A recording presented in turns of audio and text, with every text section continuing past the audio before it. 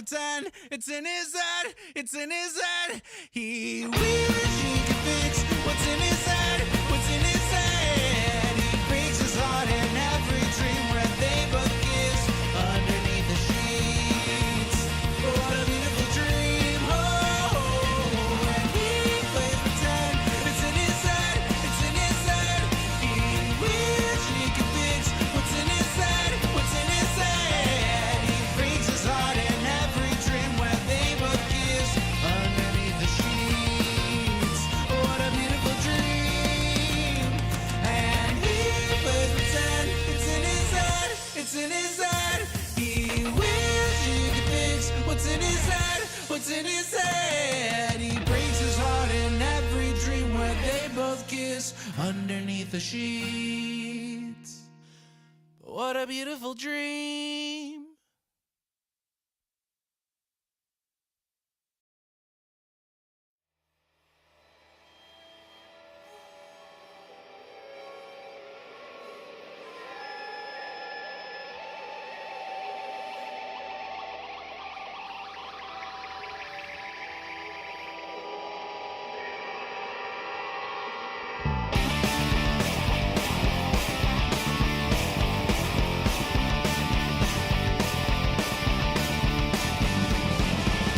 What does the fascists say when the lies are sold in space? They say they need our civil rights while we work hard and die. Under God, they defend the genocide. They have said they cleanse your soul by making sure your tale is never told.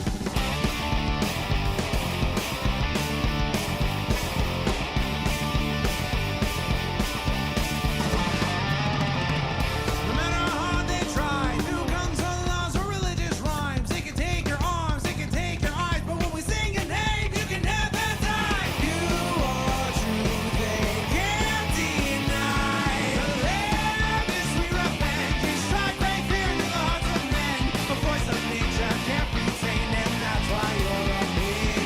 To dance as hard as I can, 'cause all they want is for you to end. Through the fire of their hate, you won't subside. You will rise.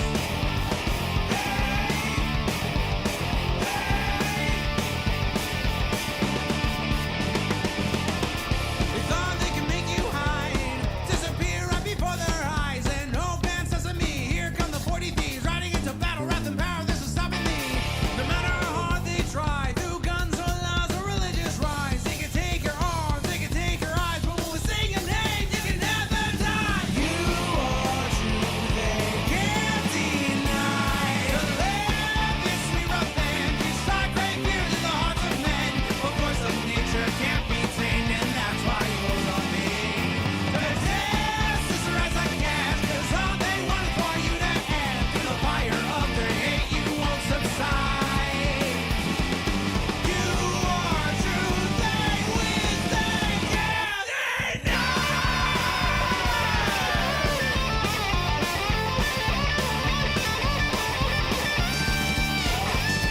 To live is sweet revenge. You strike great fear to the hearts of men. A voice of nature can't be tamed, and that's why you're on me. To dance as hard as I can, 'cause all they want is for you to end. Through the fire of their hate, you won't subside. You will rise.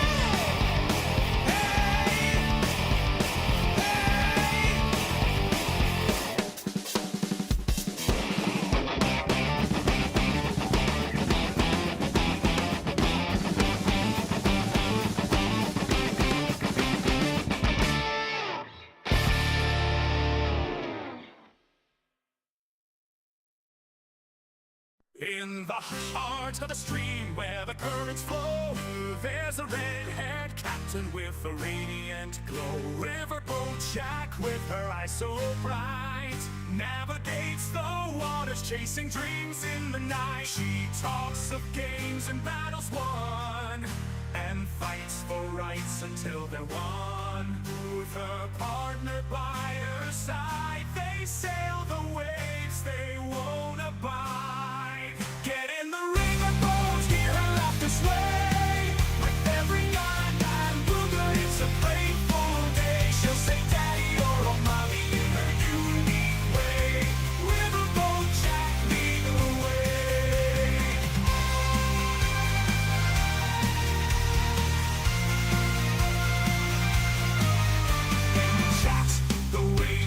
loud. As Jack speaks truth, she stands proud. Politics, socialism, her flag unfurled. In her world, all voices are heard. With all curls and glasses on, she blows a kiss, her strength is strong.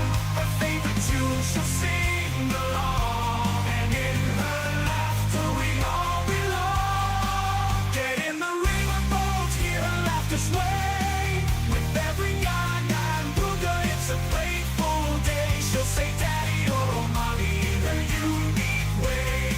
Riverboat Jack leading the way.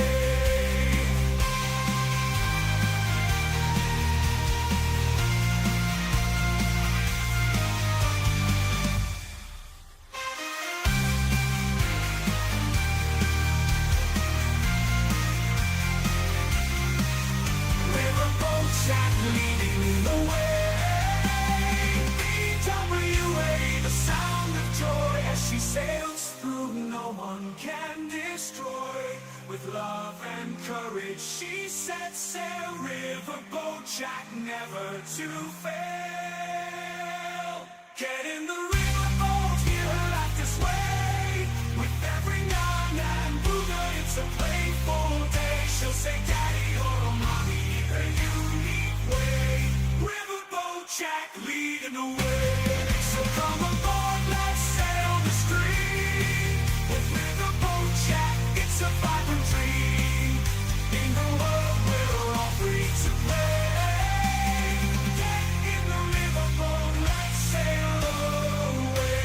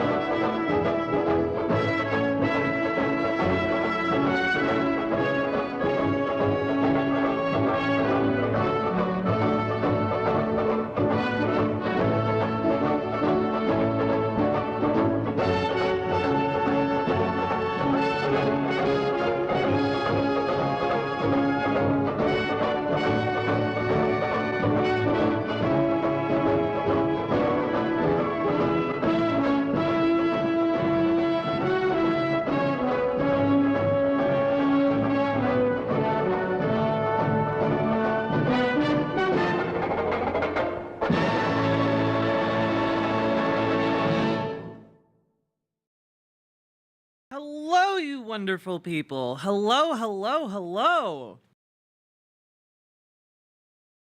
Hello, Cross Crescent Creed. Hello, Conethius. Hello, Christinos. Hello, Hail Soybeck / BBBBBBB. Hello, DB Wolf. How you doing? Where you been? Hello, German Cow JJ. Hello, Dr. Johns. Hello, Uller Soth. Hello, David. Hello, Bob Watkins. Hello, Charlie Janmir. Hello, Zach Fletcher. Hello, Shai Halon. Hello, the all-seeing dude. Hello, this one. Hello, Straw Hat Monty. Hello, Robert Adset. Hello, Malachi. Hello, Salomon Moose. How can we all have died at the same time?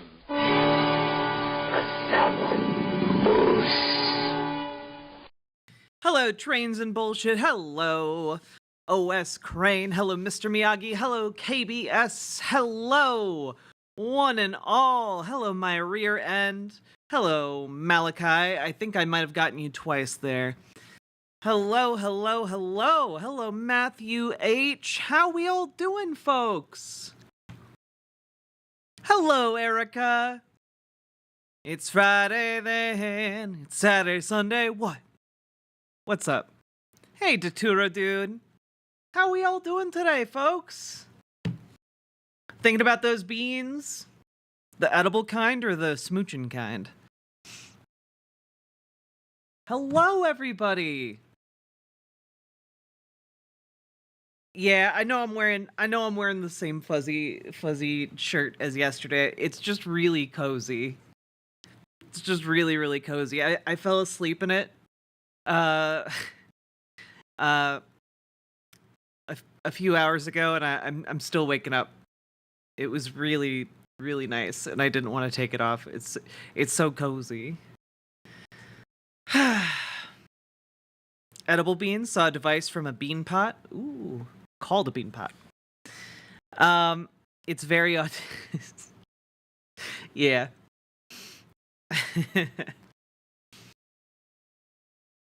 Oh boy. All right.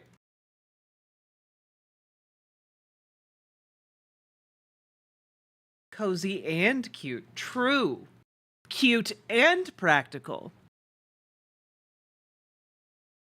But folks, yesterday was a good day. Not just because I did a good stream, and not just because I can never get this right. Look, Alex Jones agrees to liquidate his assets to pay Sandy Hook families in a move that would end his ownership of InfoWars. Good. I don't even really need to know any of the other details. I'm frankly, this is pretty great. Let's take a look here. The seismic move paves the way for a future in which Jones no longer owns InfoWars. Let's see.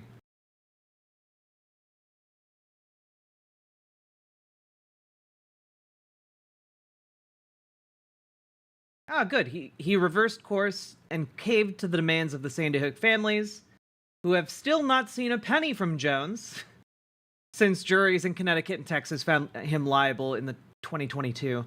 Man, he was convicted he was found liable 2 years ago already? My God.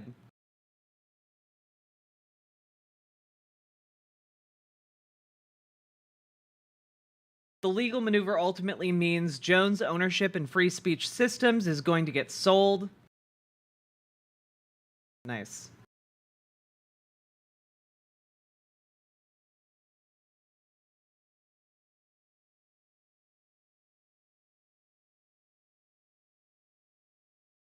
Unfortunately, they buried the lead. The liquidation of Jones' assets does not mean that InfoWars will cease to exist. Damn. Several outcomes are possible. The court-appointed trustee could sell the business to another owner, for instance. Okay. Damn it. You know, I'll take it, though.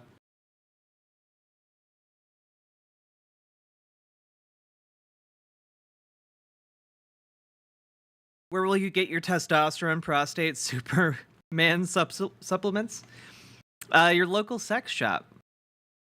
Can't help you with the 5-gallon bucket of mac and cheese, though. Maybe Tim Pool still sells those.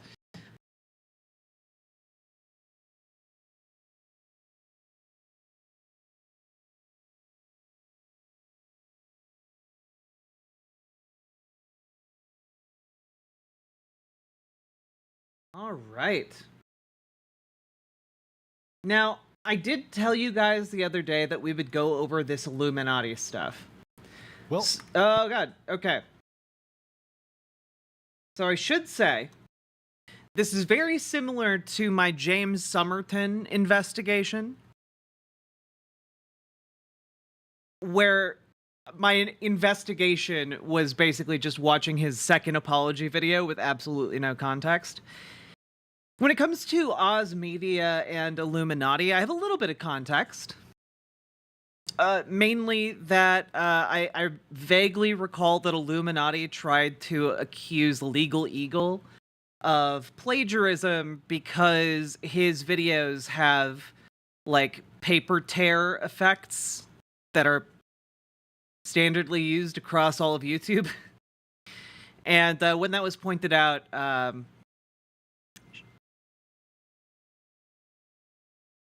sorry, an alarm just started going off. When that was pointed out, she deleted all of the accusations and then never said anything publicly. So, with that being said, we're going to go over this video from Oz Media that came out about 6 days ago called Dear Illuminaughti. And I've been told apparently there's, like, Illuminaughti continued to, like, lash out at people for a while. Like, there was a whole, like, plagiarism scandal, I think, with Illuminaughti. Like, their channel really tanked since then. And I think now Illuminaughti is trying to sue Oz Media, but I'm not entirely sure what about. So that's all of you have the same amount of information I do. And we're going into this. And yeah, basically my only real context for this, to really sum up everything, is that Illuminaughti bad. That's kind of where I'm at.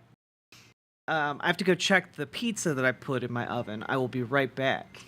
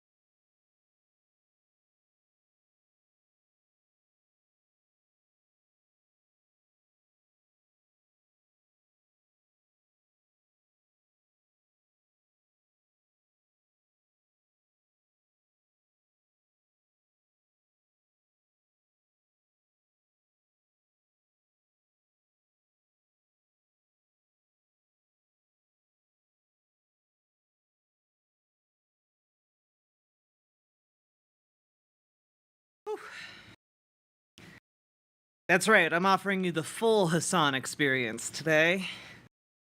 But the pizza is safe, that's the most important thing. Hello, Morningstar option.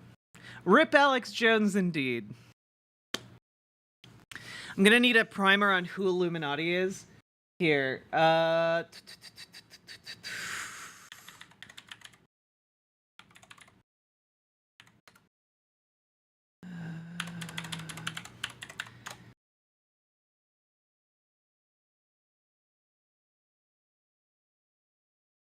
was it this?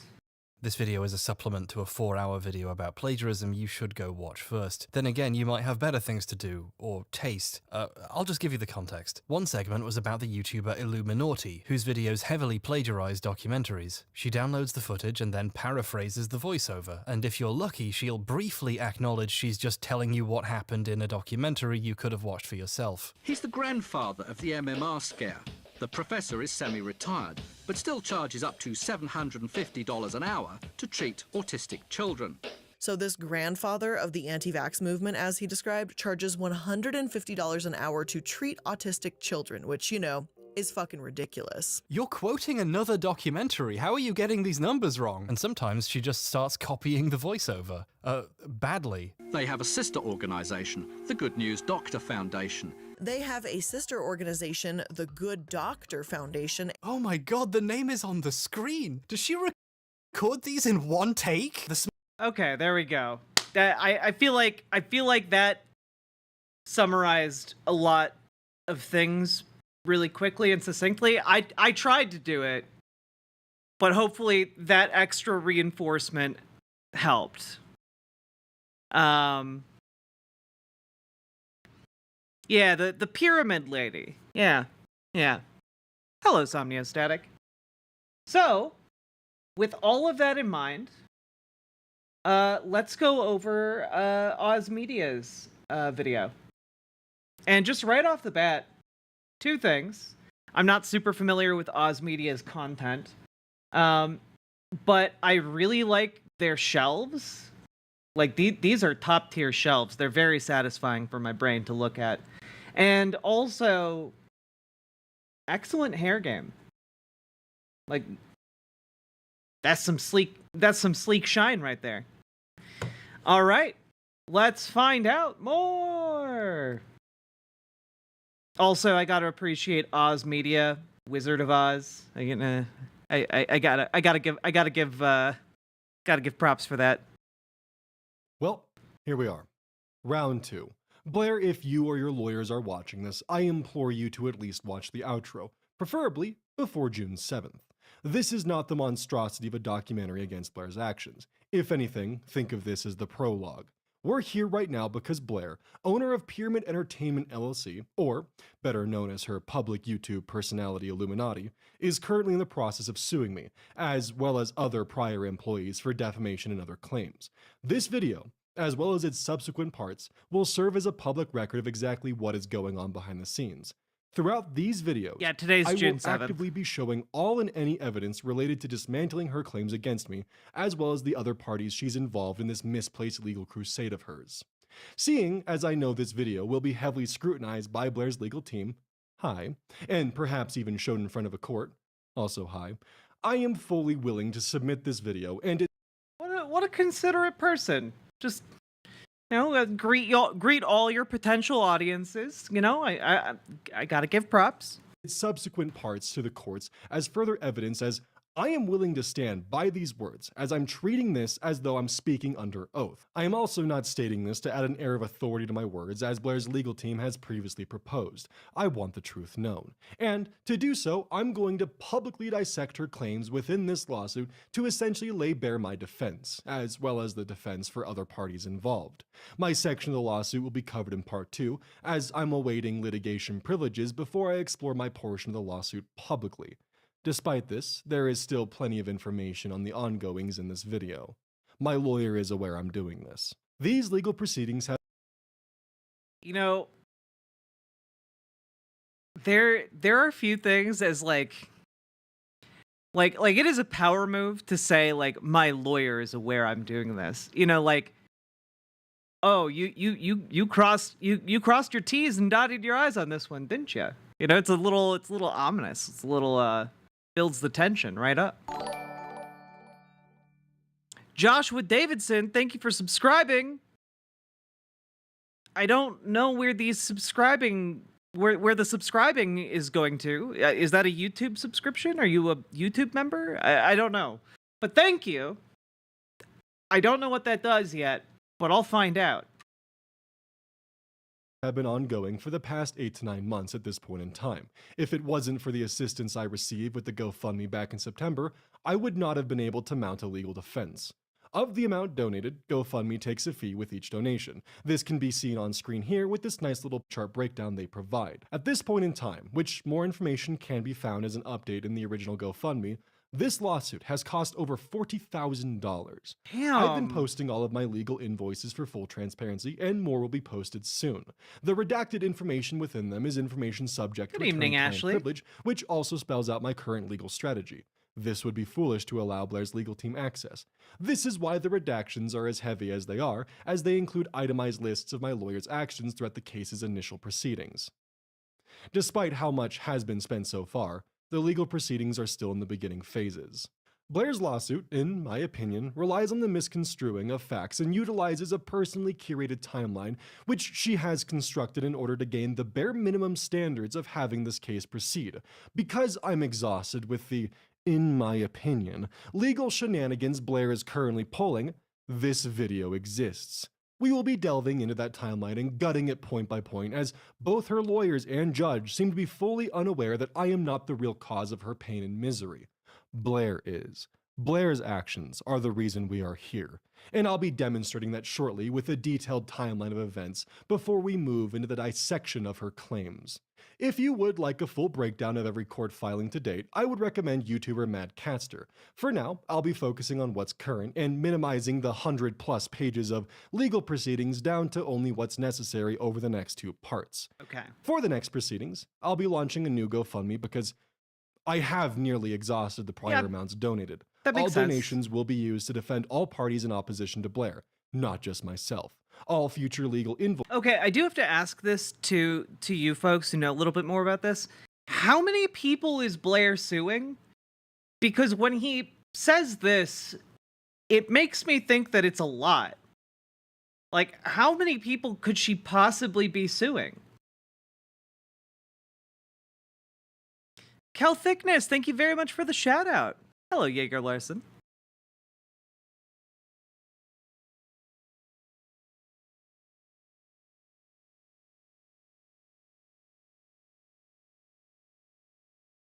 Hey, Midnight and All Night.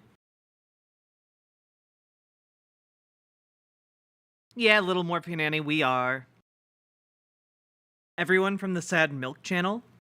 Oz and Felix, but has threatened others. Wow. Voices will be posted as they come from all parties who are in need of the funding. My goal with these uploads, assuming Blair does not take my offer, is to not only lay my defense bare for all legal parties to see, but for the online community as a whole. I intend to provide ample documentation to justify to all of you why another round of crowdfunding is being posted. This isn't just for myself anymore. This is also to defend employees that Blair is bringing legal action against as well. If Blair does accept my offer within the outro, I will be refunding the new GoFundMe once all terms are met, and the lawsuit is officially over, court filings and all. If you're curious as to why I'm even offering Blair a potential settlement in the outro, that will be explained there, as there are numerous factors in my personal life that I've recently had to heavily consider and prioritize minimizing or even removing causes of stress. That being said, I have no issue, hesitations, or fears in connection to proceeding with this lawsuit. I am confident in the direction things are going, and I just want to offer a path to end this before we're stuck in this for years on end. Hey, man, This will be further explored in the outro. Yeah, what exactly is As going on stated here? in my September update video, Blair and I dated, just in case this context is missing. It was never my goal to make any of this about relationship drama. However, Okay, well that's a wrinkle I didn't know. All right. That definitely makes everything a lot more personal. You know, like a lot more personal than just like business associate. All right. This is gonna be tangled up in like abuse, isn't it? Somehow. despite the actual timeline of events which have occurred, Blair is trying to paint her entire downfall on YouTube as being nothing more than my actions towards her as a jealous ex. I'm not jealous towards She basically financially abused a kid. Huh. your current partner, Blair, only sympathetic. I encourage all of you to fact check this timeline as I go. I'm being both as detailed and as quick as I can here because Hey, again, Paladin. Blair, in my opinion, is actively obfuscating the timeline in her lawsuit in an attempt to paint herself as a victim who did nothing to deserve the scrutiny delivered onto her. On April 20th, 2023, the story begins with a tweet produced by Blair which attacked Legal Eagle for copying her style. Legal Eagle would quickly retort, explaining he had been using these standard practice editing styles, which included standard documentarian effects such as the classic skeuomorphism torn paper effect, as well as the simple action of highlighting. I can't I can't believe. I still can't believe this. This is so ridiculous. Where she knows so, like, I don't even know how you can, like, be this deluded, you know? Like, this effect exists everywhere on YouTube videos, everywhere on the internet. It's like, I think it's commonly, like, packaged in, like, Adobe like editing software.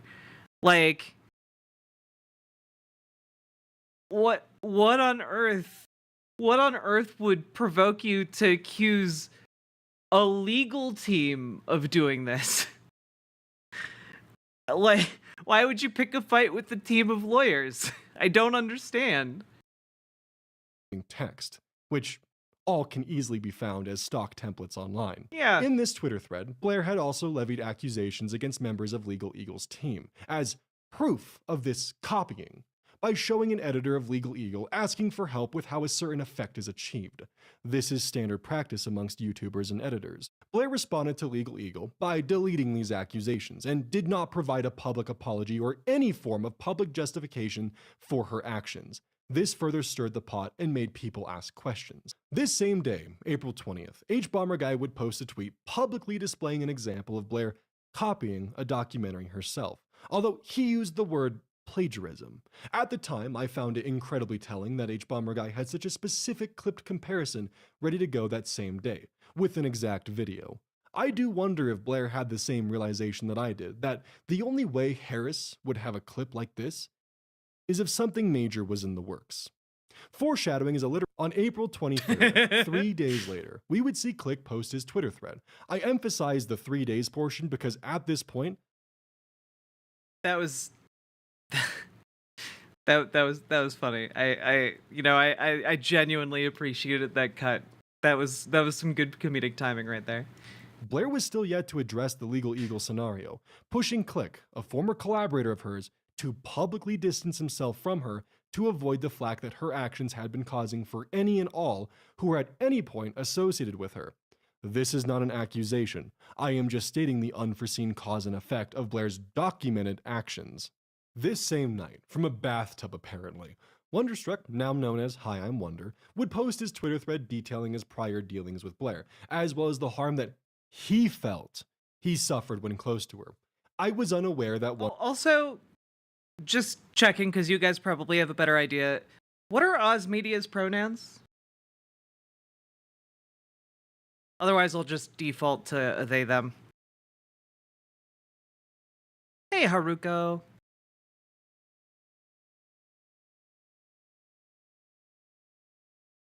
He, they? Sweet. Wonder was going to make this tweet. He and I normally aren't on voice call when he's in the honestly, they're nailing the vibe. Nailing the vibe. Tub. This will be important later when we move into the details of the lawsuit, as Blair claims Wonder and I had essentially masterminded her downfall. I didn't know about the thread until I received a now deleted DM from Blair, asking me what she should do, followed by several missed calls from her. I wish I had a record of this Discord DM, but by the next morning, this DM would be deleted. Because Blair did not publicly provide a reason or explanation towards her actions, and with the emergence of H-Bomber Guy, Click, and Wonderstruck's threads, it left Twitter frenzied for answers. Those who were familiar with my connections to Blair, as it was public knowledge we were roommates, would begin to DM me or brigade my livestream chats with questions on the situation. Questions such as if I still supported Blair and if I could provide a reason or explanation for her actions. It was because of users constantly asking me to answer on behalf of Blair, as well as my past colleagues, finally speaking out, that I broke my silence and posted my thread.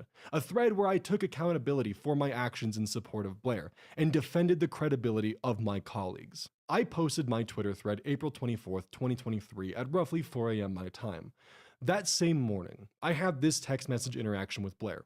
Please note, it is only because of the current trajectory of this lawsuit, with myself awaiting litigation privileges on these matters, that I am no longer leaving my information redacted, as I had previously intended to do so now 1 year ago. Blair, Monday, April 24th at 8:24 a.m. So I just saw your tweets, and now I understand why when I called you, you didn't answer. I'm going to take some time to formulate my thoughts, but ultimately, Oz, I hope you really do find your happiness in life. I hope you find your peace, your satisfaction, your perfect black cat, all of that. I'm not sure what you want from an outcome in this situation, but I guess I'll have to figure that out later. Blair, I just want you to realize you've caused pain. You've caused me pain. I don't care about the drama. I just want you to realize how much you've hurt me. I've been doing my best to hold everything in, for years now at this point. If you actually did read my thread, you would know what I want. Peace. I just want to be free. I just want to be able to breathe. I have read that you want peace. I thought we were doing better. I wish it could have been something we talked about on our own time instead of dogpiling. I'm left more confused than anything. Well, I assume you don't want to talk anymore. All I ever wanted was for you to realize you hurt me. Not just in the relationship, I do not care about that. You hurt me as a person to my very core. At some point, Blair, you need to see the pattern. Well, Oz, I cared about the relationship too. I cared about all of it. You hurt me as a person too, and ripped everything wide open today. And if doing this all to me helps you feel better, then that's okay. I'll take it. I'm sorry, Oz. I hope this helps you find your peace. Except you aren't. You're going to continue to drag my name through the mud. You're going to continue to be who you are. And that's okay. I just hope that you stop painting people as your weekly villain. It's your biggest flaw and it's always gotten you in the most trouble. It's what caused the most harm. Blair, I'm sorry I ripped everything wide open, but I never had the chance to heal. I never had the chance to feel peace. Instead, I went to therapy and have a PTSD diagnosis. Jesus. Instead, I gave myself chemical burns because I was too scared to say no. What? I'm afraid of you, Blair. I'm getting a second opinion on the PTSD. I don't want it to be true, and I don't trust Talkspace to that extent. What the hell are you talking about with chemical burns? And this purple portion here is Blair airing her mental health. I'm leaving this censored. I don't want to drag your name in the mud, which is why I'm going to you instead of Twitter or whatever.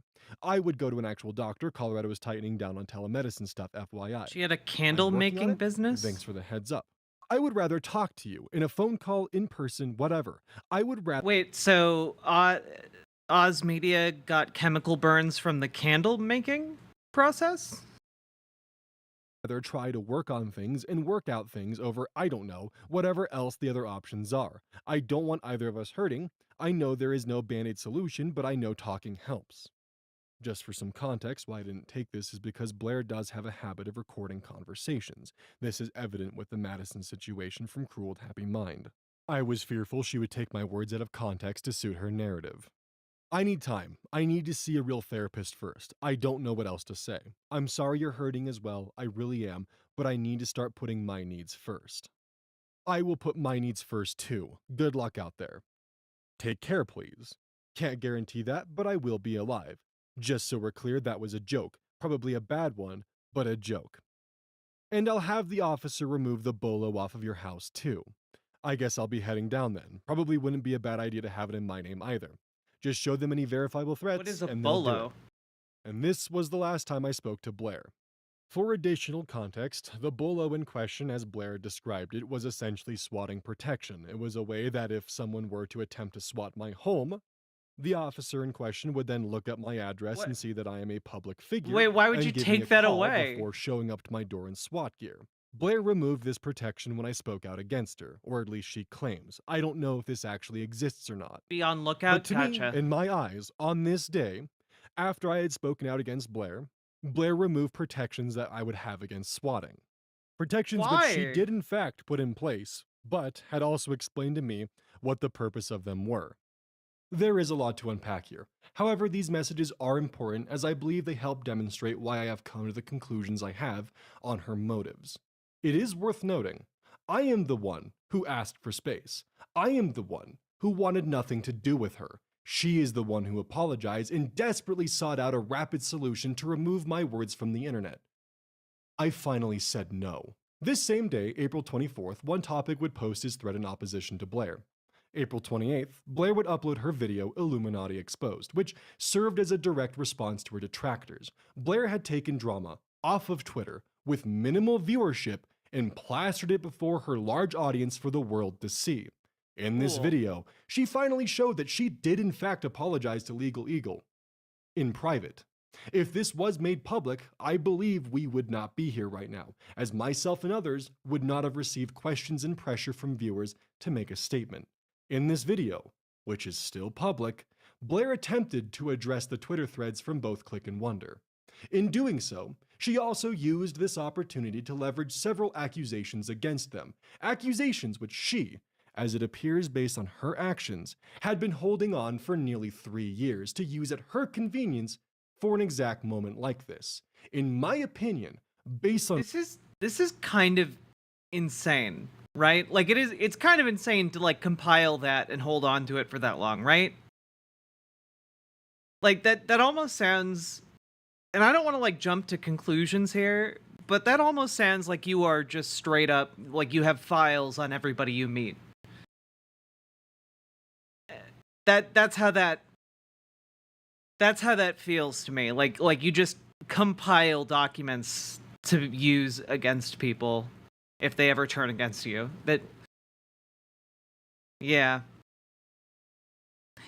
it does seem something like a pure paranoia type situation. what we see from these events, either Blair knew her evidence She's was bad, a Karen. misrepresentation of facts and only worth sharing as a Hail Mary attempt to destroy someone's reputation, or she willingly held evidence of minors being harmed within Click's server and only reported on it 3 years later when it benefited her. I cannot fathom any other reason for the events transpiring the way that they have. In fact, back in 2020, by the way she spoke within her messages, Blair seemed very eager to find an opportunity to destroy Click with this exact evidence. Or, to use her words from 2020, nah, I'm not gonna attack Click unless it becomes public gossip or a drama channel picks it up. Then I will nuke him. In this response video, Existing like this on the internet seems exhausting. Like, how does that feel good? Like, you're like just compiling info bombs to like ruin other people. I don't know. Like, even just getting to the point where you're talking like that seems like you've fallen far, you know? Blair accused Click of some fairly horrendous things, which he did address in full within his own response video. Now, this is a retelling of well-documented public events which transpired publicly. None of this is new information. Blair also had a chapter dedicated to Wonder where she plastered his mental health for the world to see. Wonder is a former employee of Blair's, meaning that Blair had exposed private and sensitive information, also known as PII, which included conversations she had with his therapist, for her entire audience of, at the time, Why would she go and talk to her employee's therapist? That's psycho behavior.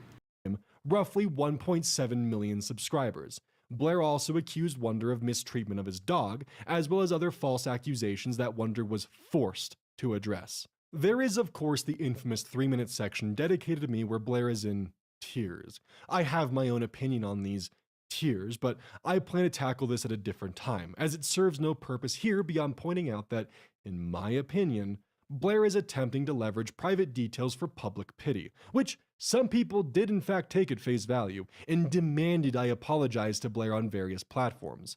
This section's cumbersome wording is very particular to the legal side of things that will make sense when looking at her, in my opinion, legal hypocrisy.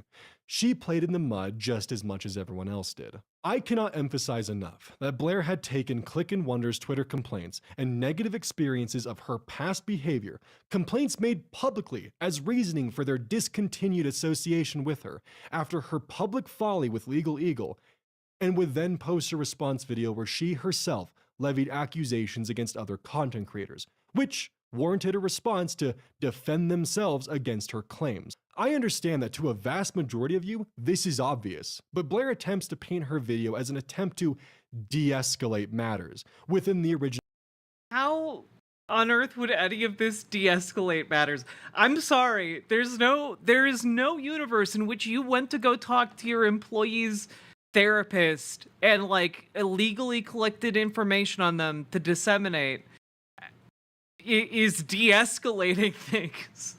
There's no universe in which that's the case.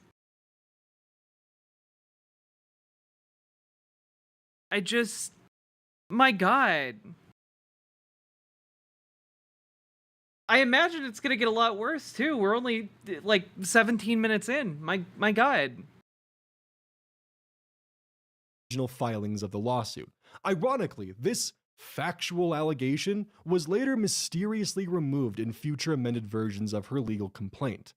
34. Regarding the false accusations listed above, Blair made one public post, attempting to debunk the misinformation. She has not publicly addressed the situation further in an attempt to de-escalate it. While I have my theories on why this was removed, the exact details are unknown. In her current complaint, there is currently no reference to her ever uploading this video or— Oh yeah, no, the therapist shouldn't have disclosed any of that information either. So I'm not, I mean, that could definitely be grounds for a lawsuit, I would think, from a patient. any of the public comments she's made, making it appear as though she never played in the mud, and her criticisms came from nowhere.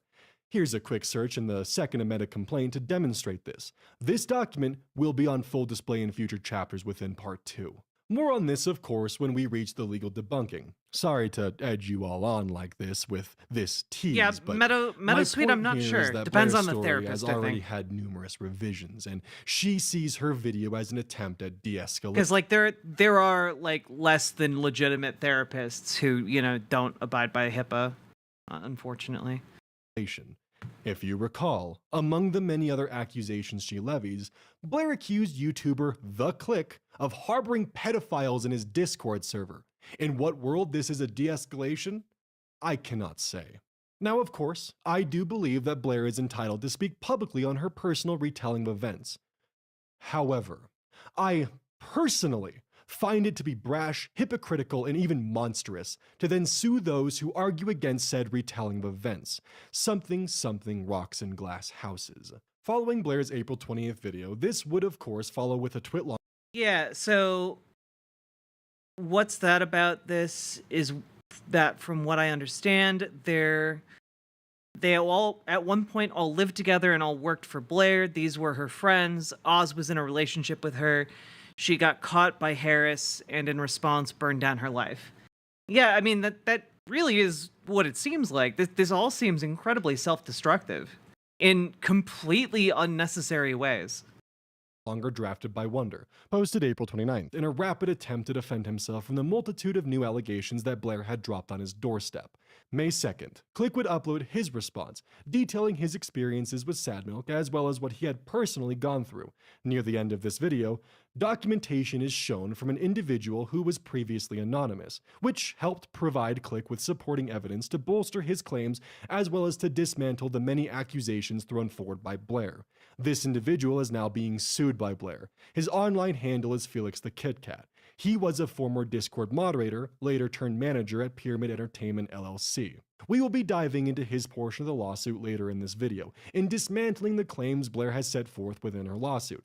It is of my opinion that Felix has been included for retaliatory reasons, as with him being a former employee, Blair had access to his home address and thus the means to serve him with legal papers.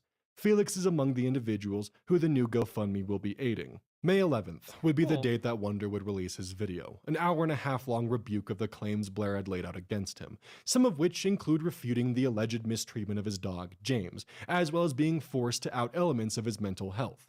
Wonder was forced to relive his trauma in front of the world because Blair, in my opinion, either recklessly and carelessly or purposefully and meticulously included them as attempts to attack his character and credibility to lower the needed public standard of evidence so she could pin him as being a mentally unstable ingrate who mistreats his dog. I also made cameo interviews in this video where I spoke on what I witnessed during the time that Wonder was living with Blair and I, giving third-party account to some of the personal stories that Blair made public.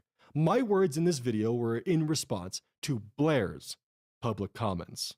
I will add that as of this video's production, Wonder has not been served by the courts and is currently on the table for dismissal. If he does get served, the GoFundMe will be at his disposal for legal fees as well. This then leads to Blair's Oz Media seems like a real stand-up guy. Like, it's hard enough to launch a GoFundMe for, like, your own purposes, you know? It's really decent of him to also extend that legal protection to, like, the other people involved. Makes me respect him a lot. Also, Weirdbeards, I just wanted to say, congratulations on a 50 stream viewing streak. That is hard to pull off. I stream at weird hours. So thank you for sticking with me for the past 50 streams. That's crazy. Also, folks, we've been going for about an hour. If you've been enjoying the stream, please consider hitting the follow button, the subscribe button on YouTube, the like button on YouTube, and please, folks, consider dropping those sweet, sweet subs and donos. They help to keep this show going. Couldn't do this thing without you. So consider supporting monetarily today.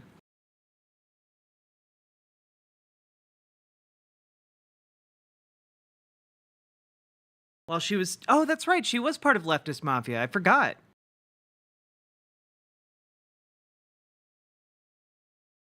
When she was still a part of Leftist Mafia, she kept telling the others she had receipts and then just never brought them. Whew.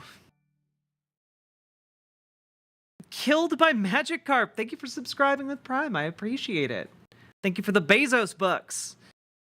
Yeah, it really does kind of seem that she, like, stabbed everyone that she knew in the back for no clear reason. Yeah, like, why lie to everybody? Why sue your former friends and, like, lover? Like, why do these things? You don't have to.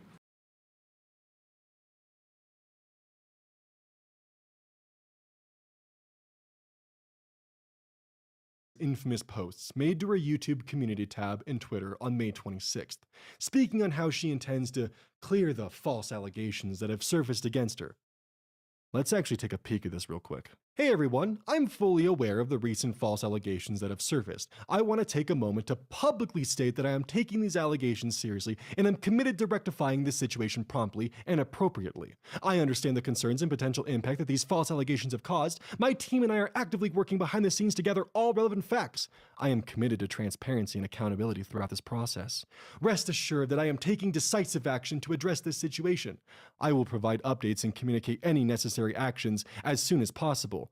Thank you to those of you who are standing by me during this challenging time. I will not allow these false allegations to be weaponized as a way to silence my voice. I appreciate your patience and understanding during this challenging time. I am dedicated to upholding my channel's values and delivering on our commitments. I am confident that the truth will prevail. Sincerely, Blair Zahn. I would like to note that Blair has been publicly silent on her platform for an entire year on this matter. Damn. Blair claimed that false allegations were being weaponized to silence her voice, but she has, in my opinion, been weaponizing the legal system to silence further criticism of her actions. I too, Blair, am confident the truth will prevail, which is why Yeah, I'm not gonna lie, that entire message read like it was written by a lawyer. actually breaking my silence, because I'm exhausted with playing the game your way. This would follow with the very next day, Blair sending out cease and desist to first Wonder and then later myself roughly 1 week later, June 5th. At this point, and up until September of 2023, I would have only made a single Twitter thread, as well as possibly 5 minutes of cameo time in Wonder's video discussing matters which Blair had previously made public. Between the two cease and desists, we would see One Topic release a video discussing his experiences with Sad Milk on June 2nd. His video was made for his audience, and I am gonna go get my pizza, which is now probably not so hot that it's going to boil my mouth. I'll be right back.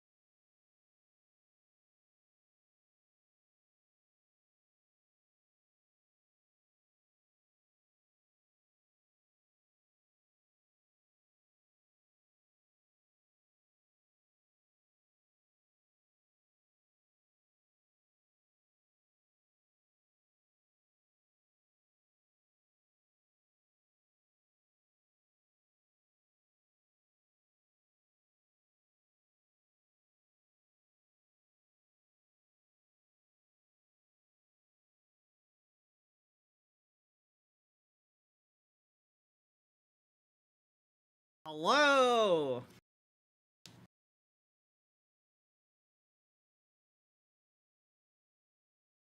Also, just want to let you guys know, there is a sub goal for this episode, for this stream. Just not telling you what it is yet. But your subs will count towards a goal. But here we go. Acted as more of an open form of communication with those who had questions. It wasn't chock full of screenshots, and he really had nothing to prove. We would then see the release of Swoop's video June 6th, which I was barely even mentioned in. This will be important for the second part. In the following week, specifically June 14th, 2023 at 9:03 a.m., which I would also like to add that these were denied by the court, which is why I had never heard of them until very recently. 2 civil protection orders against myself as well as Wonder were filed by Blair. Blair cites general harassment that she had received as grounds for her civil protection against Wonder. Now, I would like to firmly state that if you've ever sent a threat of any kind to Blair, go fuck yourself. I don't want you in my audience or even remotely associated with me. You're selfish and only stroking your own ego, while simultaneously hurting everyone involved. But with that being said, I do want to briefly talk about a few details in the CPO ordered against me, which, again, was denied, where Blair accuses me of beating her dog, Casper.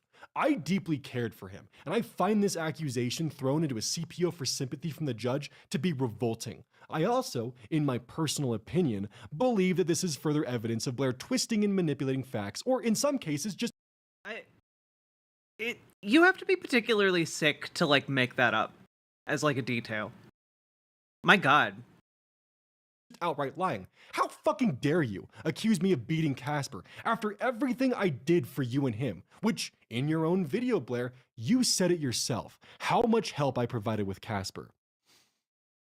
There is more squabble listed within these denied CPOs that are just not worth entertaining at this moment, but if you do have more questions on these, I would like to refer you to Vangelina Skov, as she was able to cover these in full before their removal by the original leaker. Moving on from my personal emotions, the terms of both said CPOs are this. Petitioner requests that this court order to delete all posts X has made to social media since April 23, 2023, pertaining to Sadmilk, Petitioner, or her social media platforms. Refrain from posting about Petitioner or her social media content on any of his social media accounts or on the social media accounts of others. Refrain from posting in the comments section of any of Petitioner's social media accounts. Refrain from interacting in any way with Petitioner's social media posts. Refrain from encouraging any third party to post in the comments section of Petitioner's social media accounts, or reposting any of Petitioner's original content for any purpose. Refrain from making any videos or media posts about Petitioner. This, in my opinion, was an attempt at a gag order to prevent all future posting on Blair. Specifically, in my opinion, to lay the groundwork for her to begin her lawsuit unopposed with no worry of public retaliation, as well as to prevent any and all future responses from being posted. It is my opinion that Blair had the motives to silence the critics so she could begin her attempt at rewriting the public narrative, the one we will see shortly within the lawsuit. The timeline becomes quiet until July 26th, 2023, where we would see 2 new videos posted about Blair, with their own original stories to tell, one from Cruel World Happy Mind as well as Savannah Marie. Cruel World Happy Mind would detail her alleged experiences with Blair and how, according to Cruel World Happy Mind, while pregnant, she fell subject to a harassment campaign from Blair, and how Blair, in her eyes, actively weaponized a potential loss of pregnancy from how sick the stress made her to silence Madison from Cruel World Happy Mind. Savannah Marie levies accusations of plagiarism, the second person to make this accusation against Blair. Now, this is where my September video partially begins to come into play. Unfortunately, due to the slow crawl of legal processors, I would only be aware of half of Blair's actions at this time. On August 22nd, 2023, Blair began the official proceedings to put my home into foreclosure. If you are unaware of the details on this, please see my September upload title. This is so insane. Like, he's only briefly touching on it, but I'm sorry, she threatened a lady so much while she was pregnant that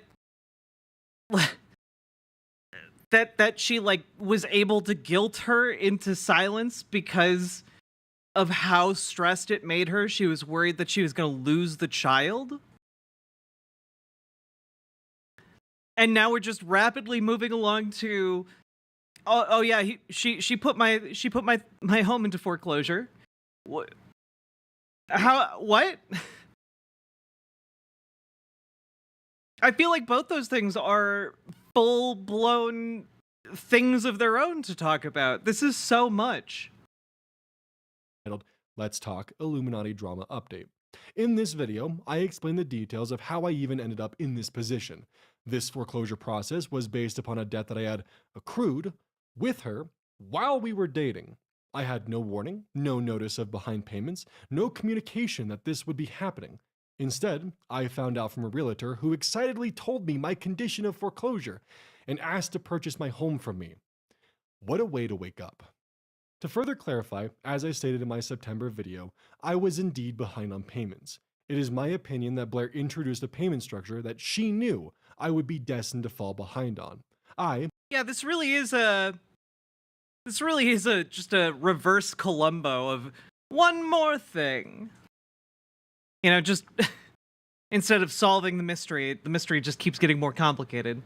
Originally wasn't concerned, as before I foolishly signed those deeds of trust, Blair assured me that the only way she would get her payments was if I paid or if the home was sold. I never took the time to realize that she meant she could sell my home through foreclosure. If I knew it granted her this power, I would have never signed those documents. Again, if this is all new information, please go see my September update video. August 29th, 2023, Blair would submit a new set of temporary restraining orders, which were denied, as well as her lawsuit against Felix, Wonder, and myself for defamation and breach of contract. It is of my opinion that Blair timed these events so I could only fight one, the foreclosure or the lawsuit, not both. I do believe that if I did not speak out against her in April, she would not have put my home through foreclosure proceedings. With these actions timed alongside the lawsuit, it does make me firmly believe, in my opinion, it's retaliatory in nature. The restraining orders... It's really, really good that he got his lawyer to read through this and add, like, make sure that, like, his language is, you know, kosher, because, like... There's a lot of ways that he could have completely fucked himself with this video. Like I'm like hearing them. He's like walking through a minefield right now with all of the, in my opinion, I believe, you know, my God. In question were to once more prevent publication of any information on Blair. In this restraining order, Blair directly cites the video I was originally producing as a documentary on her actions as grounds to allow this pseudo-gag order to proceed. Quoting this TRO, here, however, plaintiff's request for relief will cause defendants no harm, because they simply must refrain from publishing what is essentially an online op-ed piece, which they have admitted will lambaste plaintiffs. Should the court deem plaintiffs' claims to be unnecessary, defendants can simply publish their video. Scared of something? Truth being, before we get into more details, Blair could have easily just responded, but the silence and sudden bombardment of legal speaks volumes, Blair. Because please remember, at this point of her filings, I'd only made a public Twitter thread and approximately 5 minutes worth of cameo time in an interview in Wonder's video. I would not be made aware of the lawsuit or legal filings until September 27th, more than a week after my September video was published. I had elected, out of respect for the legal system, to remain silent until now. It's not that I'm lacking respect for it with the publication of this video, I'm lacking respect for Blair and the escapades she's elected to throw me into. The legal proceedings have been grueling. Yeah, I mean, all of this sounds like just incessant shenanigans. A mix of anxiety-laden sleepless nights to curveballs that throw off my entire day. It can be very difficult to live a normal life when every day is filled with stress and anxiety. Every email notification laced with dread. It's exhausting. And this video exists because I'm tired.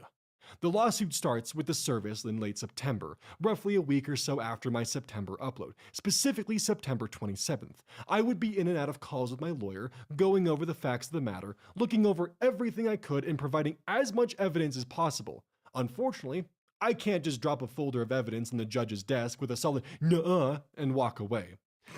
A shame, really. The inner workings for how the legal proceedings have gone so far are mostly publicly documented by the creators previously mentioned. If the time comes, I will explore the full timeline of the Yeah, wouldn't it be great if our legal system worked that way? You just drop a small construction truck bed of files onto the judge's desk and then you walk away. lawsuit, including Blair's attempts at settling this lawsuit grotesquely in her favor for all parties Just involved. drop a tome. But for Yeah. now, I'm leaving these be. Once you make it to the outro, my reasoning will make sense. During the proceedings of this lawsuit, H-Bomber Guy would upload not one, but 2 videos covering Blair's prior acts of plagiarism. One being a 40-minute section within a 4-hour-long, 20 million view video, as well as an individually uploaded 20-minute video with over 3 million views focusing exclusively on Blair. More people are aware of Blair because of H-Bomber Guy than they are for any of the other drama-related reasons surrounding her. I don't think I ever watched like the full second H Burger Guy video. This timeline will be extremely important for the following chapters. Again, I implore all of you to double check, as I was only focusing on videos related to the lawsuit in question, as well as all and any first-party sources. This now leads us to Felix. Through the last 9 months, Felix and I have been wading through the murky waters of a lawsuit Blair has set forth.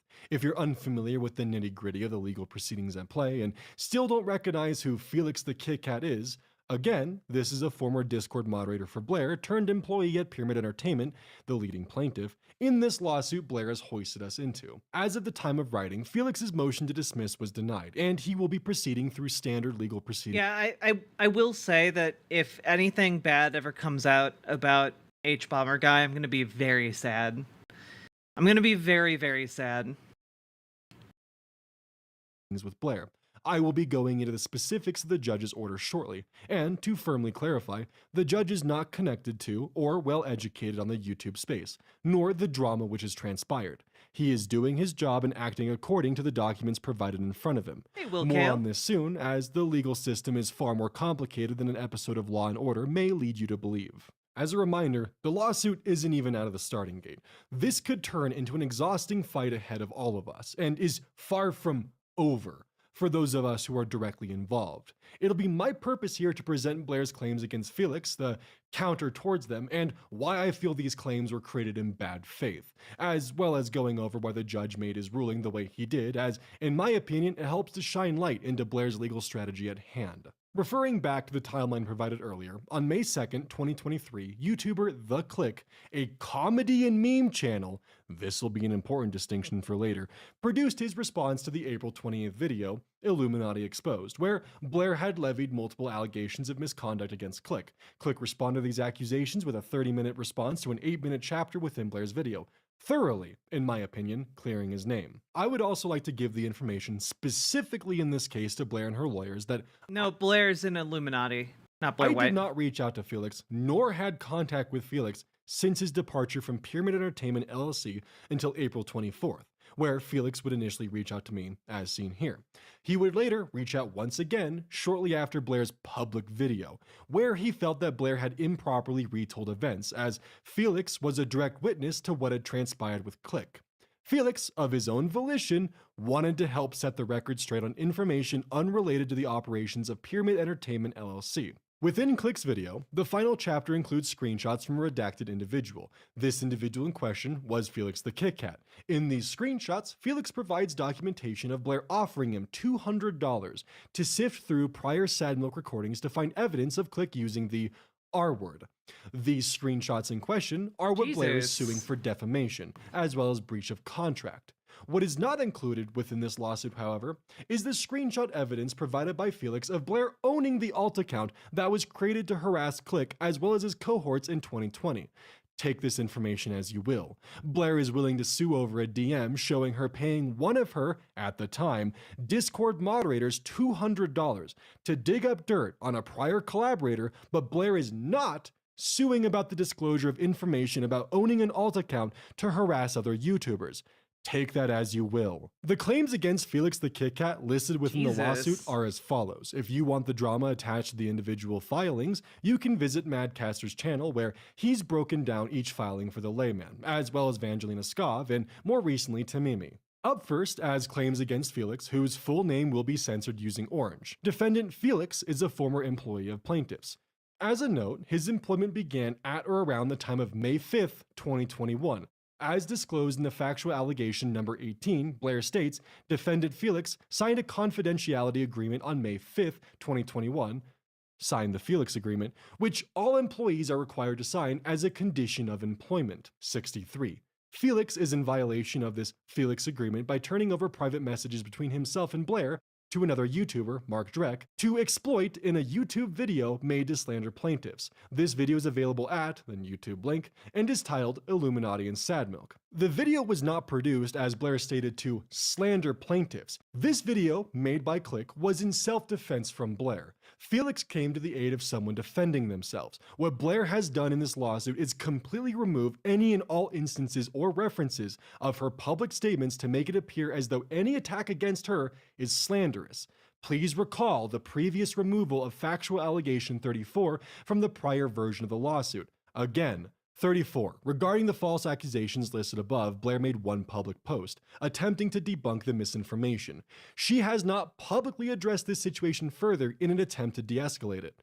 Once more, mention of this no longer exists within the lawsuit. The screenshot in question happened November 10th, 2020, nearly 7 months before Felix's employment under Pyramid Entertainment. The NDA should not cover private messages unrelated to Pyramid LLC. It appears to me that Blair is attempting to claim that every conversation she has ever had with an employee throughout all of time, even matters unrelated to Pyramid Entertainment, are under NDA. These DMs were in specific relation to a group collaboration channel known as Sad Milk, which included the likes of Damian Lee, Flinders, Hi I'm Wonder, One Topic, The Click, Salty, and myself, and of course Blair. Sad Milk is operated as a different corporate entity with its own distinct EIN, known as Wet Sox LLC, which is a sibling company to Pyramid Entertainment. Both are owned by the same umbrella company that holds my debt.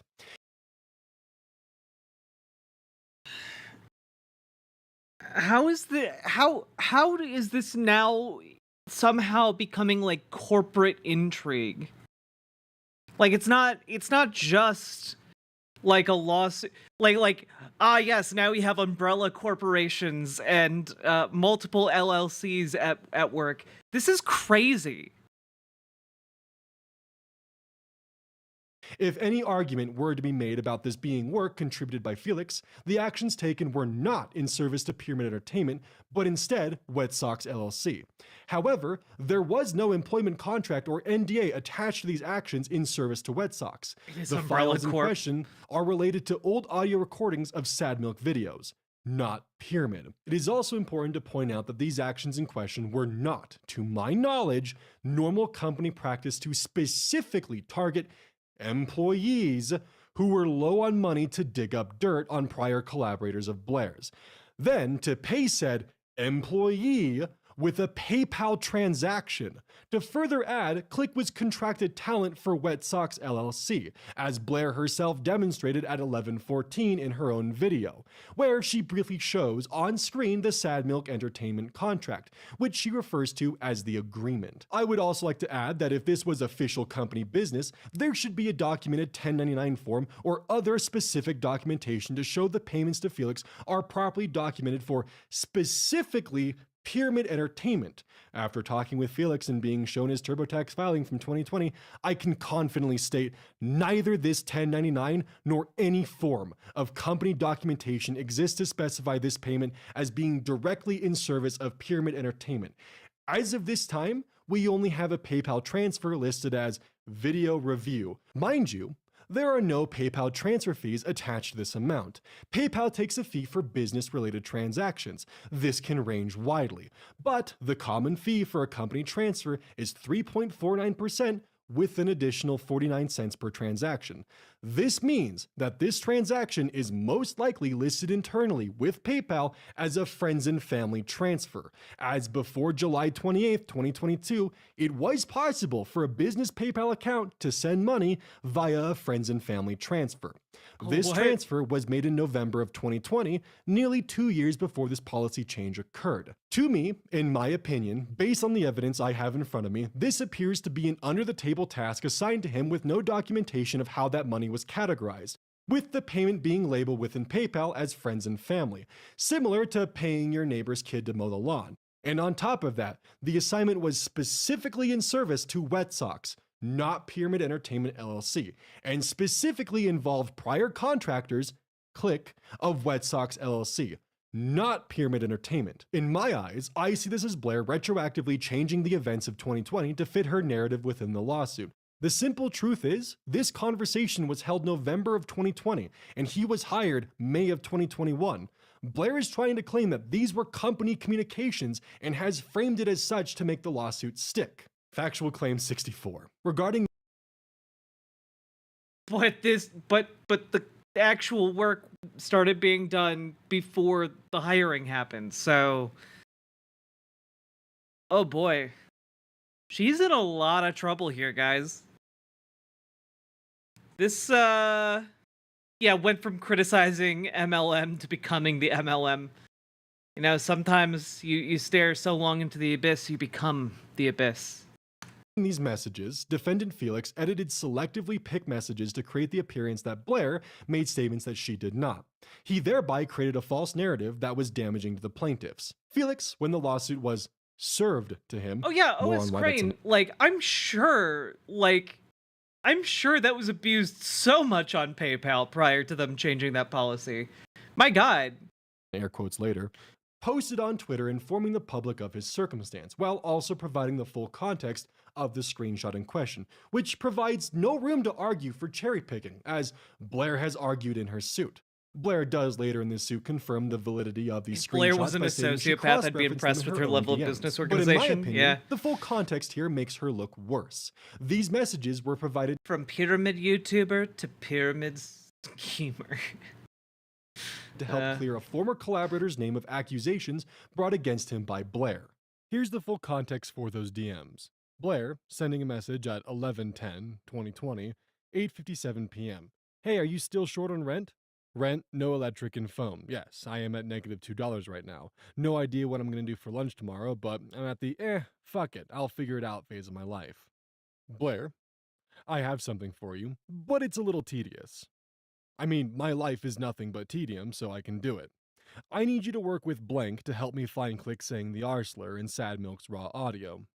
I can do that. Let me get a shower and I'll be down. She claims he said it in a Sad Milk video, but I can't remember which one, and she's over her head with shit. I'll pay you $200 to find it. Yep, just hand me the files and I can get started. $200 will help quite a bit. The portion redacted here is a link to a Google Drive. There's that file and a file in the file. Most will have Discord calls, and I think it happened within the first 10 minutes. I'll check the whole recording to be sure, so I'm looking at all 4 folders. Just go into the published file. The very next day, Felix would receive payment from Blair for, quote, video review, end quote. As a reminder, within Click's video, this was the screenshot originally shown. Now, the next few sections are nearly 50 points down the line and highly segregated as we enter into her claims of relief. The other skip points involve myself as well as Wonder, who was never formally served in this lawsuit. Starting with the 7th claim of relief, defamation per quad, as to defendant Felix. 108. Blair and Pyramid hereby incorporate the previous paragraphs by reference as though each were fully set forth therein. 109. On or about May 2nd, 2023, defendant Felix published a public Twitter X post from one of his Twitter X accounts, @FelixTheKitKat. Now, I believe this is a clerical error, as Felix did not tweet on any of the days surrounding May 2nd. I believe Blair is referring to this tweet in question, made November 23rd of 2023. 110. This statement implies that Blair committed the tort of abuse of process, alleging A, an ulterior motive for the use of a judicial proceeding to retaliate for defendant Felix's post-employment actions, B, the willful use of legal proceedings in an improper matter, trying to force a default judgment without properly serving defendant Felix, C, damages, an impending default judgment against defendant Felix. 111. These statements are false, and defendant Felix made the statement with negligent disregard for its falsity. Process server, redacted, signed Hey, a Omega Star. declaration that she served defendant Felix on September 26, 2023 at his place of abode, handing the required legal documents to an individual matching defendant Felix's physical description. Felix was never directly handed papers. Instead, the papers were delivered by mail to an address he lives 2 hours away from, at a claimed time while he was just getting off of work, 2 hours away from the stated address. The papers were never formally handed to Felix. Felix's sister found an envelope in the mail with regular US postage labeled to Felix on or around October 6th. This directly opposes the processor's claim of directly handing it to Felix. What I find interesting is that this appeared in a mailbox with postage and was within a standard mailing period from September 26th. Yet, there are claims of this being handed directly to Felix. These papers would have been delivered to Felix's stepfather's home within the official legal filing September 27, 2023 at 6:40 p.m. This address is not his usual place of abode, which is even distinguished, despite the redactions I've made, by not being the address given for Felix in the very lawsuit Blair filed. At the time of delivery, Felix would need to drive nearly 150 miles an hour directly after his shift at work to be at said address in time to receive the papers from said processor. While it's not much, Felix has provided me with screenshots of him speaking with his girlfriend about arriving home at 7 p.m. after work. To reiterate, Felix was never formally given papers, despite what the processor claims. Instead, they were mailed to his stepfather, and a proof of service filing was made. The argument of us theorizing that Blair was trying to get a default judgment against Felix comes from the fact that after the service attempt, nearly every day afterwards, Felix would check in with the Colorado courts for an official proof of service to be filed, so he could begin his legal battle. However, proof of service was not filed until after the time required for Felix to respond. When papers are served, a response is due within 21 days, but 35 days for out-of-state parties, within Colorado after service. So this would have been either October 31st or November 1st, depending on if the day of service counts towards the allotted time. Proof of service was not filed with the courts until November 17th, more than 2 weeks after, meaning that Felix would have defaulted. Even my lawyer was caught off guard by these actions. Oh my God. Plaintiff's attorneys filed a proof of service on Felix today. The service was back in September. Not sure why they're just filing the proof today. Felix's answer should have been filed by the end of October based on the service date. Allegation 112. Defendant Felix's statement caused special damages as evident by the fact that plaintiff's revenue from videos dropped by more than 95% after defendant's tweet. This is some crazy levels of fuckery. Like, it's insidious.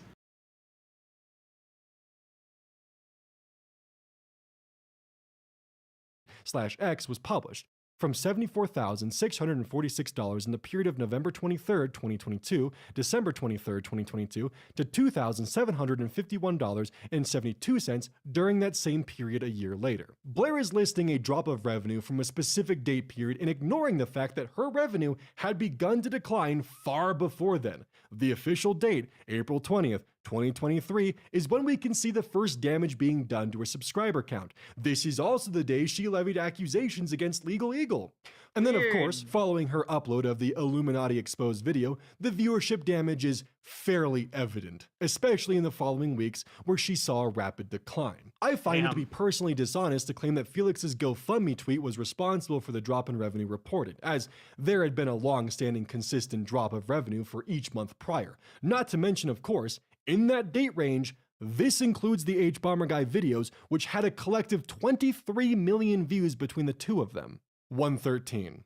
Blair suffered non-economic and special damages, as explained in paragraph 112 of the complaint, as a result of defendant Felix's publications in an amount to be proven at trial. I can only assume this is her talking about the general backlash and emotional turmoil this situation has thrown her into. Again, as I'm sure I'll be saying this thousands of times, if you send threats of any kind towards Blair, you're worse than her. Again, the damages Blair is suffering is of her own doing. The only reason any of us are in this position is because of the actions Blair initially took on April 20th, 2023. Eighth claim for relief. Defamation per quad as to defendant Felix. 114. Blair and Pyramid hereby incorporate the previous paragraphs by reference as though they were fully set forth therein. 115. On or about May 2nd, 2023, Mark Deck posted to his public YouTube account, The Click, a video titled Illuminaughti and Sad Milk, which contains screenshots from defendant Oz and Felix, intended for publication. Blair fucked with Wonder so badly they were living in their car and went back home to Texas? That's insane. By Deck, available at YouTube link and timestamp. I also just want to add that Click's name is public. 116. The Illuminaughti and Sad Milk video displayed a redacted screenshot of a Discord conversation. 117. Upon information and belief, the relevant redacted portions obscured the username Felix the Kit Kat, the username of defendant Felix. 118. Upon information and belief, Click is Mark Drake. Yeah, all of this damage to her reputation is entirely self-inflicted. My God. It's actually Mark Deck, and he's pretty public with this. It's the name of his public music channel after all. 119. Blair asked Felix to find Mark Drek saying the R slur in Sad Milk's raw audio. 120. Defendant Felix then asserts that Blair, though she publicly disapproves of the R slur, uses it in private. 121. This statement carries a defamatory meaning because it implies that Blair is both a hypocrite and a bigot. Her words, not mine. 122. Defendant Felix published this statement with negligent disregard for its truthfulness because he concedes that he has no proof to substantiate his claim. In 2020, Blair had revealed to me that she had used a service to scrub her Twitter of all and any inappropriate or cancelable language that she may have tweeted. Evidence of this can actually be found by the fact that there's a massive removal of tweets on a single day shown by her Social Blade. I had to purchase a Social Blade premium subscription to get this data down to the day as shown. However, as I've come to learn, that service that Blair used to mass delete tweets doesn't scan media or screenshots. Blair famously went after Click for using the R word 14 years ago. Blair at one point has stated that the word has never been in her vocabulary and that even with 10 years of time, it's inexcusable that he would use this word, despite this being his second language and being the early 2010s, and America's cultural exports use this word frequently. Family Guy, South Park, Black Eyed Peas. Blair can be seen in this tweet using the exact word in question that she condemns and damns others for using, only 3 years prior to her stating that word was never in my vocabulary. Whoopsie. According to Blair, even 10 years is inexcusable. Link to the tweet below at the bottom of the description. One of the reasons Blair is suing Felix is for defamation because of a DM where he claimed that— We're getting so much out of that that whoopsie emo that whoopsie sound clip. 10 out of 10. Blair has used the R word in private. Well, here she is using it in public as an insult. Now, personally, I'd like to keep the R word discourse out of it. The main focus here is the hypocrisy at play because it's Hey, Lady plain as Domina. day. I actually think that Blair's lawyer put it best, because implies that Blair is both a hypocrite and a bigot. 123. Defendant Felix's statements caused special damages as evident by the fact that plaintiff's revenue from videos dropped by about 50% after defendant Felix's defamatory statements were published in the Illuminaughti and Sad Milk video from $37,981 in the period of May 2nd to June 1st, 2022 to $19,274.85 during that same period a year later. 124. Blair suffered non-economic and special damages as explained in paragraph 123 of the complaint as a result of defendant Felix's publications in an amount to be proved at trial. The economic damages in question, again, are not solely caused by Felix providing those screenshots. Blair is seemingly electing to avoid mentioning that at this time. There are far more factors at play. Thankfully, the timeline provided earlier helps cleanly spell this out for any parties watching who are unfamiliar. The only way that I can read Blair's current filings, in my view, is that Blair appears to be purposefully misleading the judge to try and paint the situation of her being unjustly attacked for no reason, and how has this case not been thrown out? It seems so utterly without merit. Like, what grounds has this been moving forward on? Because it seems pretty pretty flimsy on her end. Like, what could she possibly have presented to the judge to have it like justifiably like pursued like this? Excluding any mention that she was in fact the initial aggressor. This brings me to the present where we are now. After Felix submitting a motion to dismiss, which argues that the lawsuit should be essentially tossed, the judge ruled in Blair's favor for the lawsuit to continue. Matt Katster has some great videos diving into this and going over each party's arguments. I don't think we have the time to sit down and go through the nearly 20 plus pages of documents arguing case law in relation to this suit just for Felix.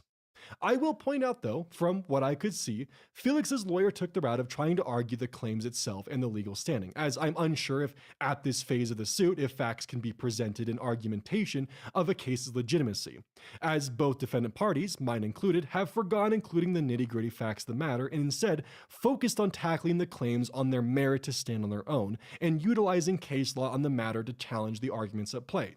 However, it seems that Blair was able to eke out a temporary victory with her presentation of the claims. First and foremost, the judge is following procedure as his duties describe according to Colorado law, which outlines that plaintiffs be given, in my opinion for this specific case in question, an unreasonable amount of benefit of the doubt. Even if Blair has a fraction of a percent of a chance for her claims to prevail, the courts must hear them out beyond a motion to dismiss. This is my understanding of the law that the judge has put as his reasoning, which, while frustrating, I understand. This is not the judge blatantly siding with Blair, this is him doing his job. As quoting, dismissing a complaint only if it appeared beyond a doubt that the plaintiff could prove no set of facts that would entitle him or her to relief, the trial court still accepts all allegations in the complaint as true and views them in the light most favorable to the plaintiff. However, facts pleaded as legal conclusions, i.e. boilerplate or conclusory allegations, such as those that merely repeat the statutory language, are no longer entitled to the presumption that they are true. They must be supported by specific factual allegations sufficient to raise the right to relief above the speculative level. Simply asserting a legal conclusion, bereft of any supporting factual allegations, does not state a plausible claim for relief. Viewing the amended complaint in the light most favorable to the plaintiff, the court accepts that the portion of the YouTube video referenced in paragraph 63 and 64 of the complaint is the same as the one displayed via screenshots in paragraph 116 to 20, which has the same link. It shows Blair instructing her employee, Felix, to help me find Click, a former employee and now competing YouTuber, saying the R slur in Sad Milk's raw audio, and offering to pay him $200 to find it. Sad Milk is a YouTube channel created and managed by plaintiff Pyramid AMC Para 10. So, as we've discussed in a quick rundown, Felix was not an employee at the time. The work was not done for Pyramid. The income provided was a gift. The work was done for a separate LLC. Yeah, like literally no part of this holds up under any amount of scrutiny. Entirely, if she so chooses to argue that line of thought. Click was also never an employee. If he was, why isn't he being sued? I'm going to show an excerpt from the second Hey, Jazz Dog. which mostly pertains to myself, which is why it isn't fully delved into earlier. However, it reads as follows. 73. Upon information and belief, defendant is in breach of these arguments by sharing screenshots of company communications with defendant Oz, intending that he use the screenshots as part of a campaign to damage plaintiff's reputation as stated above in paragraph 63, Illuminaughti and Sad Milk at 2413. Defendant Felix has further established his intent to post additional content which will harm plaintiffs in a devastating manner. Blair within this lawsuit is specifically painting these communications as being directly related to company communications, when they were not. I also did not organize a defamation campaign against Blair. She Okay, so basically all of this is just lies. Cool. threw the mud first. The judge continues. Again, viewing the amended complaint in the light most favorable to the plaintiff, these allegations arguably state plausible claims for breach of both the NDA and the Felix agreement. Yeah, okay. Given what the judge is saying, like, I can understand where the judge is coming from here. Like, if you view all of the claims as meritorious in favor of the plaintiff, like, yeah, I guess there are grounds, but like, I don't know. It's really kind of like we made a World War II fighter aircraft out of popsicle sticks kind of energy. Time to go fight the Japanese. They arguably state a plausible claim for breach of the NDA in that they plausibly allege that Felix, without permission, shared with a third-party pyramid information about company operations, as well as information regarding an individual's involvement in pyramid operations. They likewise arguably state a plausible claim for breach of the Felix agreement. They allege that Felix, without permission, shared with a third party confidential information for the benefit of a third party.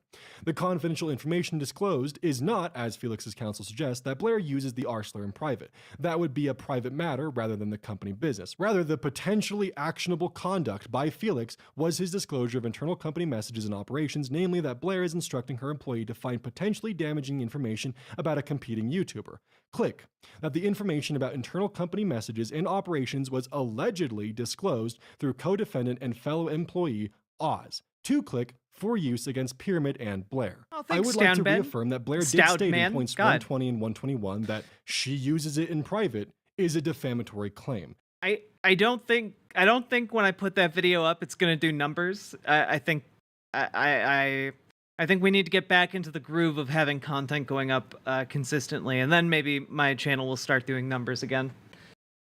It is my assumption that because of how much information is thrown around in the complaints, whether purposely or accidentally, has led to it being harder for all parties to follow her cattywampus timeline of misery. Felix's lawyer, with Oh, cattywampus timeline of misery. What a phrase.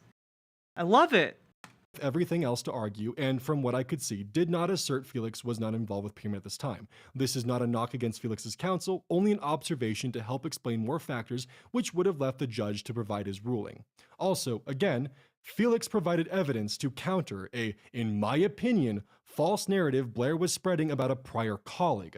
Felix reached out to me. Felix was slated for an interview in my original video, and I can only assume Blair pieced this together and would be paranoid about the information he had to tell, leading him to be directly included to the lawsuit as an attempt to muzzle him in what he had to say.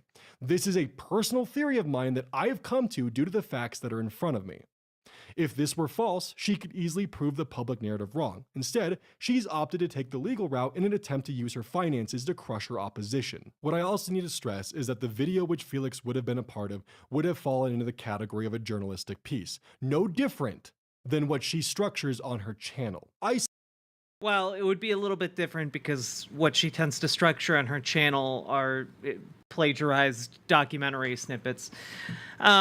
What are we watching? We're learning about the allegations against Illuminaughti, and we're learning an awful lot from her legal filings and attempts to sue Oz Media. So, again, entirely self-inflicted on her part.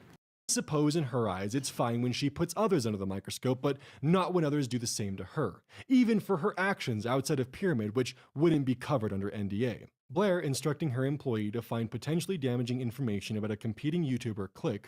That information about internal company messages and operations was allegedly disclosed through co-defendant and fellow employee Oz to Click for use against Pyramid and Blair. While disclosing such tardy information to a competitor may not be a violation of the Uniform Trade Secrets Act, it could plausibly be a violation of the agreements that Felix signed as it disclosed to a competitor the internal operations of a company whose business arguably involved trolling for clicks and bringing down its competitors. As the complaint alleges, large amounts of money were at stake. This shows that the judge is under the impression, due to the information that Blair provided, Felix was an employee at this time, despite the evidence we discussed prior. The judge is under the impression that Click was a competing. She had a pretty big video essay channel. She was on Leftist Mafia for a bit. She was definitely on the rise. YouTuber. This is why I stressed his content type being comedy and memes, as well as him being a prior colleague of Blair's. Click is not a direct competitor and does not occupy the same space or venue of YouTube that Blair does. In fact, Blair has done such a tremendous job at muddying the timeline and obfuscating her actions, it seems the judge is entirely unaware that Click's video was in self-defense against her accusations, and Felix was providing Click with documentation to defend his image from the heinous pedojacketing attempt that Blair had committed. Blair has successfully been able to rewrite history in the initial phases of this lawsuit to fit her narrative, and present herself as a YouTuber who is unjustly attacked out of nowhere by vindictive employees, when the reality is that Blair went on the attack with accusations so profoundly, in my opinion, fucking stupid, where, and I'm repetitive on this notion, not for the audience but for the legal reasons, she accused a lawyer of plagiarism. Bomber Guy countered with her examples of plagiarism. While I cannot speak on the intentions of others, as I have stated, I spoke out to defend my prior colleagues as well as distance myself from Blair because I was receiving Discord messages and stream chats frantically asking, or in some cases demanding, that I make a statement on Illuminaughti, and if I supported her attacks on Legal Eagle because of my prior association with her. When people distanced themselves from Blair and spoke on their own personal experiences, she retorted with a 40-minute long video full of accusations and ammunition that she had been holding on to for nearly 3 years. As stated in the intro, the new GoFundMe being launched will be utilized to not only come to my legal aid, but all other parties in opposition to Blair. This of course includes Felix. His legal invoices will also be posted alongside mine as this case progresses. If Blair declines my offer in the outro, there will be more updates pertaining to this. Yeah, Lady Domina, she accused Legal Eagle, a YouTuber team of lawyers, of doing plagiarism, and then was shown to be just like pulling that claim out of her ass. And then Bomber Guy basically was like, don't you be sassing people about plagiarism. Look at all the plagiarism you do. And like Bomber Guy has like a 40-minute segment, I think in total, like has done over an hour of content about how she's plagiarized a lot of her videos. And yeah, she's now trying to sue her former employees for telling the world about the bad things she does. So it's again, like, none of us would be talking about this if she didn't keep shooting herself in the foot. Here we are, the outro per se. As I mentioned earlier, I'm making Blair an offer, publicly, to put an end to this. To any questions beforehand regarding the new GoFundMe, if Blair does accept this offer, I will be refunding it in full, as I only plan to utilize that funding if she decides the lawsuit will be moving forward. Because of this, however, this does mean that for the next month, I'm on the hook for my own legal bills, and as of today, this is going to be a rough month, as this one's out of pocket, so it looks like it's the mini-wheats diet for me. If this lawsuit continues, I know that on my end, I could be looking at anywhere from $4,000 to possibly $10,000 monthly, as seen by this invoice for the last 2 weeks. The reason for this potential settlement offer is that I'm not thrilled at the idea of spending a majority of my 20s, possibly the next 2 years, stuck in legal litigation in opposition to Blair. I just want to be able to live my life. The stress from the lawsuit, the foreclosure, it feels nearly never ending, and I'm tired of waking up in the middle of the night, stressed with chest pain and dread. I'm tired of dreading every email notification. The legal system is exhausting. But while the legal and foreclosure stress have been very present and constant in my life, even with the foreclosure ending in December, it's not the only reason I'm considering this potential settlement agreement. In my personal life, there is an ongoing source of both grief and stress and factors that I'm still trying to process and have been unable to process because of everything going on around me. With keeping details sparse out of respect for my partner and with their approval,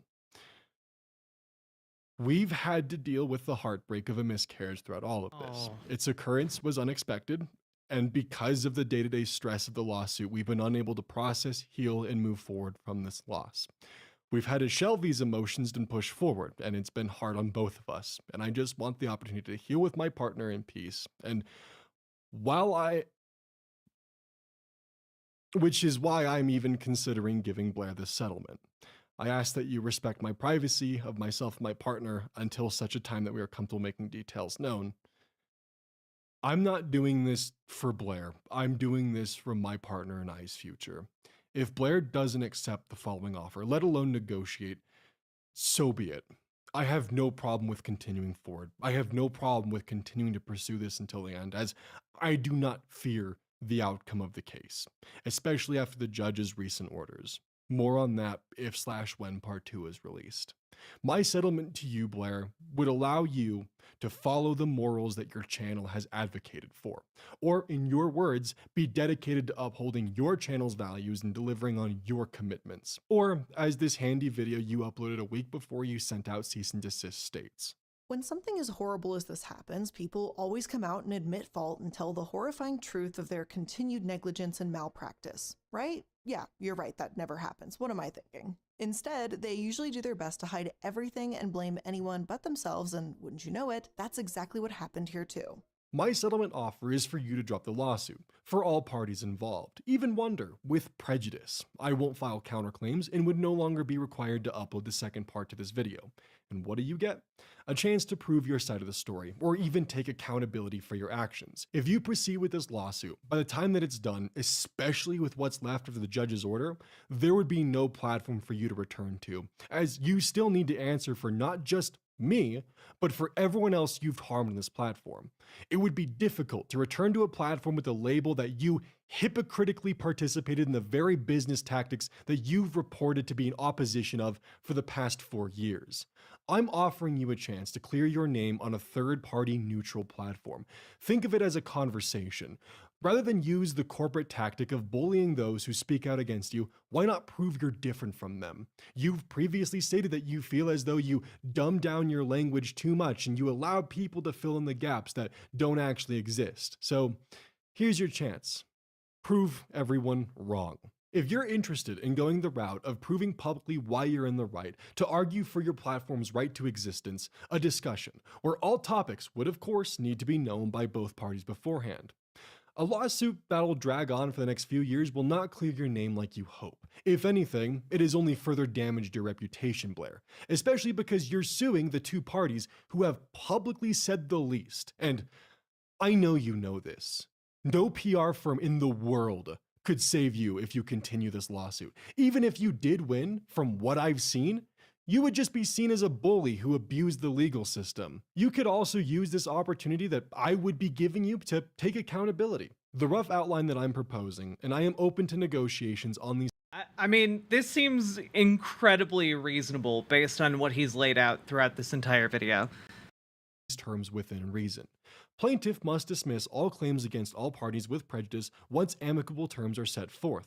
Plaintiff and myself will agree on a third party who we both independently trust to host a fair conversation. Their responsibility will be to ensure that each person is not spoken over and is given a chance to clear their mind.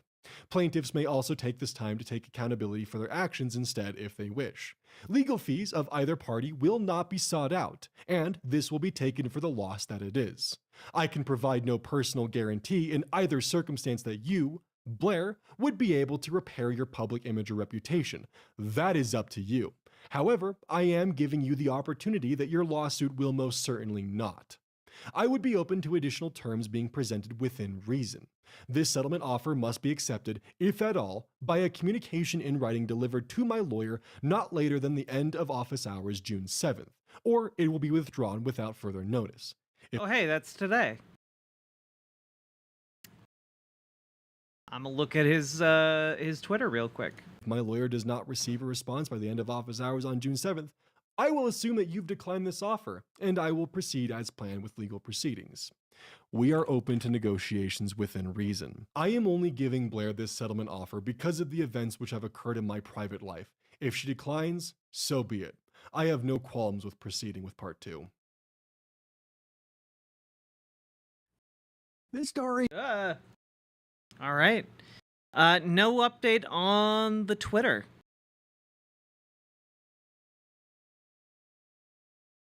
So no news is good news, maybe?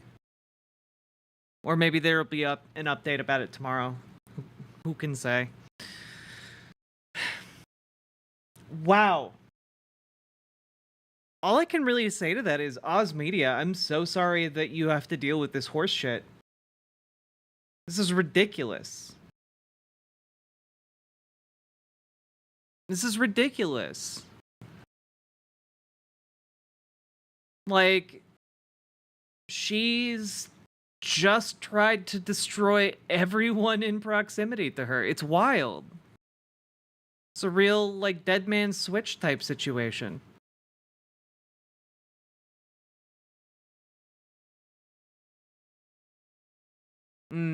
Oz and the Lair need to connect, so it might be Monday. That would make sense, Sparrow. I feel really bad for them. What a crummy situation. Especially, like, dealing with all of that while just, going through an intense personal tragedy.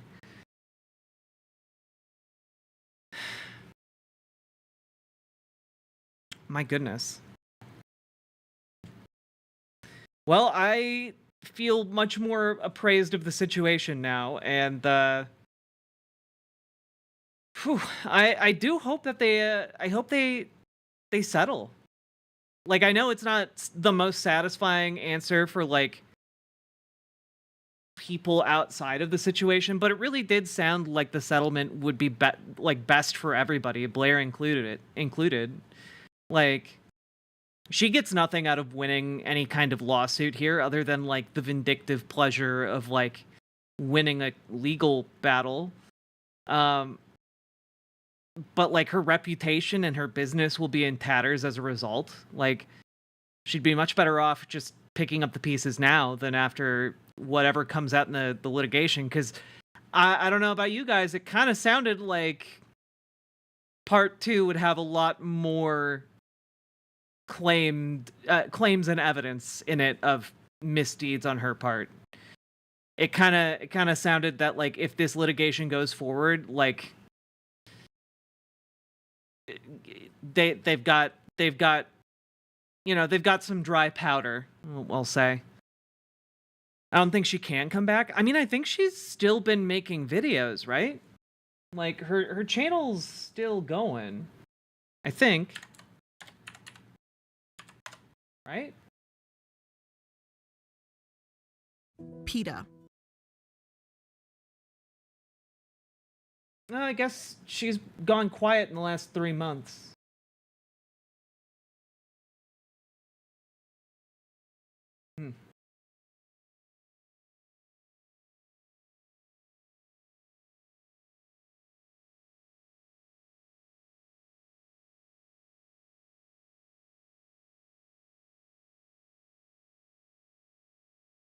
Oh man, the fall off is huge. Sorry, like, I was just taking a look here.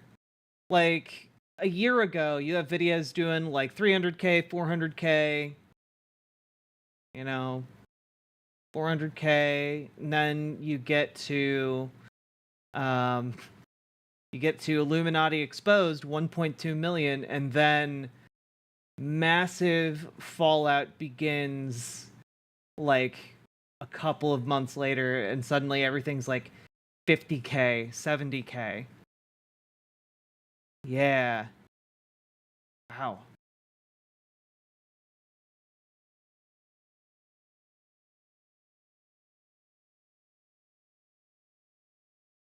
Oof. Well, Blair, I hope you took the deal. For everybody's sake. Sounded about like the best situation you were gonna get. Whew, man. Well, folks, we've been going for about 2 hours now. If you've been enjoying the show, please hit the follow button on Twitch, hit the subscribe button on YouTube, like the YouTube stream. And folks, how y'all doing? How y'all doing? Consider dropping those sweet, sweet subs and donos, because so far, only Killed by Magikarp has supported stream today. It's crazy, I know. And, just gonna put this on the screen. Do. Ah.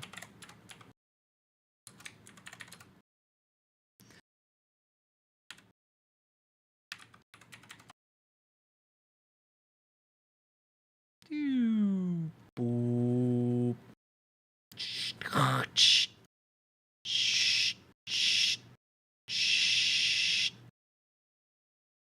There we go. You guys can't stop me. I'm too powerful.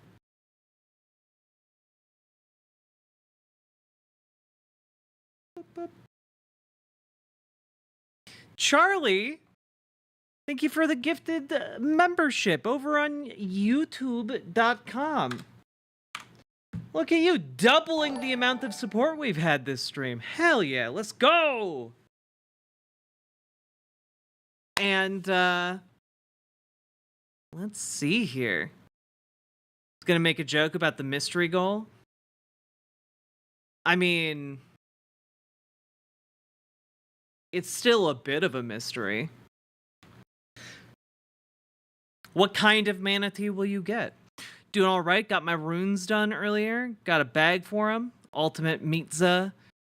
Ooh, nice. That does sound like a good day. I'm gonna go to the bathroom.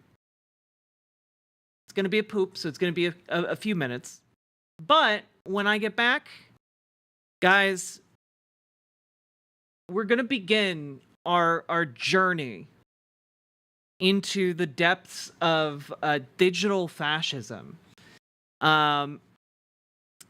If some of you might recall in the interview I did with Taylor Lorenz the other day,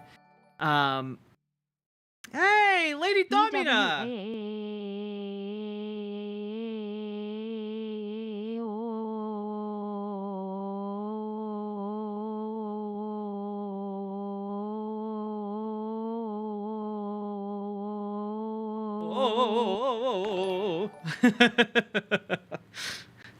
Humanity.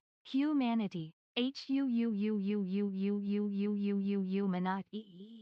Oh god. No. BWA. It's so pained. It's so pained. Paladin, thank you for the 5 gifted tier 1 subs. And Lady Domina, thank you for the $15 dono. That brings us up to 10. Let's go, folks. And, but I mentioned in the interview with Taylor Lorenz the other day, a man named Bology. I need to see his last name before I try and say it. Srinivasan. We briefly talked about him and his, like, fascism. Oh. And we're gonna learn more about it.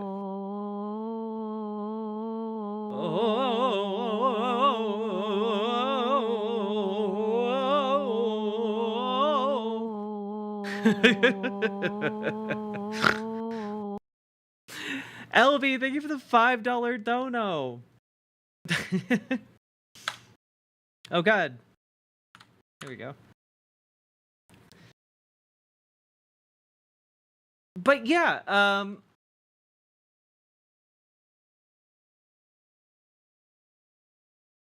what about Azan? But yeah, we'll be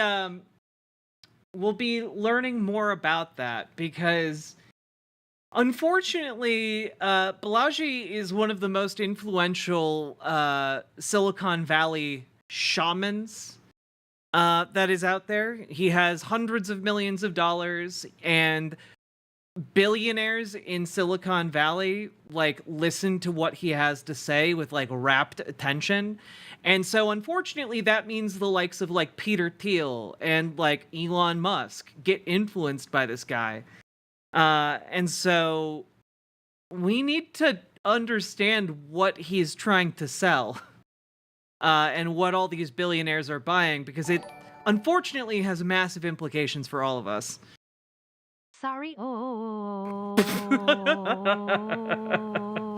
It works. It works. The little fish heads.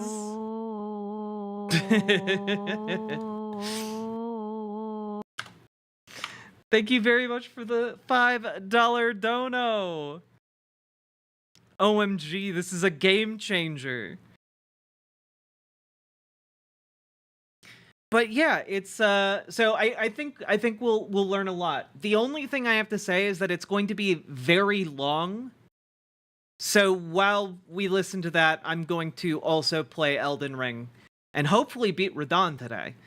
But that's kind of what we're going to be doing, I think, for the rest of this. Because unfortunately, none of these people who bill themselves as like tech shamans are concise. They tend to be extraordinarily long-winded. The Radon fight? I mean, I'm hoping so. I want to get all prepped for the DLC. All right, folks. I will be RB. You guys stay frosty.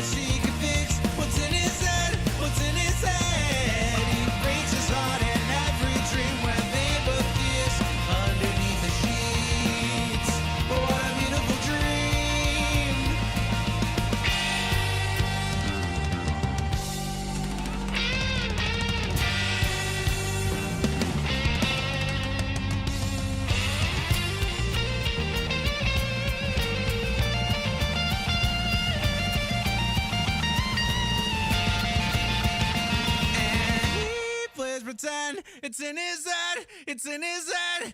He wishes he could fix what's in his head, what's in his head. He breaks his heart in every dream where they both kiss underneath the sheets. What a beautiful dream, oh, and he plays pretend. It's in his head, it's in his head.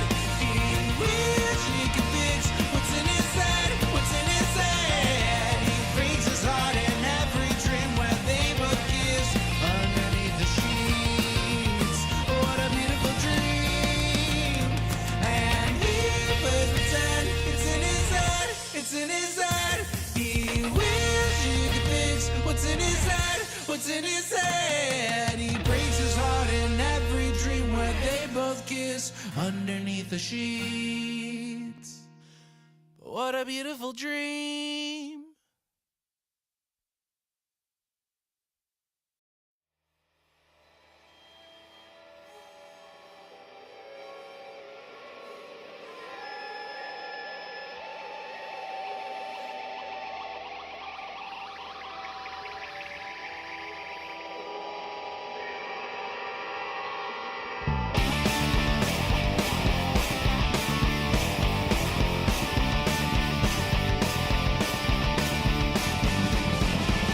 One of the back say with the lies all sold in space. They said in need our civil rights while we work hard and die.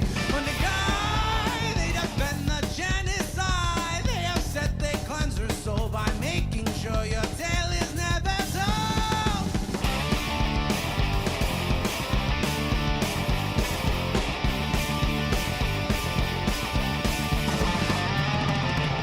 No matter how hard they try, through guns or laws or religious rhymes, they can take your arms, they can take your eyes, but when we sing your name, you can never die. You are truth they can't deny. To live is sweet revenge, you strike great fear into the hearts of men.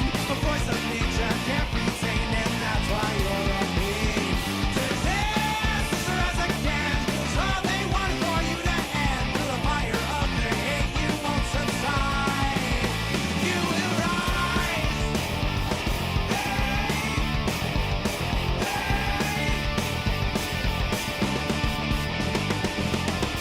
They thought they could make you hide, disappear right before their eyes, and no ban sesame. Here come the 40 thieves, riding into battle, wrath and power. This is stopping me. No matter how hard they try, through guns or laws or religious rise, they can take your arms, they can take your eyes, but when we sing your name, you can never die. You are truth they can't deny. To live is sweet revenge, you strike great fear in the hearts of men. A voice of nature can't be tamed, and that's why you're on me. To resist is to rise again, 'cause all they want is for you to end. Through the fire of their hate, you won't subside. You are truth they wish they can't deny.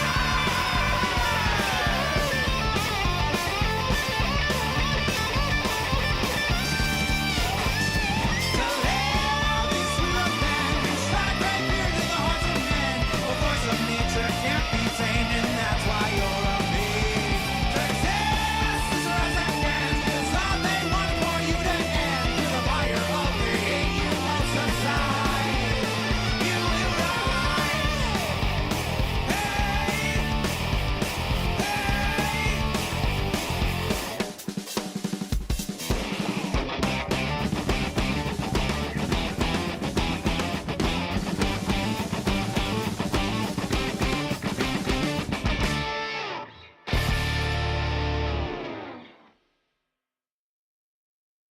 In the heart of the stream where the currents flow, there's a red-haired captain with a radiant glow. Riverboat Jack with her eyes so bright navigates the waters, chasing dreams in the night. She talks of games and battles won, and fights for rights until they're won.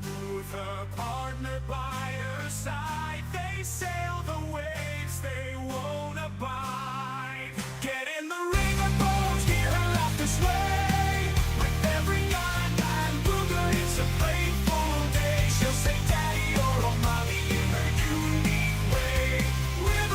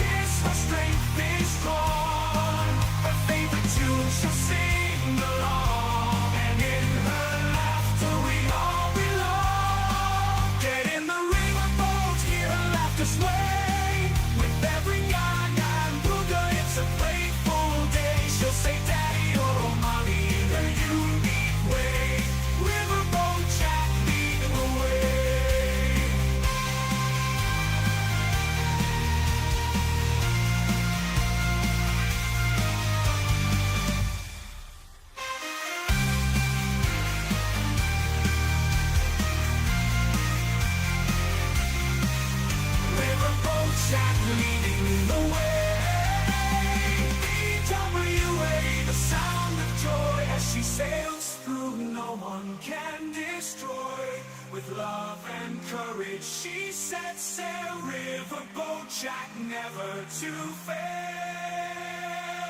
Get in the riverboat, hear her laughter sway. With every yarn and booger, it's a playful day. She'll say daddy or mommy, the unique way. Riverboat Jack leading the way. So come aboard, let's sail the stream. With Riverboat Jack, it's a vibrant dream. In the world we're all free to play. Get in the riverboat, let's sail away.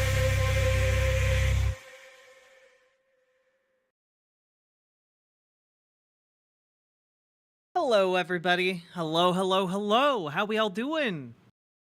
How we all doing, folks? Hello.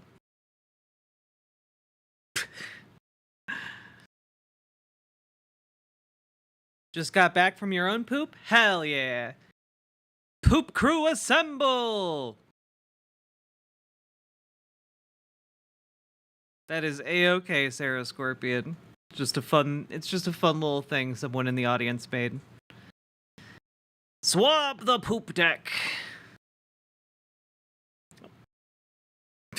Poop synchronized. We've been together as community a long time. We've sunk up our cycles. Have I ever seen the Detroit sign diss? I don't think so. You're going to Pride tomorrow. Congratulations, Gamer G. I hope you have a lot of fun. Peepo poop. True.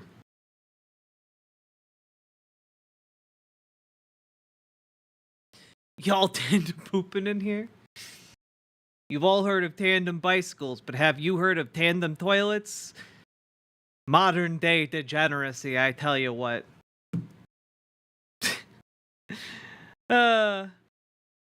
Hello, OS Crane. Yes, we are diving into this new subject, folks. So make sure you gird your loins intellectually in order to survive. I'm going to be launching Elden Ring here, and we will be taking a gander at this interview done by Moment of Zen is the YouTube channel with Bology Srinivasan. I believe this is the correct interview. Yes.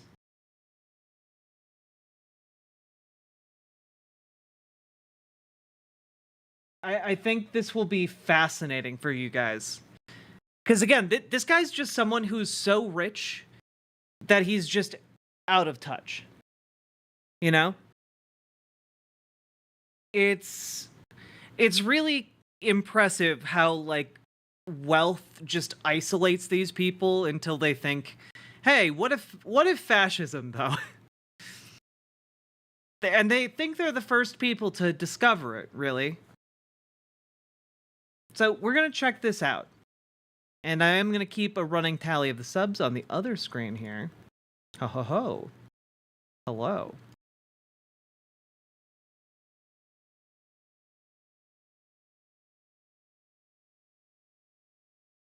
Go. Let's make this a little smaller. Perfect. And maybe we'll shrink this down and we'll make this small and then the game big. How about that? How does that sound? Beep boop.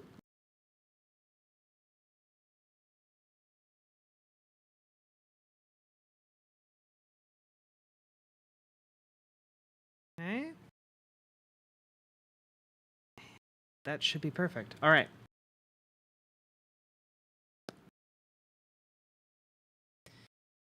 Feel like you need snacks for this? You absolutely need snacks for this. This is gonna be we're in for the long haul. It takes him almost 7 hours to say, like, his entire screed about fascism in the digital age.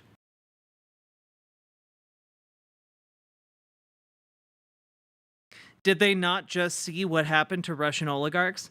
Well, the thing is, they want to be the people in charge of the oligarchs. That's the part you miss. They want each oligarch to basically own their own little fiefdom.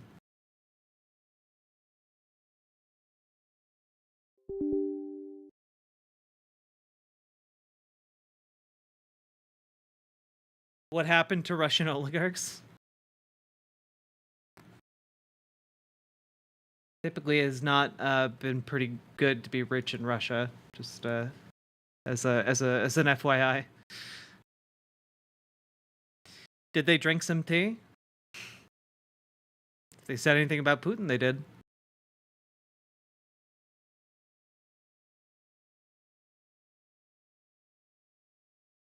Well, and the thing is, OS Crane, they don't conceptualize it as fascism, the Nazi idea. They just think that they have uncovered a completely new and novel idea that they call something else, you know?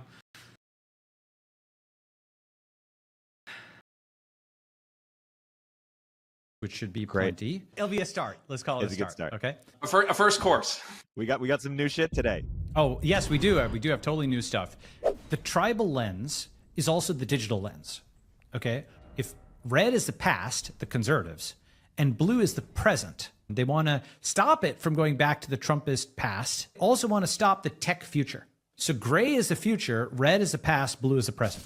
So blue stands against both the past and the future. They're against both the self-driving cars, and they don't want to go back to the 50s. They prefer OnlyFans, Me Too, BLM, Ukraine, whatever, right now, okay? Once you apply the tribal lens, it's like a virtual reality filter.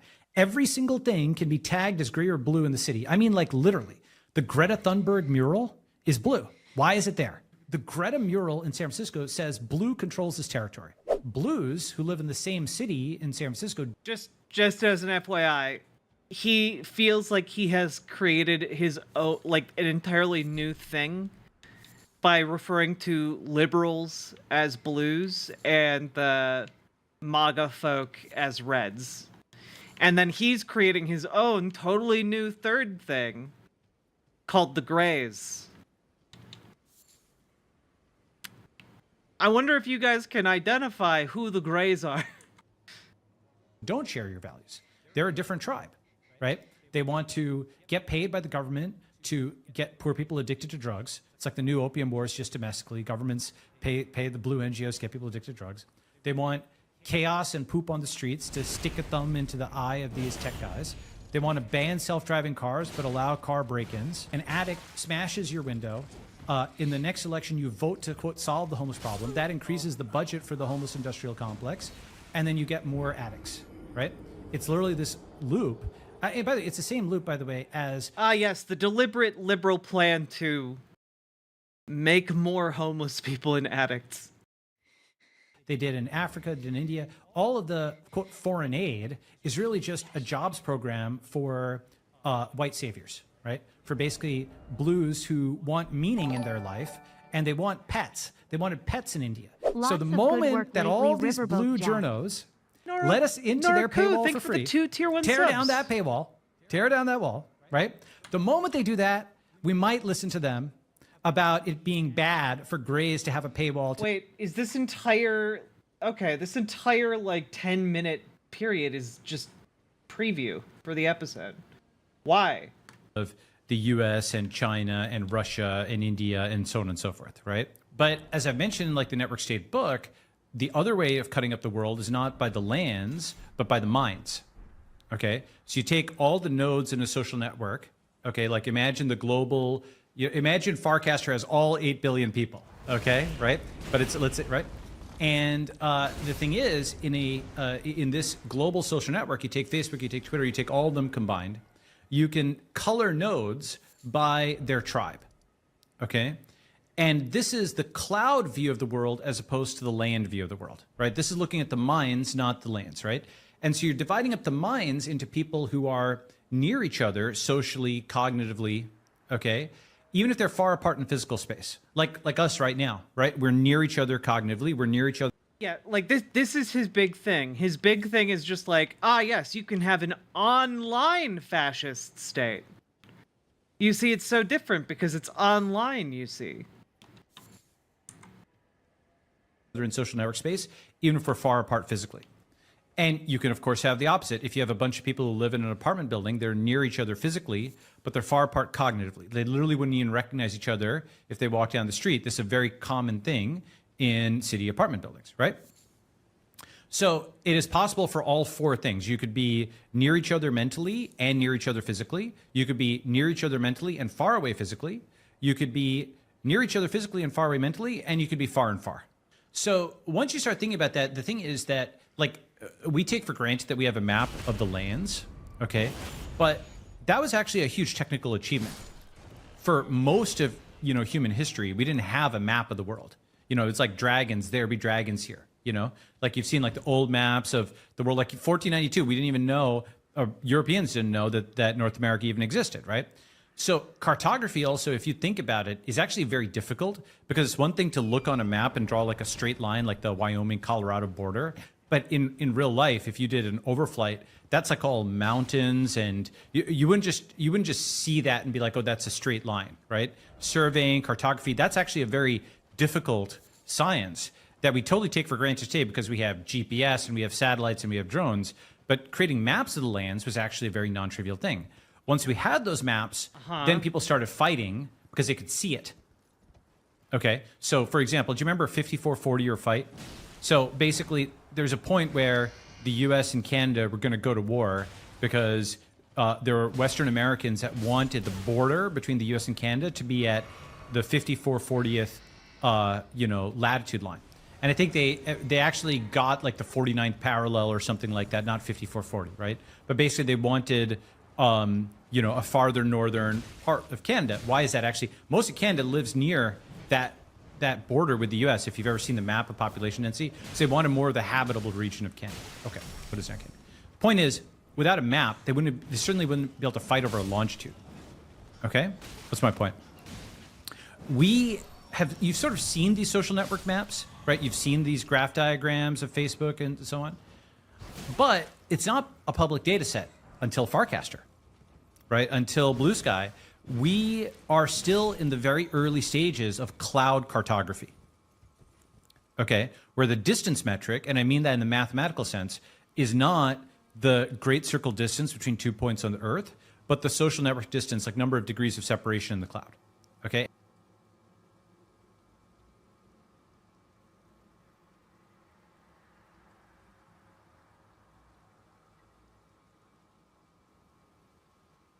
Yeah, we're doing cartography online. Uh-huh. And that's actually a distance metric. It satisfies the so-called triangle inequality, and you can create a proximity matrix, and you can project that down into a so-called planar graph, just like you can for distances on the surface of the Earth, right? That's like topology, okay? You can do that. And so once you actually start realizing, hey, we're very in the earliest stages of the maps of the cloud, right? Decentralized social networks. This is why I've been posting on Farcaster, hey, does somebody have a script that will download every node, okay, and every connection? And then from that, you build the N by N matrix of who is connected to who, right? A is following B, B is not following A. That's one of the things about digital space. It's asymmetric, potentially, whereas physical space, if you're close to me, I'm close to you. Oh, no. Given that graph, you can literally make a map. You can see this tribe is here, and they control this cognitive territory. And this tribe is here, and they control this cognitive territory. With me so far? And the cognitive territory... He's just described, in case any of you are lost right now, he's just describing people who believe ideas. He's describing mapping out ideas. Yeah, this none of this is new. He's just rehashing stuff that, like, fascists have been furiously masturbating about for, like, the last, 100 years. Territory is really important because if you don't control the cloud, if you don't control people's minds, eventually you don't control the lands. Example, take Korea, right? Does Korea exist? Well, Take North Korea Korea, exists and South Korea please. exists. Because the communists controlled the minds of the what are now the North Koreans. That was never a historical division within Korea until modern history, right? And the Until the capitalists United controlled States, the minds of the South Koreans. And eventually that that difference, what we call it polarization, became so large cognitively. They weren't just in separate social networks and considering themselves part of the same country. They literally became two different countries, and you couldn't do cross-border trade. You couldn't even do cross-border travel. They were literally at war with each other, right? So when you have a tribal separation in the cloud, that presages a serious conflict on the land. Hey, we'll continue our interview in a moment after a word from our sponsors. Are you building a business? Well, if you haven't already been asked by potential customers or investors about things like SOC 2, ISO 27001, which is not actually a cultural thing. It's kind of like more just like online San Francisco people, networks. And I'd be curious, do you have an equivalent in your mind that you would say, okay, these two tribes are polarized? And actually, Yes, one thing I do. want to call out, by the way, you brought up, I think Blue Sky is a great example of people have already done this mapping on Blue Sky. Yes. No one's really done it on Farcaster. We should try to put a bounty out there and get someone to do it. But one thing I found really interesting is early on, they were able to kind of do, very basic heuristics, language clusters. And it's kind of, there was like a Farsi or Persian language cluster. There was a Portuguese language cluster. Outside of the teapot, which is not actually a cultural thing. It's kind of like more just like online San Francisco people. But I found that really fascinating that it's like these cloud communities that sprung up on a pretty nascent social network. And to your point, the only reason you can do that is you have full read access to the entire graph, which to date no one has had on centralized social networks outside of the people who work at those companies. That's exactly right. And actually, it's funny you say that. So actually, I just basically what I'll do is I'll paste in some of these links. Maybe Eric, you can project them or something like that, right? So yeah, language is actually really important because that is the de facto barrier. That, like, languages are the borders, the de facto borders of the cloud. Like, languages are to the cloud what rivers and mountain ranges are to the land. With the one thing that translation has gotten really good with AI. So you can break that down to be a product, but the culture and kind of like the nuance of the language, maybe not so much. That's right. So those are like bridges, right? Okay. With modern technology, you can build bridges over rivers. You can fly over mountains, right? But in a sense, like once you actually really start taking the internet seriously, part of the reason people can't take it seriously or don't take it seriously is they don't have good visuals of it, right? All right. So first, this is a great visual. Okay, I'll zoom in a little bit here. All right. What is this graph? This is basically in each node is a congressman. Okay. Each node is colored blue or red by whether they're Democrat or Republican. And each edge between them is whether they voted the same way on the same bill. They voted yes together, they voted no together. Okay? In 1951, as you can see, it was a uniparty, right? They all kind of voted together on the same things, right? And Democrat, Republican didn't matter as much as America. I would not describe that as what we are seeing in 1951. That's like a uniparty is not what he is describing. FDR had essentially succeeded in forming a national unity government of a sense by basically crushing all of his opposition. And by 2011, 60 years later, this is like mitosis, okay? The two had split apart. They're basically just straight party line votes almost all the time, right? With a few rare things in between. And this was actually 12 years ago, okay? And the thing about this is, if you look, can you see this visual here, right? Like, you can literally see every 2 years, the groups getting further and further and further apart.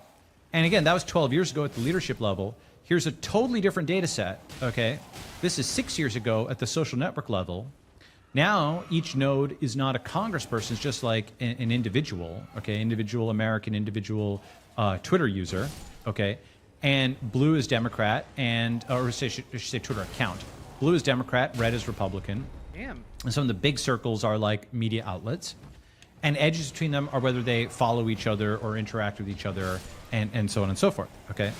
And what can you see? Well, you can see that this is also coming apart, right? And this was 6 years ago, mind you, right? Since then, Reds now have their own social networks. They have their own Gab and their Truth Social and their Parler and so on. And Blues have their own. They have their Mastodons and their Blue Skies, right? Yeah. There's one called Telepath. And so there's basically this mitosis process at the leadership level. You know, mitosis, like a cell division, right? That cell division has also been happening at the level of the public, right?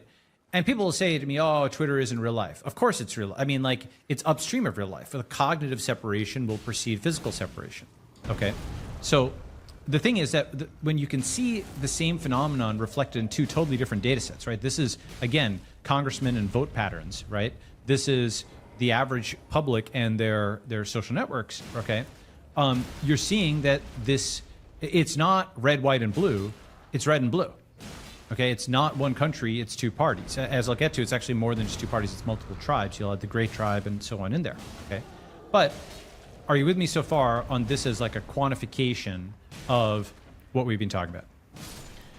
Yes, but let me just jump in to speak for the audience for a second, because when they say that Twitter is not real life, what they mean is, hey, most of the people in the world are not on Twitter. They have no idea of what's happening on Twitter. And of course, the counter there is, okay, but they get their information from TV or, or sort of media, New York Times or whatever. And the people who make that media are on Twitter and kind of figure things out in real time on Twitter. So Twitter is a minority of the world, to be sure, but it just so happens to represent all the people who make the news that reaches everybody else in the world. Yeah, and I mean, know that I would is the say it that 300-something way. million people on Twitter are disproportionately the leadership of the world, right? Like, basically, I'm not saying that other channels aren't important. You know, YouTube is important. All these are kinds of channels are important. But for some combination of cultural and other reasons, Twitter, do you remember in the 1800s, like 1700s, there was a scramble for America and then the scramble for Africa, right? Like all the European, like there was this new world that opened up. And all these powers, like the English and the Spanish and so on, they all contended for that, right? It became like a battleground. That's what Twitter is.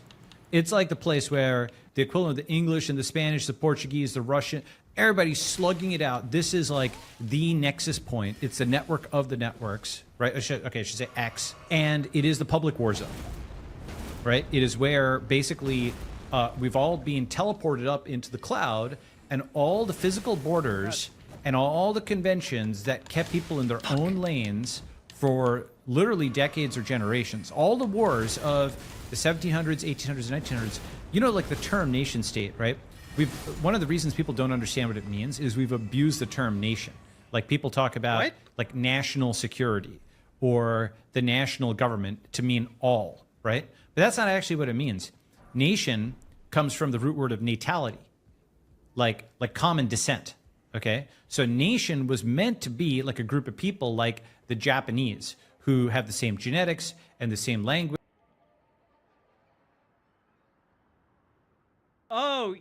So nation was meant to be an ethno-state. Oh, what a wonderful idea you've discovered. Tell us more. The same ancestry and of descendant, right? People used to talk about like the nation of Israel, right? Or they talk about the nation of the English and so on, as distinct from, let's say, the Welsh or the Scottish, right? It was like a group of people of common descent. I'm not saying there aren't intermarriages and stuff like that. Of course there are, but this was like the concept. And the concept of the nation state was that these nations should have their own state. Every nation its own state. Every tribe its own state.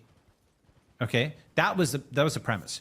Today, we have taken that to the opposite extreme, where we're talking about the U.S. as a nation state. It's not a nation state. It's a different thing. It's an empire where it has lots of different nations, lots of different nationalities, which have totally cognitive separation, genetics. There's very little in common beyond like an economic union nowadays, right? So it's not a nation state. It's an empire. It's like the Roman Empire, right? It had lots of ethnicities. It's like the British Empire. It had lots of ethnicities under it, right? Now there's yet a third thing, which is like a civilization state. So that's like arguably the EU or China or India are things where there's lots of differences between, let's say, Spanish and Finnish people, right? Or between Tamil and Gujarati people, or between the Han and the Hui or whatever, right? But you can get to like a civilizational level unity between like Europe and India and China. And that's a way to think about those, right? They're like civilization states where there's some lowest common denominator unity despite lots of lower level differences. My point is that much of the 1800s, 1900s was warfare, ethnic cleansing, purges, back and forth. Like after World War II, all of the Germans in like Eastern Europe were like basically forcibly deported out of there because everybody was mad at the Germans for obvious reasons. Lots of people died. And, you know, that's how you got essentially almost linguistically uniform areas. They weren't like, you know, an organic kind of thing. It was something that there's a lot of warfare and bloodshed and purging, right?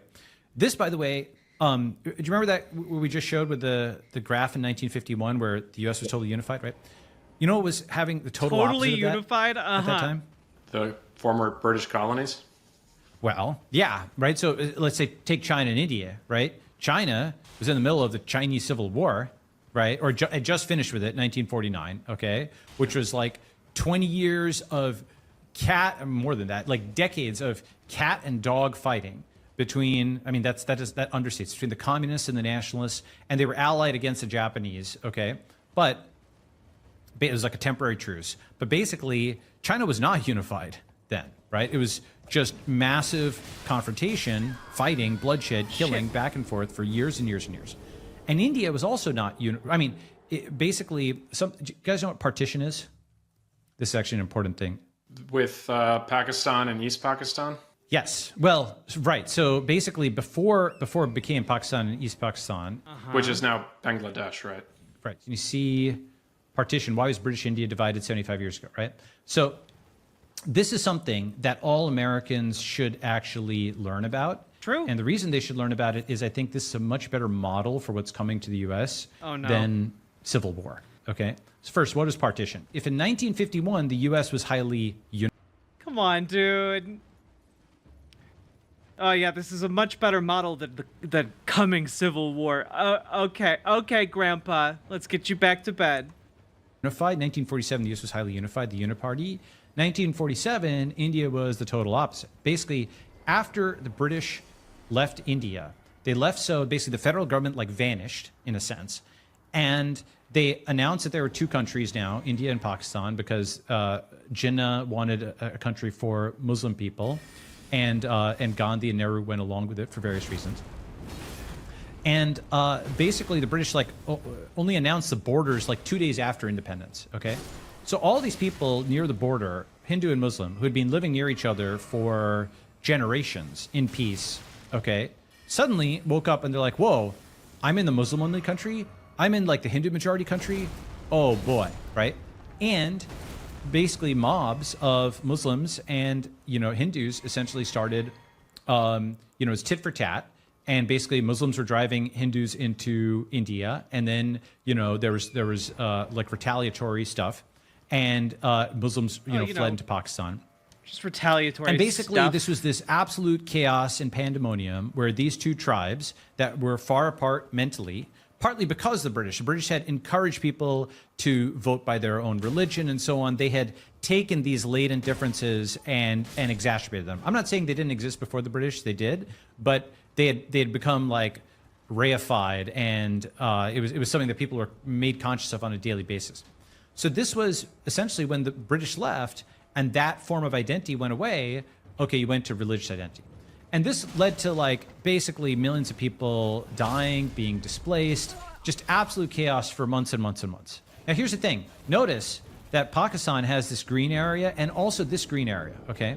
Now, the thing about that is, if you were making a new country, you would never, from a map standpoint, why would you ever have like two wings that are separated by the country that the other country that got born at the same time that you just fought with, right? I mean, this is before remote work, right? How are you going to get there? You have to sail all the way around, Indian waters to get there. Yeah. You don't have the internet or anything like that. Like this geography makes absolutely no sense. It's a total opposite of like. Wait, but people did that all the time. What do you think colonies were? Like, the British Empire had like an empire that stretched across the world with boats. Yeah, that was totally feasible. And at this time, you had airplanes, you had trains, you had other options besides boat. What? Like Wyoming or Colorado with the straight lines, right? These borders, this geography makes absolutely no sense except as a reflection of cognitive differences. Yeah, What? wasn't there also a major genocide in East Pakistan? Yeah, later, yes. Okay. So the thing is that this obvious, like, just look at the map, you can tell that this is not like a sustainable kind of thing. Eventually, East Pakistan broke away, and that was a whole war in, you know, the War of Independence of Bangladesh, and India helped on that. That was a whole mess, okay? And there was a genocide, you know, and so on of the people fighting for their independence. So India is like more friendly to Bangladesh than it is to Pakistan. Okay, what's the point? Do you know what this looks a lot like to me? I'm curious. You're going to show a map of the U.S. with blue and red voting? Yeah, exactly, right? And exclaves, basically, of blue in a sea of red. Well, Even the guy if you were to go and look at the map, here sounds like he's tired of this By the way, already. for people paying attention at home, exclave, completely surrounded geographic country. Yeah, exactly, right? So here we go. So this is like blue and red, okay, at the granular level. And then you also take a look again at that map of partition, right? And the thing about it is... This is one of the dumbest arguments I've ever heard in my life. I just... Land doesn't vote. Land doesn't vote. I don't know how much clearer I can get here, but like the amount of power able to be projected by city centers is directly proportionate with their populations. Like, land doesn't vote.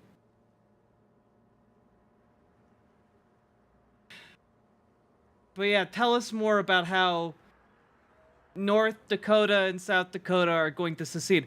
By the way, which isn't even, not even to touch on the fact that the United States keeps our nuclear weapons all across the Midwest. You think that the United States of America would just be like, oh yeah, no, it's totally okay for there to be a new breakaway state with like the majority of our nuclear silos in it? No. What are you talking about?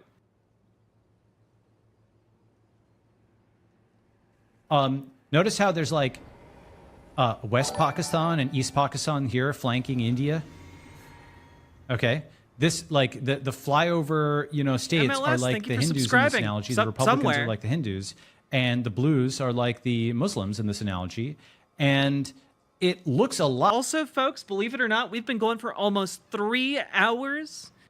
If you've been enjoying the show, please hit the follow button on Twitch, hit the subscribe button on YouTube, like the YouTube stream, and please do consider dropping those precious, precious subs and donos, because we're every little bit gets us a little bit closer to 50, which also helps to feed me and clothe me and pay for auto repairs, because I'm taking my car in on Monday, and that is going to hurt. But anyway, support the stream. Do it. Let's go. To me, like the setup for partition, especially because there's so many other things that are happening. Like, you know, for example, blue states are becoming bluer and red states redder, right? I'm not sure if you're tracking this, but it's like, you know, even NYT is being admitting this, like here, see this? In a contentious lawmaking season, oh, jeez, I don't want to pay for this crap. Red states got redder and blue ones bluer, okay? Putting on the cold open. Yeah. Yeah. And then here is, you know, this book that came out years and years ago, okay? This has been going on for decades. It's been building for decades, right? The big sort, why the clustering of like-minded Americans is tearing us apart. This came out like, you know, like 15 years ago. Okay, all right, 2009. All right, and so the migration of reds, from blue cities to red states, right? Why people are fleeing blue cities for red states. What the hell? All of that is happening. Why are all the right? goats trying to fight me? And the thing about this is, why do I bring up the India example? The reason of civil war doesn't seem realistic to people, even though that's part of American history, of course. Civil war was like highly organized. Okay, you had guys in uniforms, they had militaries, and they had generals. They were conquering territory. And before the Civil War, like the North and the South weren't just like the geographic and cognitive separation corresponded. Like slavery was legal in the South and it wasn't in the North, right? So everybody is lined up for something that looks like a perceptible sort of border conflict. Okay. Today it's not like that. Blue and red are like cheek by jowl. It was like Hindu and Muslim in India. Okay, and also it's disorganized. Okay. Like American partition would be like BLM, but the right shoots back. Okay. What are you talking about? It would be like BLM, but the right shoots back? But if BLM was shooting at you, it was literally the biggest protest movement since the civil rights era. If they were shooting at you, you would be dead. What are you talking about? This is the worst alt history. This is like if somebody tried to spin you alt history with zero knowledge of history. Like, oh my goodness, dude. Last I checked, BLM was who was getting shot most often. Yeah! It was kind of the premise of the entire protest movement. God. Absolutely wild stuff.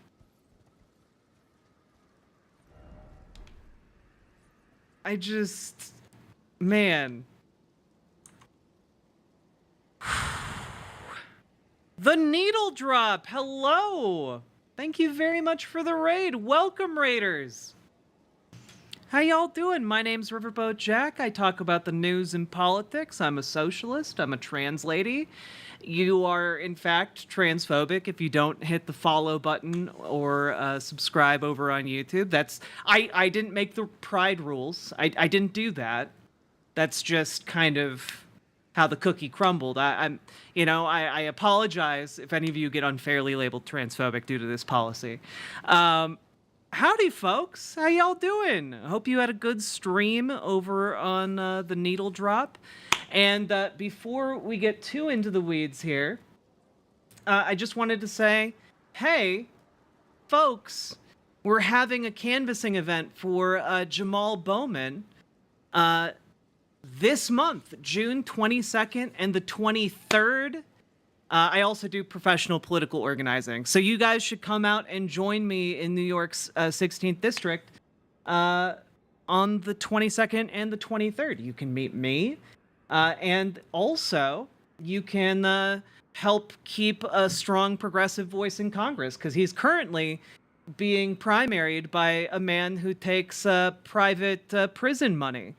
And also is running as a Democrat, even though he takes money from conservative think tanks. And yeah, I don't think that's great.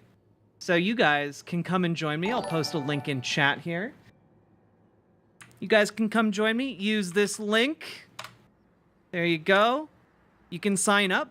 And if you're out of town, if you're not local to New York, you can also apply for housing, because the organization that I work with is helping to house people from out of town who want to come in and do canvassing. So honestly, if you have time, if you can get out there, we can put you up. We can get you food while you're there. And you can knock doors with us. It's really, really helpful. It's literally the best way to organize folks electorally. So, howdy, folks. Also, sorry if you guys can't chat right away. I had this. I have to have high moderation settings because I am one of the featured Pride Month creators for Twitch.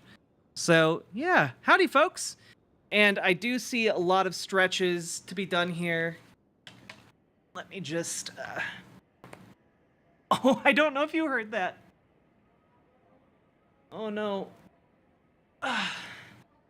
My bones. Oh.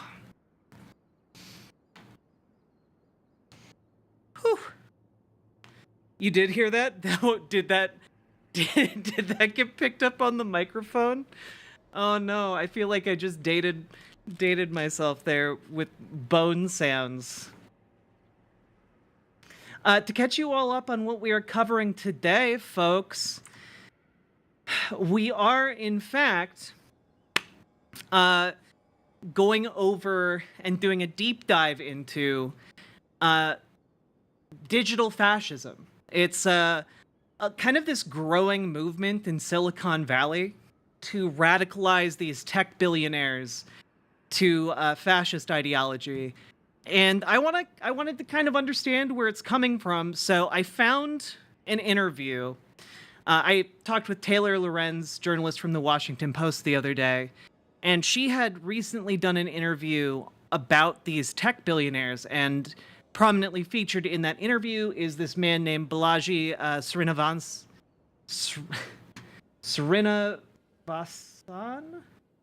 Yeah, Srinivasan. Bology Srinivasan. I need to see it. It's hard on my tongue. But I found this interview with him, and I thought it would be a good idea for us to go over it together because we need to understand what the hell is happening with these folks. Who are these tech billionaires listening to? And what kind of ideas are they thinking are good?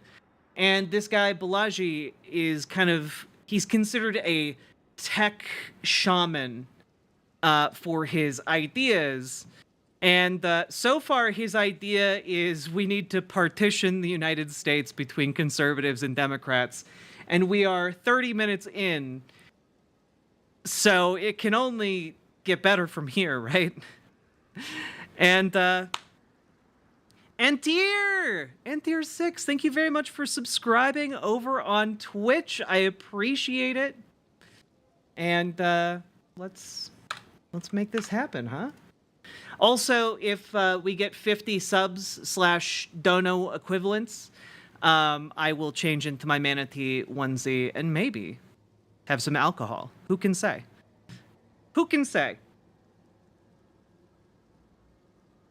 Oh, Charlie, thank you for the $5 super chat. Donate for Pride or you'll have to sleep in the room with King Chuck's haunted hell portrait. I don't know. Oh, wait. Wait. Are you talking about the, Are you... Oh, yeah, the hell portrait. I don't know who painted this and thought, oh, yeah, man, what we really need for the British monarchy, what we really need is a painting straight out of Elden Ring, okay? We need to make it look like King Charles is an acolyte of the goddess of rot from Elden Ring, all right? That's what will really save the British monarchy's image. This is the kind of portrait you make when you want your legacy to be a mountain of corpses. like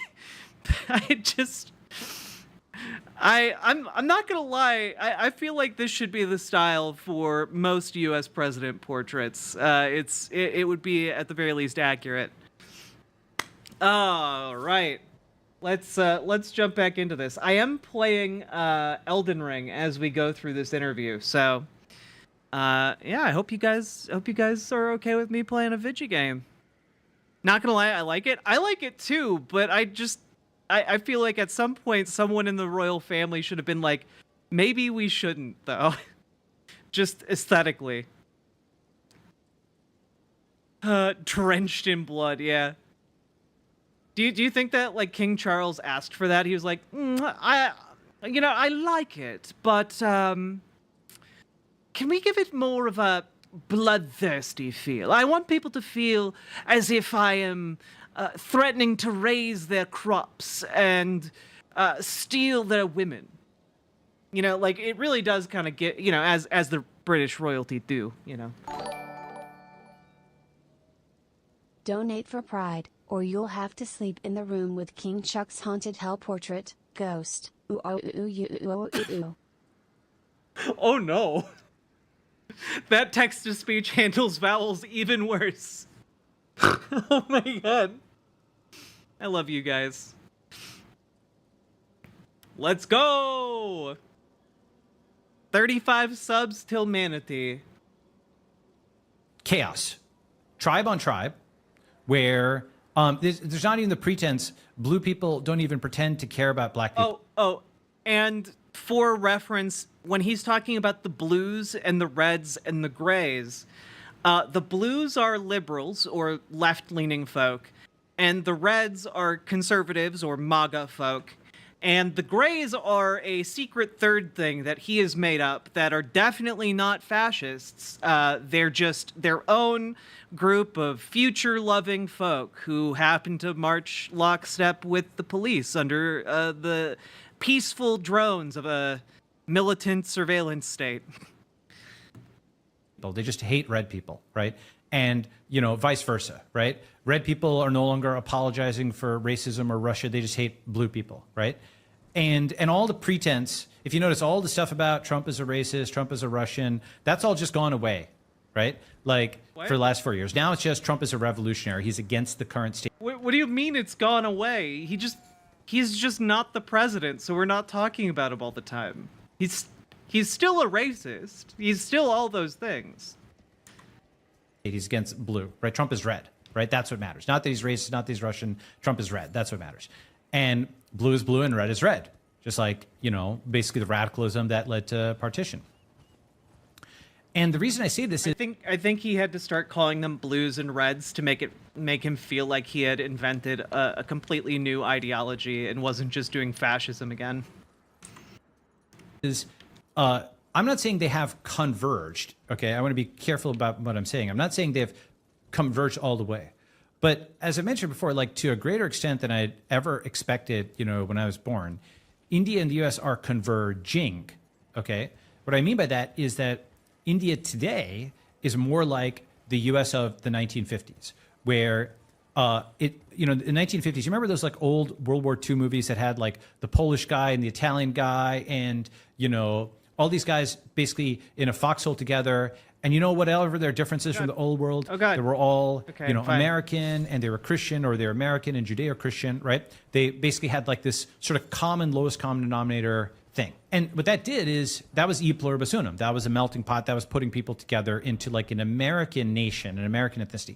Teddy Roosevelt, all these guys campaigned against so-called hyphenated Americans in the early part of the 20th century. There's a whole immigration cutoff in the 20s. It's like a hiring freeze to let your culture gel at the company, okay? It's actually, you know, a nation's immigration policy is like its hiring policy. You know, you don't want to hire everybody. What? You don't want to hire nobody necessarily. You want to hire skilled people. And that's what a lot of other countries do. It's not the national hiring policy? What are you talking about? Like what? Actually, what made you think what made you think you were cooking here, guy? What exact did you do like LSD in a room full of your tech friends, and this was like the best you guys could collectively do, and you walked away thinking you were like the shit? Necessarily what the U.S. says, but leave that aside. Okay. Point is, though, that 1950s America took all these different folks and put them together with a common ideology, and it had its flaws, of course. You know, there were like, there's all these criticisms of the 50s. X and Y minorities were disenfranchised and so on. Those are all real things. That's also the time that people go back and think about, okay, the U.S. was really powerful then. It was really unified and so on and so forth. Let me speak in favor of centralization. There's an advantage to that, too, if you can make that work, right? And that was a country that could build because there's a uniparty. People agreed on things. You could build the interstate highway system. There weren't constant lawsuits. There wasn't constant fighting. It had low rates of crime, all that kind of stuff.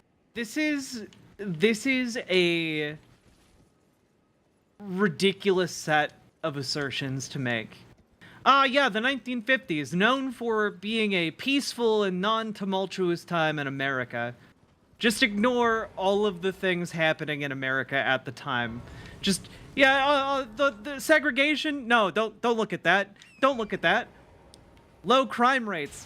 Don't look at the legacy of prohibition. No, there was no crime. There was no crime in the 1940s and 50s. Or what do you mean? Happy Pride Month to you, WikiLeaks. How you doing? Right? That is kind of where India feels like to me today. That's why I'm all in India. That's why I'm investing in India. That's why you'll see some videos and stuff of me doing things in India. What's happened with India is, again, for better or worse, it has developed an ideology that has unified its people, right? Basically, people will attack it as Hindu nationalism, but there's actually like 3 levels. I mean, it's called Hindutva. It's not an attack to call it Hindu nationalism. It's quite literally Hindu nationalism. That's the entire premise of the ideology. It's the ideology of the BJP, and like Modi's entire government has been predicated on it. It's why they've been systematically persecuting Muslims in India, across India. Like I think honestly calling it nationalism is a bit of a disservice. It's nationalism in the same way evangelical Christian nationalism is nationalism. It's just fascism. It's just another face for fascists. That's it. It's done in the name of Hindu nationalism, but it's at the end of the day, it's just fascism. They do all the same things that fascists do. You know, it's not unique in any regard there. Hey, actuary of recluse. There we go. To it. For example, the guy who came up with the Indian nuclear bomb, the chief physicist Abdul Kalam, is of Muslim descent, but he is a hero to many people who are Indian nationalists because he's he helped build the Indian nation, right? Yeah. And so there's different like levels of concentric circles. That's like roughly the equivalent of, I don't know, Colin Powell, right? He's a black American, but he was a general, and so he's a hero to people of all colors, and so on and so forth. At least before the WMD thing, okay? I think the guy who created the nuclear weapon for India probably, I'm just spitballing here, probably has a little bit more relevance to India than Colin Powell. Most people in America don't even remember who Colin Powell is, okay? Most people don't even remember. Point is, India has come up with a unifying ideology that is, for the most part, and you'll always look at edge cases and so on, but if you look at the degree of people reporting unity, their satisfaction with the government and so on, the infrastructure is a good diagnostic of how unified your country is. India can build trains, the Vande Mataram train. India can land something on the moon. India landed Chandrayaan on the moon, dark side of the moon, for 1/4 the cost of a San Francisco bus lane. 75 million versus 300 million, right? It built its parliament. Yeah, that is impressive. But I don't know what you can do with that, really. You know, like, cool, you did that. What are you going to do? Are you going to build a mining base on the moon? Because that would be impressive. That would actually be impressive. Yeah.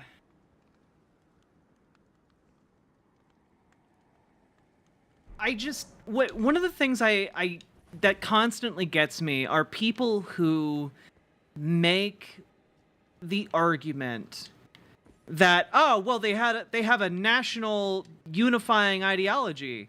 So clearly that is the reason they are able to make these scientific advancements. And that's just not the case. You don't need national unity to be able to do that. You just need money and like funding to go to like scientists. You know, like, you can do that even with incoherent ideology. You can do that even with like the Saudi Arabian government can do that, for example, and like they're literally a monarchy. They that runs on like a slave economy. Like what? I don't know. Is it really shocking that a society would be capable of like scientific achievement? Yeah, like India is like maybe one of the least unified places on earth, right? Like the BJP has been able to hold on to power for a long time by focusing on like several like key points within India, right? But part of the reason that they have almost been ousted from power in this last election cycle was largely because they can't do it. like the arguments that they are making are not as widespread popular as many would think. It's not. It turns out their policies of exclusion and nationalism are not resonating across all of India. I'm really tired of pretending that flowery language talking about unifying ideology isn't just code for I hate liberal democracy. Oh, no. WikiLeaks. No, this guy absolutely hates liberal democracy. He's just too spineless to actually say it, Actually, no, I wouldn't say he's too spineless to say it. I would say he's too ignorant to say it. Because the thing about these tech guys that I've found, that I find, it's one of the aspects I find really fascinating, right? Is that they tend to think they are the first person to ever think these thoughts, to have these ideas, right? They think they're original, that they think they are the groundbreakers. And this guy, as a result, thinks that he's discovered like this secret third thing. When if you have any amount of like historical literacy, you're just like, oh, wait, that's something we already did. Wait, you're just misinterpreting current events and like not correctly understanding anything because you are just lost and confused, So I genuinely believe he doesn't think he hates liberal democracy, even though he obviously does hate liberal democracy. Like it's evident in his entire ideology. But he thinks instead he's outsmarted liberal democracy. He thinks he's too smart to be bamboozled by liberal democracy and that he's discovered something really special and new.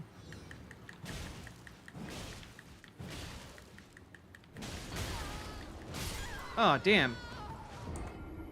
This is real building. Good. 125 million for like a third of the cost, So these are unprecedented things for me, right? Like India was never able to execute as a society until like the last 10 years, 15 years. It's like finally got it together.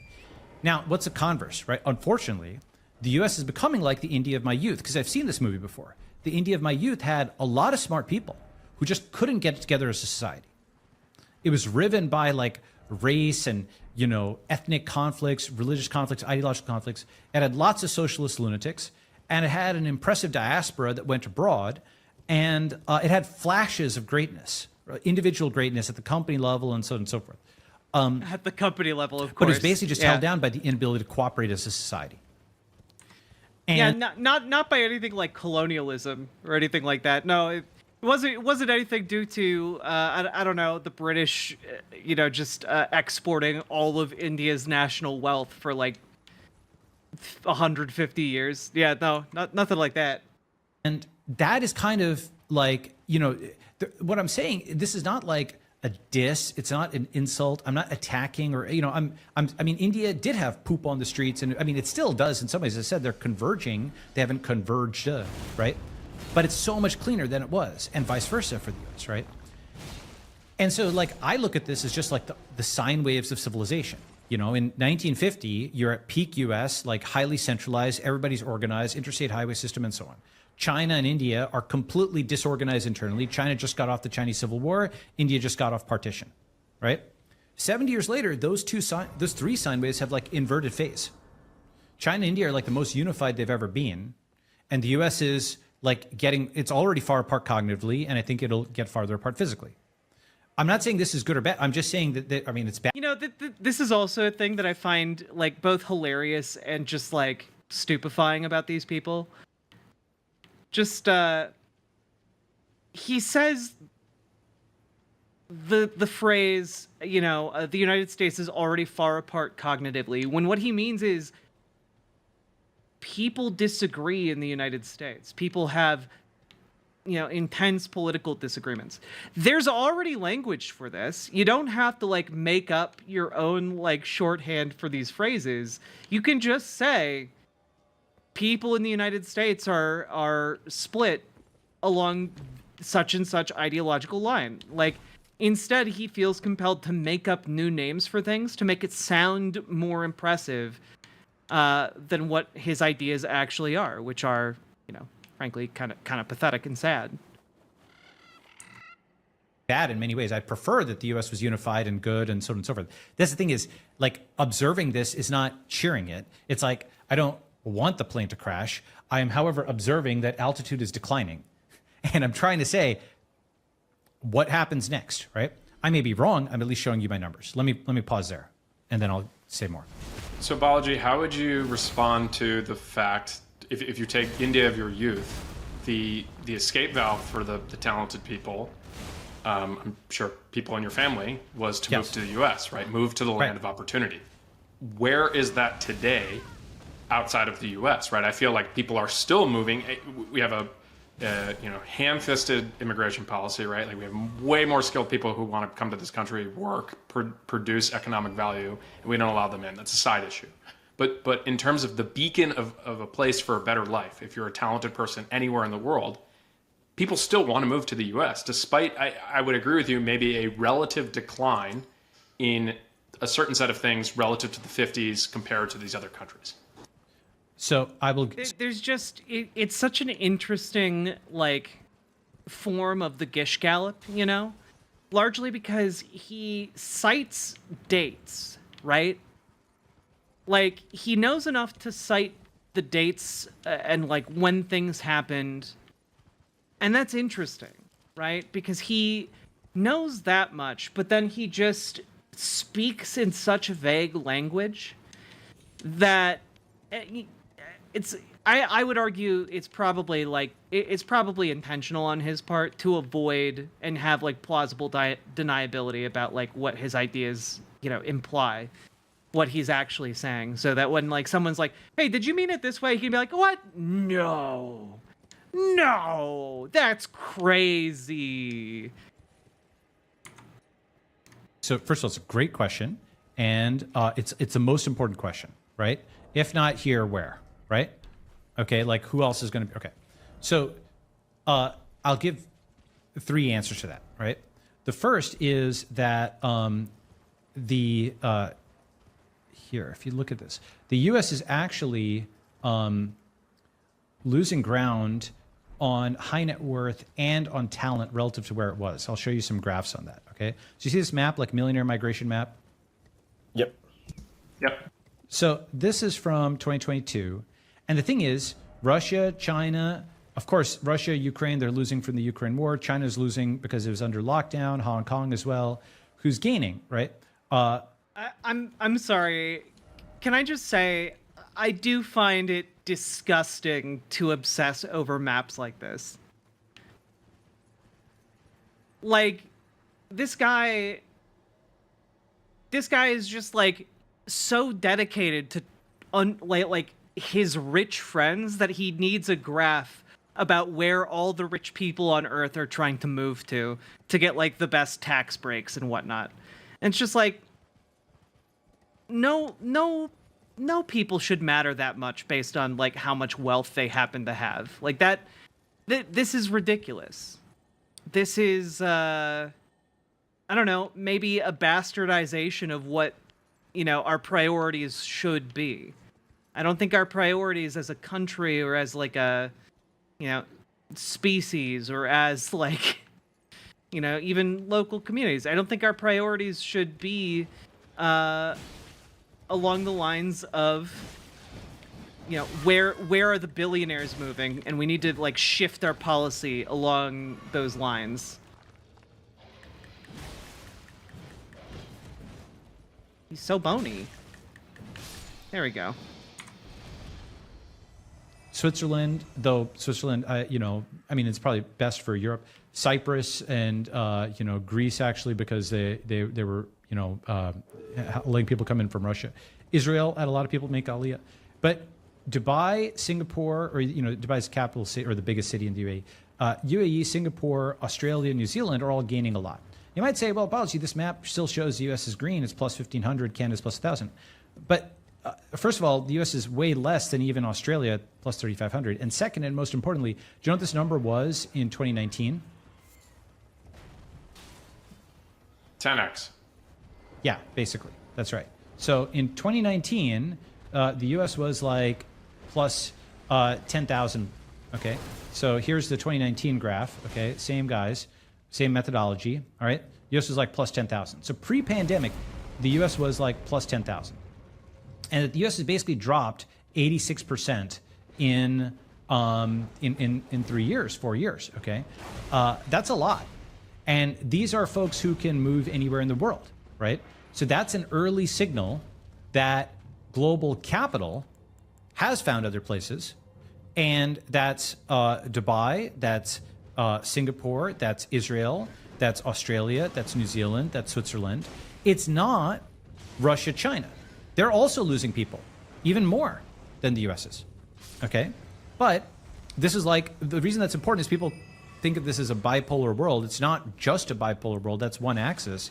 There's also all these small countries that are well-run startup city types that are gaining people. Okay, that's my first answer. Okay, and now you're like, okay, well that's just Can I ask? So that's millionaires. Okay, so one of the predictions here, because I have a little bit of an idea of where his ideology is going to go, just because I watched like an interview about this guy. He's going to be talking about, hey, what if we had just one city where we attracted all of these wealthy people? What if we did like a John Galt type thing from Atlas Shrugged? What if we just got all of the really wealthy people in one spot? Like that's basically his idea. And then we had like a fascist totalitarian tech-friendly dictatorship. Right. So where are the kind of like the up and coming startup the city future Satyas, Correct. the future? Yeah, look, if you have the soul of like a working class person, part of you wanted to throw up when you heard startup city as a phrase. You know, Sundars. That's a great question. Okay, so yeah, this motherfucker literally played all of the BioShock games and thought, man, what a great blueprint for a thing I should do. He's literally the guy from the post, like the internet post of Reed's book about the how one should not create the inhumane torture machine that will torture humanity forever. Walks away thinking, what if I made the inhuman torture machine that will torture everyone forever? The torture nexus, yes. So first is, millionaires are important because that's like, you know, the capital for funding all those guys and so on and so forth. Okay. And to your point, they're the first ones to be able to move because they have the means to move and they have, you know, the ability to kind of get ahead of a trend. So to try to make your case on that side. Exactly. That's right. So, and to be clear, by the way, like I'm showing trends and I'll talk about how we could do a trend reversal. All right. So this is from August 2022, right? Canada replaces the U.S. as top destination for talent. So here was Canada, but then the thing is also, I mean, look, that's just like one place you can argue it's noise in the rankings. The more interesting to me is Japan, Singapore, New Zealand all rising. That's like the rise of Asia, okay? And like Europe, you know, Germany, France, you know, Australia, Japan, Singapore, New Zealand, those are all like English speaking or English friendly in Asia time zones. Right? Because, you know, or closer to Asia time zones. And, you know, Germany, France, et cetera, declining, right? And the reason for this is that most people don't have this as their mental model, but it's pretty important.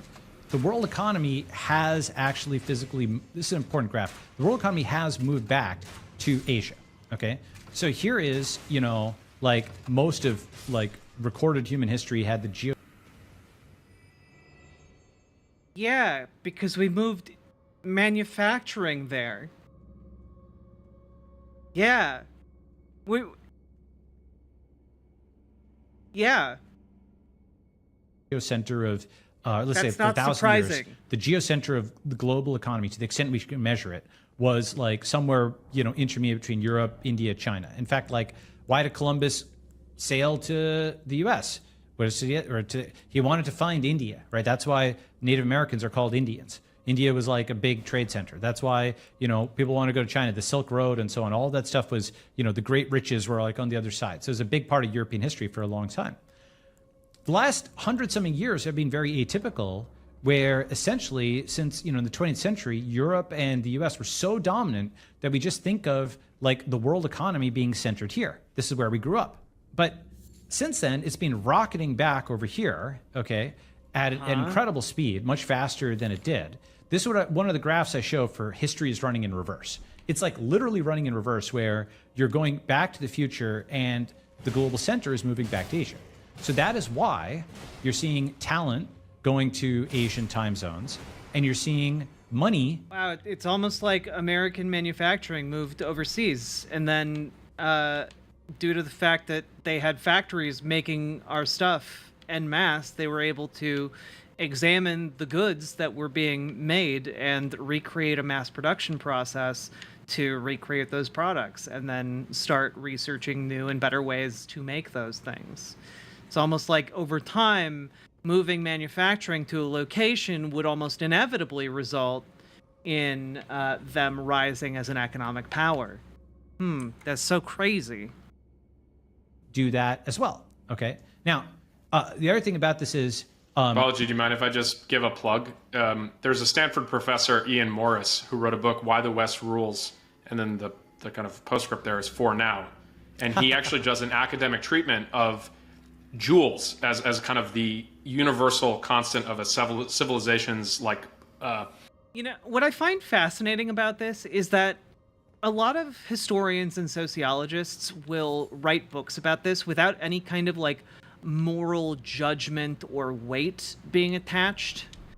Like, oh yeah, this is just kind of how civilizations do. They change and they grow over time. And like, that's okay. And yet, a lot of these folks just go, wait, that's not okay. Our civilization is dying? OMG, what the fuck, BBQ? And like, yeah, everything changes. Nothing stays the same. It never was going to stay the same,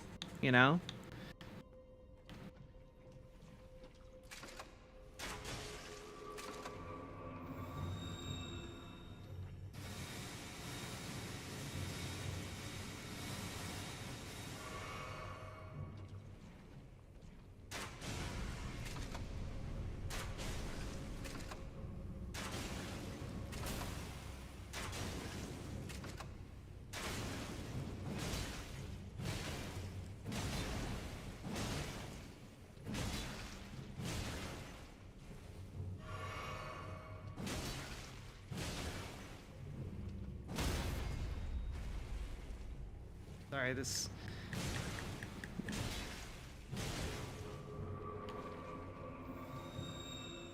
giant plant is really grinding my gears.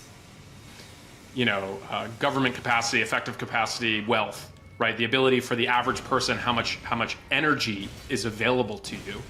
And he actually talks about how it has shifted from the East to the West over time. But he actually talks about in that book, which is really interesting, is China got very close in his assessment from a historical record to a potential industrial revolution, like with coal around 1000 AD. So kind of just talking about how energy has been a really, and Vaclav Smil's like energy and civilization is also useful in this, but to your point, it has shifted and it has shifted back. And he ends with a coda at the end of the book of the rise of East Asia and the kind of East Asian economic miracle of how fast these countries went from dirt poor to just, dominant, or in terms of on the global scale. But now let me give you some new content. Okay? So everything up to this point, you've kind of heard pieces of it before or whatever, but it's like all in one spot, okay? Sometimes the right word clarifies something. And one thing that kind of is an umbrella term over everything we've just looked at is Western, I don't think is the right word anymore. I think it's not Western values, it's internet values. Let me explain. Just like there's a progression from like European values, and people talked about Europe and Christendom and so on and so forth. And then they moved to Western as an umbrella term that included the US, that had Judeo-Christian, that had like all the people who were of European descent, but scattered around the world in like the Anglosphere and so on. That was like a broader term, right?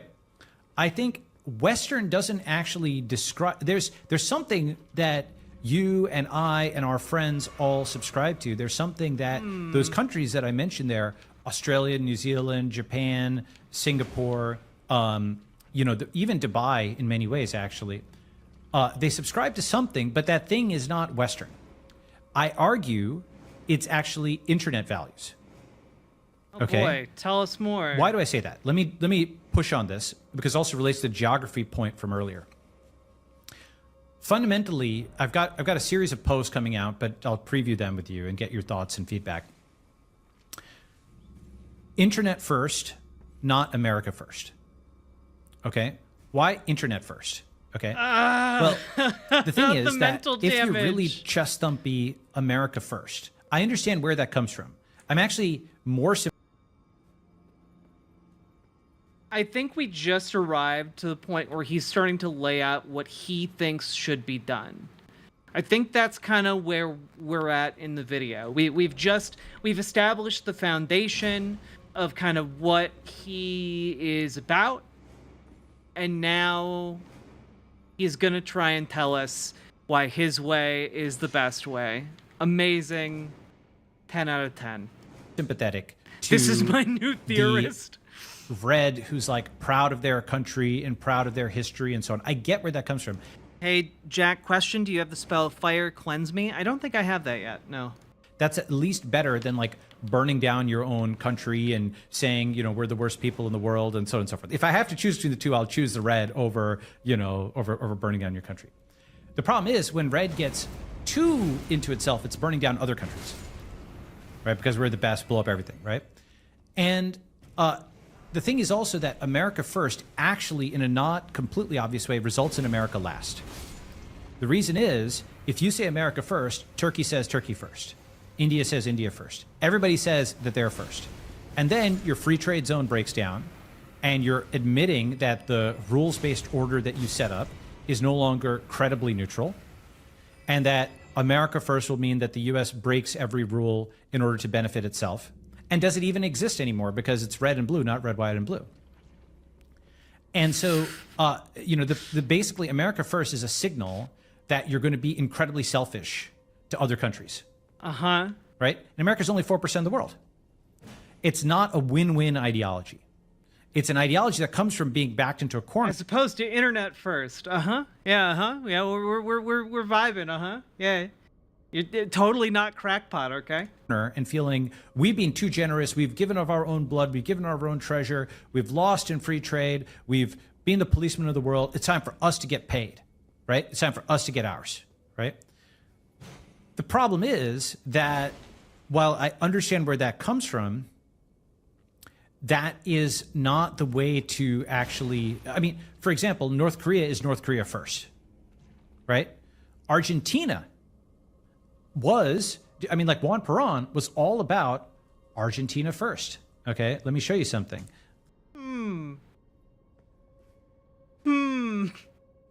Yeah, you got some things you want to say about Argentina? You have a certain time period when you think Argentina was doing a lot better, huh? Please tell us in a lot more detail. I'm curious. I bet there's a specific time period in Argentina's history that you're a big fan of. Simply being, quote, proud of one's country is not enough to turn it around. Argentina's unprecedented economic boom to bust history, okay? We know about the money printing, but it wasn't just money printing. It wasn't just like insane, like left statism. It was also insane right nationalism, okay? Because here's the thing. Until the middle of the 20th century, such a scenario is simply unimaginable. Rich, Argentina was super rich. It had all the stuff that Zion thinks is really important, like the geography and, all that type of stuff. It was growing. It had endless supply of raw materials. It was isolated from the wars of the old world. It had a great position on the peninsula, all that type of stuff, right? And then what happened was Argentina's decline was well underway, okay? So basically... So tripled state expenditures, when nothing else worked, go into debt, print money, let inflation gallop. But they also did this. Look at this. Ready? As part of an Argentina first policy, tariff barriers were put in place to protect the country's weak industrial base, right? Gas plants were purchased as well as electric companies. A staggering number of inefficient state companies were founded. This is just like the $300 million SF bus lane or the $50 billion TSMC thing, which isn't working, Like basically... SoftBank, right? SoftBank spent, how many billion dollars, right? It's not easy to turn $100 billion into $100 billion of technology. It's easy to waste the money, right?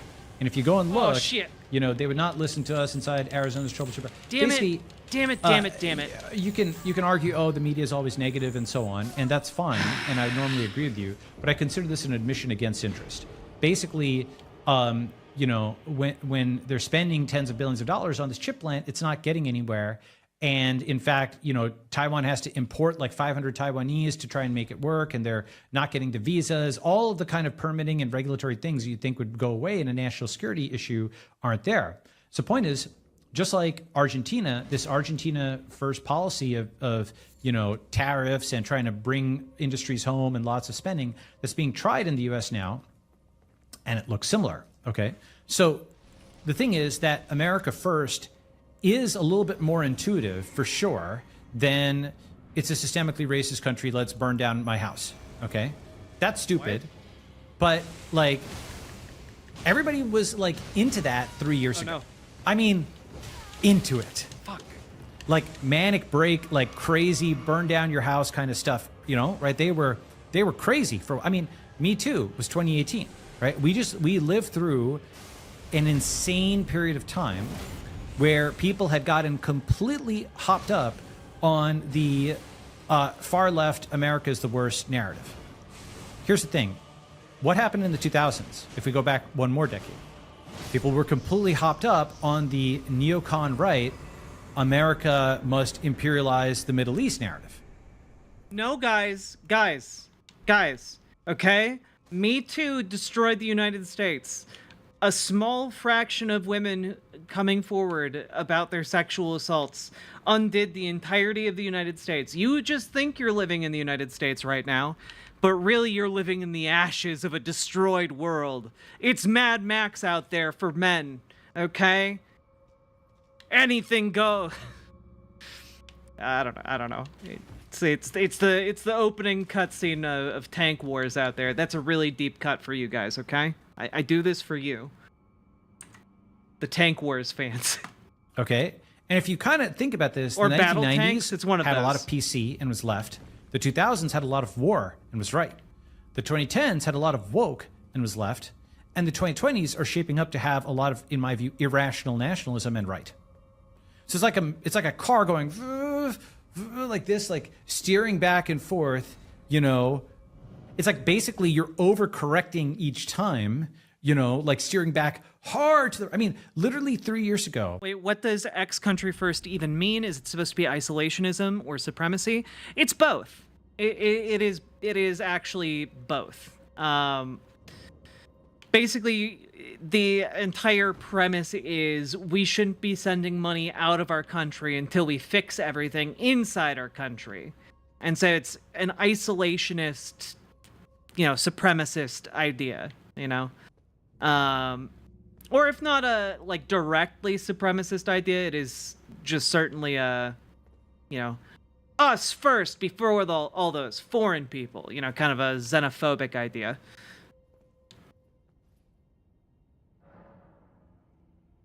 Yeah.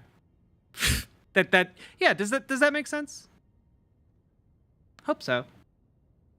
Also, I hope you guys are enjoying the stream. I know I am right now. I'm having a good time. Blue people are saying people. It's a systemically racist country. It's oppressed black and brown people. They're like washing people's feet to atone for their sins and so on and so forth. And then 2 years later, not even 2 years later, 18 months later, okay, March 2022, okay, America is now the champion of democracy, and they have to go and get the Indians and Africans need to get in line for the war with Russia and over Ukraine. Complete reversal, right? Wait, it's a systemically racist country now. Black and brown people are supposed to get in line. And why did that happen? Now, going back to the tribal lens, what are you talking about? Because in 2020, blues were fighting reds, they were fighting Republicans. In 2022, they're fighting Russians. Let's call them whites. Because if you assign a color, like red and blue within the US, Russians, you could assign the color white because Democrats think of them as white nationalists, white supremacists, the whitest country, and so on and so forth. The champ. What are you talking about? Oh my god. I feel like I'm going crazy, dude. Okay, well, white, because all the Democrats are saying Russians are white nationalists, etc., etc. No, Democrats don't say that about Russians in general. They say that about the Russian state. There's a really big difference between talking about state policy and Russia, like just a average individual Russian. My God. This guy is a supreme yapper. Okay, he's got the power of yap. It's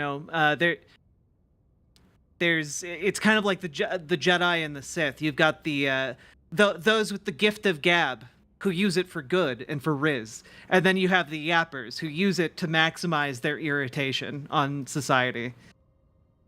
Okay. So when they're fighting, and actually Russian whites, that was actually a term in the early 20th century, the Russian whites versus the Russian communists, right? They were the nationalists. So it works on several levels. So when the blues are fighting whites, suddenly they have a different ideology. They pivot. And you can understand the entire thing from tribe. When it's blue versus red domestically, America's racist. When it's blue versus white, blue versus Russian globally, America's a champion of democracy. It's incredibly transparent to me that it's like, new season of the show, the bad guys are now the good guys. And the good guys, go ahead. That's funny. I mean, yeah, you can think of it that way, I guess, if like this is by the way like the ideology of someone who just does not give a shit about politics. Like when you have no real dog in the fight, yeah, you can call it a new season of a television show because fundamentally it's not going to affect you. Like that's damn it. So close. And the reason that's a good analogy is it's like screenwriting.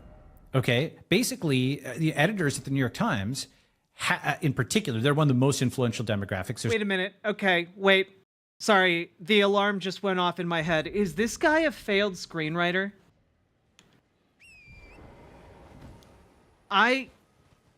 Guys, anytime one of these people starts talking about, one of these inherently conservative folks starts talking about Hollywood and screenwriting,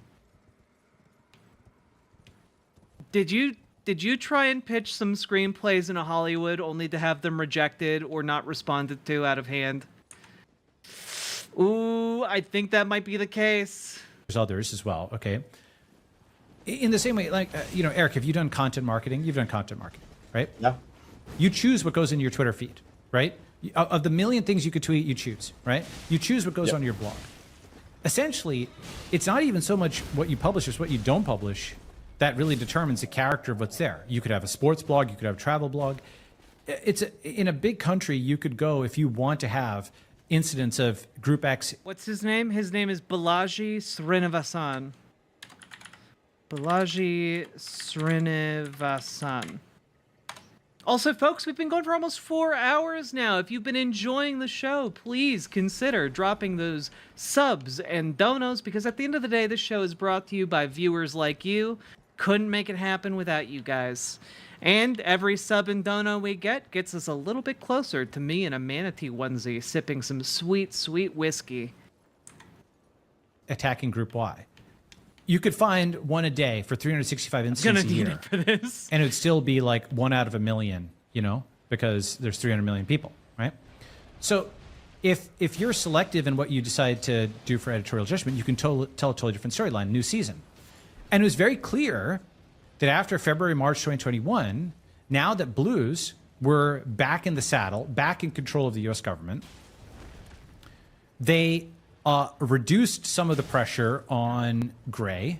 If you noticed, all the journos have pulled back on Twitter. Okay.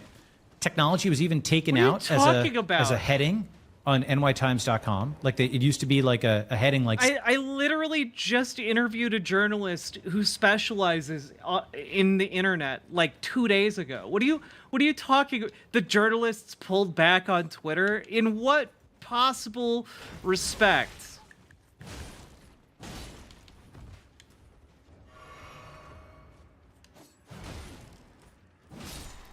Ooh, that was a close one. Science but they literally took it away. All right. And all of the personal attacks and nastiness that was there over the 2010s is just gone. They don't even engage on Twitter anymore, right? Or X. Sorry. Well, they all went to Threads, Bology. Sure, Threads. Well, I mean, you could, you know, argue that, is this a win or is this a loss, right? It's both, in a sense. Blue won control of the state and was satiated. Okay, that is to say, they, you know, now they had some goodies to give out. Okay, they didn't feel as pressured, right? Jane Galt, Megan McArdle, has this great line, which is, the party in power is smug and unconcerned. Yeah, Megan McArdle, the person you really want to be referencing in your serious discourse. Megan McArdle, totally not known for being a complete and utter clown. Party out of power is insane. Jane Galt. Okay, that's been true for like 20-something years. Right? Maybe more. So silly. So, when you're smug and unconcerned because you've got lots of bennies to give out, billions in the Biden administration, I mean, that's what a huge part of it is about, is like how many billions were given to nonprofits over homeless and addiction and BLM and all this type of stuff. Billions and billions and billions of dollars were looted, right? And it's always... We're looted. You know, you're right. It's almost like instead of giving to nonprofits that are run by ghouls like you, we should maybe, I don't know, have some of these things done by our elected representatives instead, so that they can be held accountable by the public. I don't know, I'm just spitballing here. Maybe, yeah, oh man, this guy really nailed it. That's where he's going with this, right? That's where he's going with this, right? It's not. Hi, Ms. Milena. Under the name of something that works for today, okay? Like in the early 2000s, it was the Patriot Act. And then, you know, Obama, it was like Solyndra. And then last year, it's like the Inflation Reduction Act and some climate stuff. And for like, you know, what I call the cheap date Republicans, it's industrial policy. Yeah, muscle, we're building up America now with tens of billions of dollars in wasteful spending by the same government that can't build a bus lane is going to build a... Ah, yes. Wasteful spending. Uh-huh. Okay. Semiconductor billions of billions of dollars in wasteful spending by the same government that can't build a bus lane is going to build a semiconductor plant? No, it's not. Oh, what do you mean? The same government that could build, same government that can't build a functional bridge can make I don't know the Hoover Dam? I don't think so. What? Eh? That was a bad comparison. I couldn't think of something on the fly. I'm sorry. But I will say, you trust the government to build like all of the infrastructure in the country, my guy. Like, clearly you trust the government to build quite a lot, if not most of the things in the country. Fortunately, it's not, right? No, it's a union jobs program. Like, there's actually a great New York Times article about Chuck Schumer smacking his lips because Syracuse is getting a semiconductor plant. Exactly. Like Eastman Kodak used to have good jobs there, but they got outcompeted by the California companies. And they got outcompeted by companies that outsource their labor to China. That's crazy. Now they're trying to recreate good jobs in upstate New York. Like, what smart person who like wants to make semiconductors wants to move to Syracuse? I'm sorry, if you're not from there, it's not a place you want to go live. That's right. That's right. And, you know... Oh, yeah, they should totally build the semiconductor factory in New York City. Just build it in the heart. Just right in the middle, okay? We'll put it right underneath the World Trade Center site. Yep. That way everyone will want to work around the...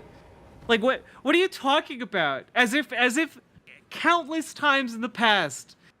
factories have sprung up in the middle of nowhere and like entire communities have been built around them.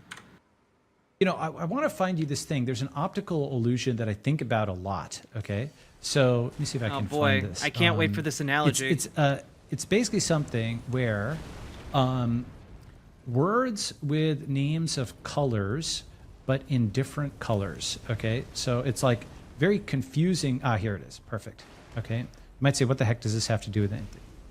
But I'll explain. What is this color? It's red, but it says blue. Okay, that's yellow, but it says green. You see what I'm saying? The label is different than the substance in a way that it confuses our brain. If you just try to call out these colors, it is not actually that easy to do. It like takes a sec. It's harder. It's slower than if they were all colored the same thing as a word. Okay, and in fact. Like, you know, I'm trying to find this paper, but there's like a machine learning example of this where you had cats that were labeled dogs and different neurons were lighting up and it was confusing it. It's like an adversarial example for machine learning, okay? When the label doesn't match the physical reality. So the verbal doesn't match the visual. This, I've realized, is actually a systemic thing, okay?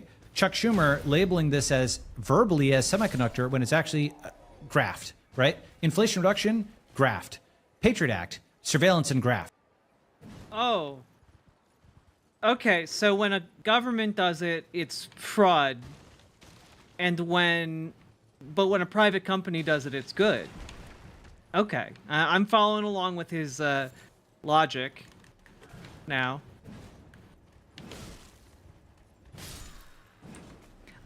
By the way, I don't believe for a split second that this guy cares at all about the government handing private corporations money.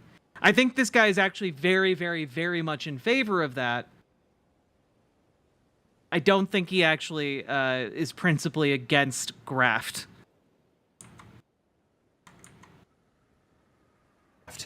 Everything is labeled as X, and it's like gift wrapped and packaged for the kind of gullible voter at a distance who's just evaluating this by how it's packaged. And it takes time and energy to open the package and see how they're fooling you and how it's actually graphed. But it's basically like what we just saw. It's like a color that's labeled opposite of what it is. And this is a systemic vulnerability in modern society, labeling something the opposite of what it is. Well, have you ever seen the graph of the... Yeah. I'm just gonna throw out this this little idea here. It might not actually be a great move for you, the guy who's calling liberals blues and like conservatives, Reds. I think maybe that What is might graft? put you in that category. Graft is when someone uses, like, passes legislation to benefit their own company. Like, an example would be, like the Bill Clinton Whitewater stuff. Like, the allegation was essentially, if I might be getting this a bit off, but essentially that Bill Clinton, like, made some lands into, like, how did it go? Like, Bill Clinton bought land that then benefited from, like, government spending, and then sold it for, like, a huge profit. That kind of thing. It's like self-dealing, essentially. Suppliers for the F-35. Yeah. Oh, it's like the B-2 bomber. It's literally every state. Every state has a supplier for this fighter jet that doesn't actually work. No one's happy with it. And then contrast that to Tesla and Elon, right? The person who can build in the private sector, where he is constantly reducing his dependency on additional suppliers. He's like vertically integrated. He's bringing. Yeah, what you're giddily describing right now is called, like, monopolizing the process. It's verbal, like, vertical integration. Great for companies. Really. That shot was dynamite. It's not good. Back, like, Carnegie and Rockefeller saying we're going to make an integrated system, because if you yeah. But by the way, these guys are just, like, getting rock hard over the idea of, like, company towns and, like, going back to the time of, like, Rockefeller, as if that would be desirable. You know what America could really benefit from these days? Pinkertons coming in to kill union workers. That would really spice things up in America. Boy, I tell you what, I miss those days.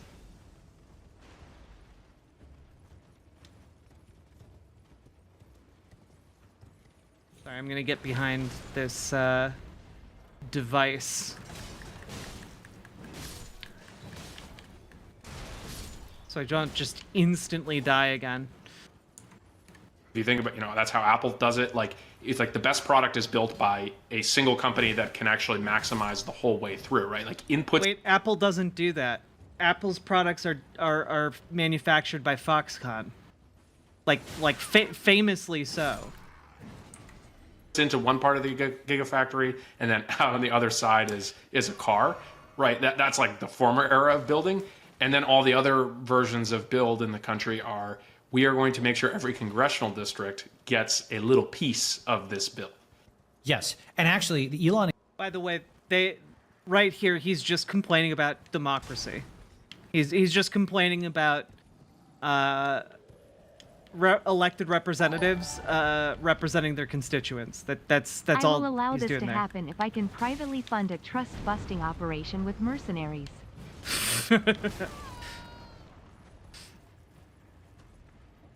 Trust busting.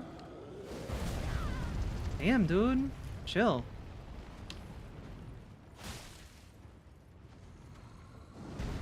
This giant is scary with his flaming sword.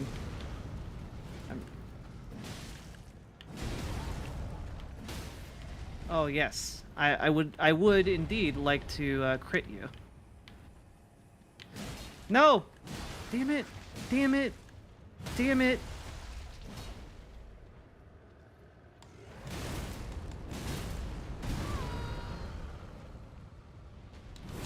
Oof. Damn it! All right. An example is important for several reasons, just to digress. Also, first is Olympians. Thank you for the 2 $5 donos, I believe. Let me take a look here. Let's get those up on the board. First little bit we've inched in a while. Let's go. Eric, you and I were just talking about this the other day, but how, look, I don't agree with every single thing Elon does, but it's important to understand that hardware is hard, and to ship like a beige box that just sits on your desk and doesn't move. Otherwise hard. known as a We've seen a slave lot of city. companies, a lot of smart founders have trouble with this, fail with this. To ship a car or a rocket is so much more difficult in terms of the number, literally, of moving parts, right? How about Thousands of moving- globally available satellite internet? I mean, you know, forget, like, basically you can't iterate on it when it's shipped. If one gear isn't there, it doesn't work. And like, the thing about this is so many founders I know have just gotten killed by supply chain issues, especially during the pandemic, when, you know, who could have survived that, right? Like, literally shipments are cut off from China. Where are you going to get this magnet or something like that if you can't order it online, right? Yeah, And it's a global somehow supply chain. Elon didn't just build SpaceX and Tesla through that. They thrived through that. Some of the most complicated devices around. How is that even possible, right? I mean, just think about that, right? For example, Fitbit, great company, really difficult business. I know how hard hardware is. I mean, like, the level of hardware that I've done is at the level of, like, you know, for example, a genetic lab. Okay, at least that's in-house, and you can see all the machines, and you can tinker with them, iterate on them, etc. And what you're sending out is an informational report. You're getting in physical, you're sending out digital. It's half physical. It's more like managing a complicated data center in some ways. It's hard, but it's way harder than just pure software. But it's not like insanely difficult, like having a unit on somebody's desk. That's really hard. And maybe as an aside for the audience, when I first met Bology, he was coming off of his genetics company and then was dealing with a company he was trying to turn around from a semiconductor standpoint. Yes. So this guy has lived two hardware lives that he probably doesn't want to get into anytime soon. He likes the cloud. And the thing about hardware, the reason it's so ridiculously hard is it's... Holy shit, you're kind of cracked?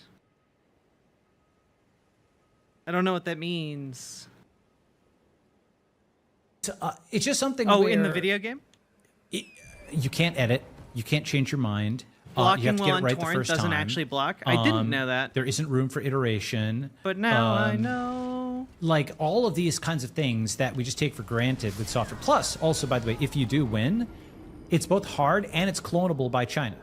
So it's like, it's both, in a weird way, software is both easier and has higher margin, right? Hardware is hard and clonable, okay? Now, maybe in Shenzhen, it's easier because you've got the local ecosystem, but Elon didn't have that. So what he did is what you just said. He basically internalized everything they could, and they machined tons of their own parts and removed dependencies, and that is how they could make it work. Jesus. Now, this actually has a lesson. I love how they're talking about this like it's some revolutionary concept to just have the money to upfront build a massive condensed factory. Like, oh, wow. No one's ever had that idea before. Making everything in-house. It's crazy. There's no way he could have done it outside of being a genius. Don't look too much into how much money he has or how useful having all of that startup capital would be in a project like that. For us. What Elon did is the gray strategy. I'll come to gray in a second. And this is how we win. Okay, here's the cheerful part. The Here's gray the strategy. new content. Wow, we got optimistic Bology. Let's go. Yeah, I'm not actually a negative person. I think I'm realistic, or whatever. At least I'll point to something when it's blowing up before other people do, and I'm usually right about that. Even timing might be wrong. But what Elon did is he privatized the public sector and made it functional that way. And then he scaled that private thing. Oh, he privatized the public sector. Yeah? So, now we're just paying more for worse shit? Damn it. I don't know what I expected. And then everybody imitated that, right? So he basically, rather than relying on global supply chains, he essentially built his own to the maximum extent you could, machining your own parts and so on. And if you can do that, it's insanely difficult to do that. You have to have lots of different skills. But if you can do that, it's just like, it's sort of like software where, do you really want to code your own login system and your own this and your own that? Well, you know what? If you can, then you can build Google and you can build Facebook and you can build this and you can build that, right? And there's always a trade-off between build versus buy. But at least having the capacity to build makes you stronger, okay?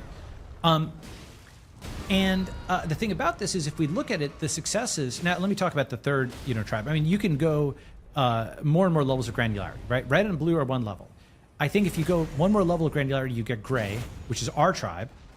And gray is very important because first is gray. Let's call it, if red is the past, the conservatives, and blue is the present, because they're just trying to hang on to the present moment, the post-war order, the current institutions, and so on. They want to stop. Jack, it hurts. I know. What public sector things? SpaceX? Yeah, all of the public sector car construction, automotive construction. Obviously. I'm sorry this hurts so much. It hurts me as well. I just want you to know this hurts me almost as much as it hurts you. Also, it's Pride Month, so it is officially transphobic not to support stream and get me into my manatee outfit. I don't make the rules. I'm sorry. Sorry. It from going back to the Trumpist past, okay? But they also want to stop the tech future, right? So gray is the future, red is the past, blue is the present. That's like one really useful way of cutting it, okay? Is it so useful, blue though? stands against both the past and the future. They're against both the self-driving cars, and they don't want to go back to the 50s. You could just be using the words that already mean the things that you're saying, but you want to sound smarter than you actually are, so you just keep applying new strange labels. That's all you got. That's your only trick. This man is really fucking stupid. Yeah. They prefer only. And you know what? You know what's the worst part? This guy is listened to by billionaires who then go and use their power extensively across America in ways that affect hundreds of thousands, if not millions of people. You could at least put it on 1.25 speed. I will put it on 1.25 speed if we hit 25 subs. I make this promise to you. Fans, Me Too, BLM, Ukraine, whatever, right now, okay? And they're also highly presentist in the sense of, you know how Twitter kind of erases your memory? You don't even remember. What was the big issue of July 2022? How about the big issue last week? I don't even remember. You don't even remember. It's like Men in Black, it's actually all the movies from the 90s. Memento, right? Men in Black, Matrix, Fucking hell. The Game, Eternal Sunshine, it's kind of like early 2000s, but let's count it, right? Dark City. A bunch of those really great movies, Truman Show, were about your memory playing tricks on you. Okay, the world you thought you knew wasn't. I just forgot, okay, from just a few years ago. And if you go back even a few years. Hey, chat. You know how memory works? What if we blamed tech for just the nature of linear time and how memory works? I mean, 2019, Obama did a. What about 0.5 speed? If somebody donates 20 subs, I will put it on 0.5 speed. American factory, and he was advocating for cooperation with China. 2019, okay? 2016, the New York Times was yelling at Trump for calling the Taiwan president before he called 1.251.251.251.251.251.251.251.251. Not gonna lie, that had a really pleasant beat to it. That had that tickled my autistic brain. I enjoyed that a lot. 8 subs. Salmon Moose. How can we all have died at the same time?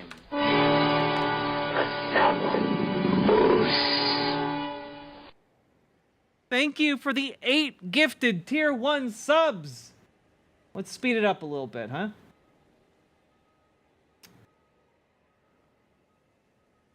the China president. And Obama's guys were, did you remember this? Yeah, they called it a gaffe, and he didn't understand foreign policy, and now Nancy Pelosi is flying to Taiwan. Yeah. So basically what happened, actually, in many ways, Trump won ideologically on many dimensions, especially the nationalism stuff, right? For example, here's 2011. In 2011, to save our economy, ditch Taiwan, 2011. Okay, New York Times. Why? They wanted to sell Taiwan to China basically for $1 trillion in debt forgiveness, which was actually a substantial amount at the time, about 10% of U.S. debt. And basically, here, American United Factory, States can't sell 2019, Taiwan. Chinese Americans went into this with the best intentions. Obama's movie, advocating for kind of multilateral trade, right? Here's Donald Trump, saying China a bunch of times, and everybody's mocking him for saying that. Here is New York Times saying Trump speaks with Taiwan's leader an affront to China.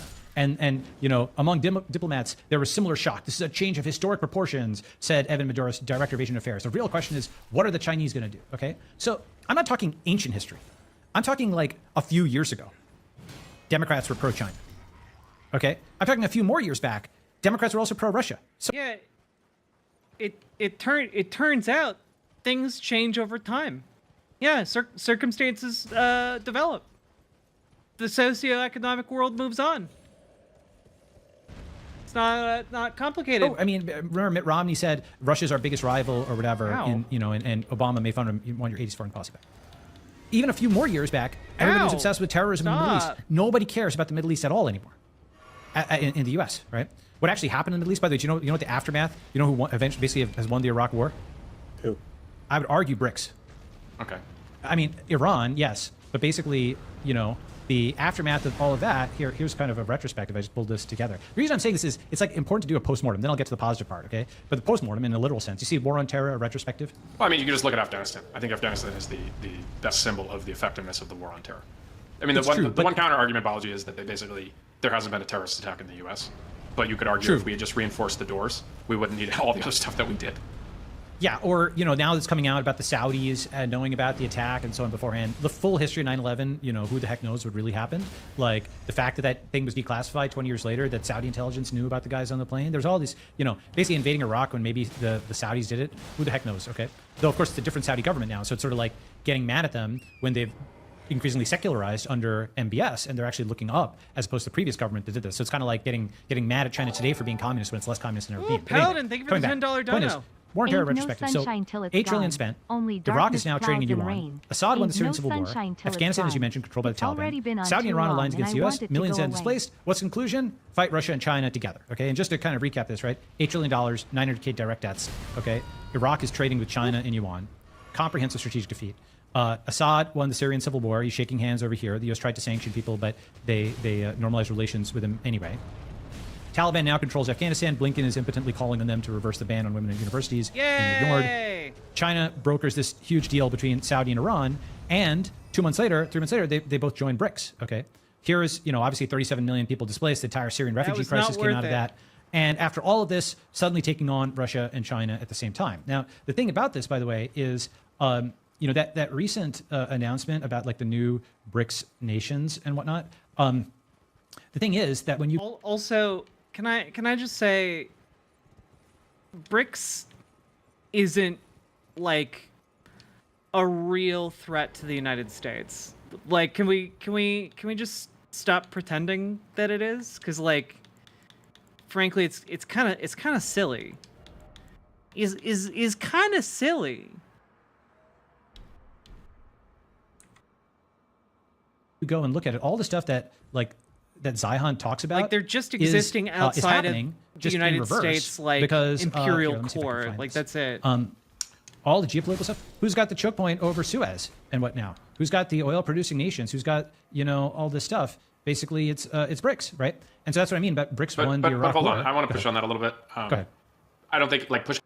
BRICS, like again, this is like a Mad Libs understanding of politics. This is like trying to make the connection between the Iraq War and BRICS is, I think, very silly. I think it's very, very silly. Greetings from your sometimes crabby, often stabby, fabulous them duck friend. BWA. Well, very knifey duck, thank you for the $5 dono. Also, very knifey duck. Lovely to have an NB in the house. We respect NBs in this house. Kind of a banger. Yeah, true. BRICS is a fetish for people who hate the West because it isn't fascistic enough. It's true. It's true. It's like the go-to for leftists who want to be authoritarians, and for, well, frankly, conservatives who also want to be authoritarians. When it comes to shove, India and China are not friends. Like India is going to be able. First of all, they're gonna do what they need to do. And if I was to say, if anyone in that region is going to control that choke point, it'd probably be India. Just they're the big power closer to it, right? Like I don't think China's projecting power there. And I think at this point, the U.S. is energy independent, so it doesn't really matter what happens in the Gulf. I actually think the Europeans care a lot more about that. So that is true. What you just said is part of the reason for the withdrawal is that the U.S. and Canada actually have a lot of oil from fracking and so on and so forth. If you could unblock Keystone XL and all this stuff, if you can unblock nuclear, the U.S. would do much better. A lot of natural resources can't be exploited. Reds want to exploit those resources. Blues are preventing them from doing it, laying down in the road at Burning Man and all this type of stuff. But at least I wanted to show you the map, right? Which is, the choke points, Strait of Hormuz, Bab el-Mandeb, Suez Canal. So Iran, UAE, and Saudi, and Ethiopia. That's why Ethiopia joined. They got this strait. And Egypt just joined BRICS, right? So they just basically locked up this crucial shipping lane. They don't yet have the Straits of Malacca, but they do have South Africa. So they've got the Cape of Good Hope. And they've got Argentina, which is, the path around South America. If you look at where BRICS would go next, they'd probably try and get Panama, and they try to get some of the countries around the Straits of Malacca. Again, if this was an actual threat to U.S. hegemonic ability, the United States would not allow any of what he's saying. The United States absolutely has the capacity to ensure U.S. control and dominance in the Suez Canal. It's one of the reasons why the United States has propped up Egypt's military dictatorship. Okay, right? And then now you've got free shipping lanes. Now you're correct, by the way, that India has I almost rivalry fell to with my China. death. But India that was also, really close. I agree with Noah on some things. I disagree with him on some things. But he did say something interesting, which is India joins these Chinese organizations to make sure that they're not too anti-India, right? And there's a truth to that, right? They basically steer them in a neutral-ish direction. Because India also doesn't want war in the Middle East. In a sense, what basically just happened here is Russia, Iran, Saudi, China, India have basically said, we're going to step in, and we just want the Middle East to be a free trade zone where everybody's at peace with each other. All the wars are now receding, right? Arguably, the U.S. did blow up the Middle East. The peace in the Middle East is coming when the U.S. is retreating from the region. My push on that, though, is I think any organization that has Iran and Saudi Arabia somehow on the same team is not an effective organization. Maybe OPEC is probably the only example of that. But the Saudis need the U.S. for security guarantor. I don't think anyone. I do think it's very funny that this guy said, I don't think any organization between Saudi Arabia and Iran could really be serious, except for OPEC. He says, listing one of the most powerful organizations in the world.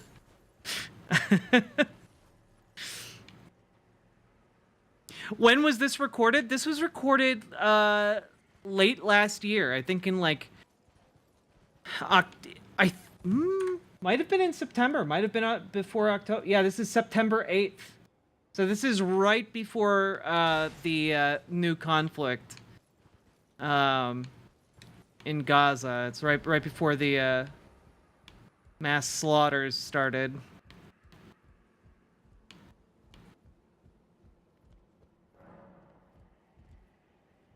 Else is going to provide that, right? Somebody added Egypt. A lot of this is not aging very well. Egypt is a direct beneficiary of the aid. I don't know. We'll see how it plays out. I just don't believe a version of the world where this kind of I think China and India can independently do what they want, as they are big, strong countries. I don't think all these other countries can do much. So they're kind of at the whim of what China and India want. Yes. So I do agree with that to some extent. However, I will say that Sunni Shiite is kind of like Protestant Catholic. It's, you fight really, everybody in the Middle East has had 2 decades of war. Kind of. Kind of. War and religious fundamentalism. And there's the tone there, if you visit there, if you're flown through Dubai, even Riyadh or something, it's moved in a much more secular direction. People just kind of want to make money. I'm not saying everybody, I'm not saying there are still, of course, there's still fundamentalists and so on. But they're at peace with Israel too, right? They're reaching out to Israel. these are cats and dogs fighting amongst each other. You know, the EU, Europe fought amongst itself for a long time. And then you got the EU, and it's got its faults, but it's been like relatively stable. It might be heating up again, but it was relatively stable for a while. Where I see the trend line going is the Middle East becoming a stable gas station kind of area for much of the world, especially Asia, that wants all that raw material. And it's like a comprehensive strategic law. Basically, the countries that are dominant there are the countries that are, it's not the US, right? Now, maybe the US doesn't need it, but let's at least say that $8 trillion was spent for nothing, right? A million people died, tens of millions of people displaced, right? I agree with you on the war on terror thing. My point of view is I think the Middle East will stay pretty unstable because I think the Israelis want it to be kind of unstable because it benefits them. And I think that I'm not gonna lie, I am shocked to hear this guy say something that is even remotely that accurate. I'm shocked, dude. With all the other things that have been said on this show so far, I am absolutely shocked that he nailed that point. the Turks probably don't want it, and the Iranians are not friends with the Saudis. So I don't know. I could be wrong. It's possible, but I mean, the thing is, Israel, I think, Israel feeling that the U.S. is cutting it off, right, or that it wants to cut off. Basically, Israel is sensing that both on the right and the left, you know, whether it's like Ilhan and the squad on the left, or it's sort of the rising-ish nationalism, America first on the right, that there is it's not yet at consensus, but just like the China thing, you know how China, like the consensus just shifted in 3 or 4 years without any big announcement? I feel like, unfortunately, that is shifting on U.S.-Israel, and Israel is looking for other partners because it doesn't feel the U.S. is going to be super reliable. You saw Tablet's article actually recently. Jacob Siegel said, you know, end U.S. aid to Israel. Why? Because he's like, the U.S. has Israel on a string and it's supporting like the left-wing movement within Israel, so Israel should just cut off the aid and, you know, rip the Band-Aid now before it gets ripped later, right? And then pivot I feel like AIPAC and you know, everyone's going to talk big rhetoric, but ultimately, and I don't know, I don't want to sound like I'm Kanye, but like, I think there's both right-wing and left-wing, you know, influential Jewish Americans who are going to make sure we're going to have a special relationship with Israel. I understand. And basically, like, you're Sephardic, aren't you? And actually, Eric is half as as well. So, like, I'm not technically, but I do have a crypto Jew last name on the mother side of the family. Okay, great. So, look, like, I've got Israel. Well, this all feels like a really weird part of this. Yeah, the people in America who are ensuring aid to Israel are conservatives, specifically conservative evangelicals, because they believe it will bring about the end times. They believe in an end times prophecy that requires Israel, the state of Israel, in order to be fulfilled, which will then herald the second coming of Jesus Christ and the end of the world. And then you do have groups like AIPAC, which are basically, in effect, extensions of Israel's foreign policy. They say they aren't funded by the state of Israel. They just happen to have all of the same goals and pursue them doggedly. Some casual anti-Semitism right there. Little bit of Jay Ching, if you will. Yeah, just a little bit of Jay Ching. Yeah, just a little bit of Jay Ching. Is this Srinivasan? The guy in the middle is Srinivasan, yeah. We're doing our deep dive. Israel is probably like the third or fourth country I'm most invested in. I love also, a lot of people Olympians, there. thank you for the $5 dono. I feel like We're very big pro-Israel podcast. Some of your best friends are Jewish. Well, yeah, and many such cases. Some of my best investments are as well, right? So, but no, I mean, like, meaning in the sense of not, you know, the best friends thing is like, it's sort of performative, but like actually putting money in the country when other people are boycotting it or whatever, you know? I think Eric was referring, by the way, Bology, you might have missed this. Gary Tan had to defend that he was anti-Semitic from some insane communist in San Francisco, which actually probably, you know, I want to make sure we cover your yes. Oh, let's get to that. Let's get to that. Okay. So let's get to, all right. So with all this is diagnosis, how does all this intersect? Okay. So just to recap, the tribal lens is also the digital lens. Okay. Rather than thinking about it as the map of the lands and the countries of the world, you think of it as the map of the minds and the social networks and the tribes of the world. And this somewhat overlaps with the offline, but not completely. You know, China building a great firewall, it has the combined physical border, language border, and digital border. So it's tried to maintain like one tribe, like vertical integration, right? India's also somewhat done this. But in the West, you have lots of tribes. Okay, increasingly, the tribes don't necessarily match the lands. You have, at a minimum, blue and red within each country. And now let's talk about gray. Now, the thing is, in general,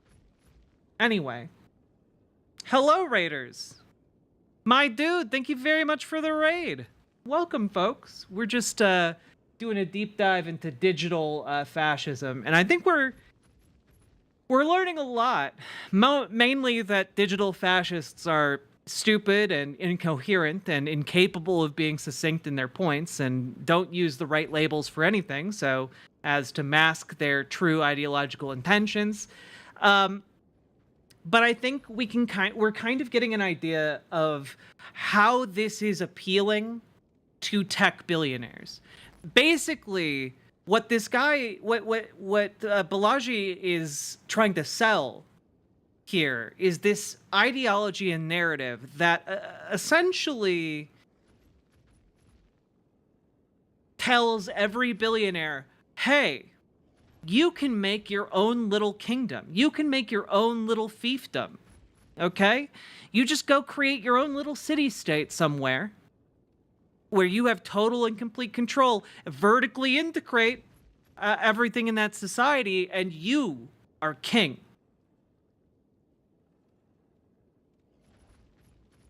Like, that's kind of the appeal he's making here is, oh yeah, we need to break up America into smaller states.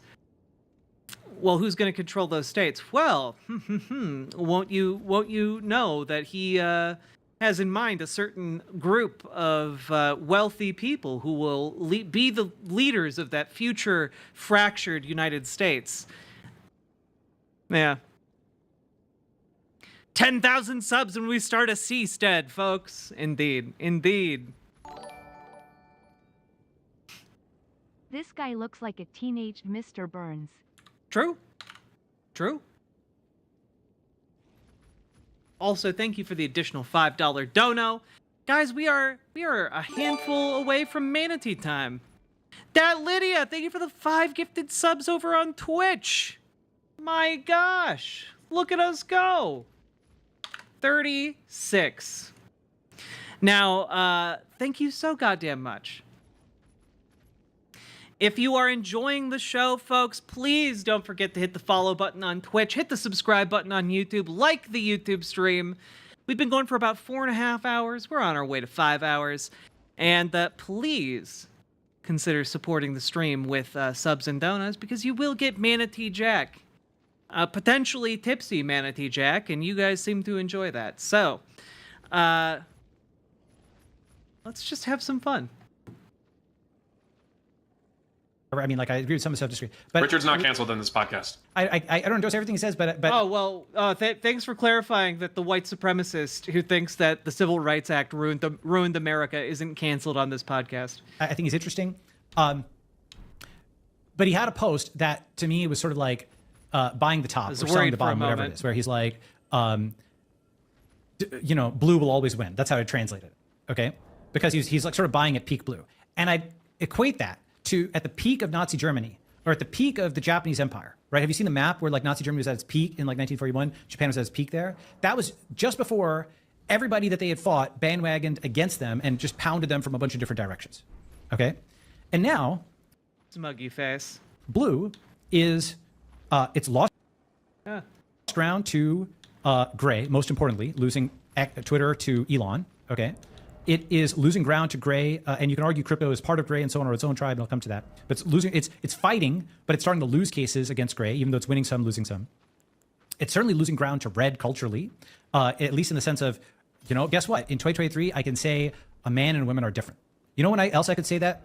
I could say that in like 2001, when Men Are From Mars and Women Are From Venus was like a bestseller on like the New York Times bestseller list for like decades or like years, and nobody cared about it. And Jimmy Kimmel was on the Man Show, and like the difference between XX and XY was not like a controversial topic. It was like a matter of scientific fact, and the relatively rare aneuploidies and other kinds of things were acknowledged as medical cases to be dealt with, as opposed to like a petition issue. So blue has lost ground to red, where people can actually say XX and XY are different. And the only way that blue could stop that from happening was if they had control of speech, and they lost that to gray, right?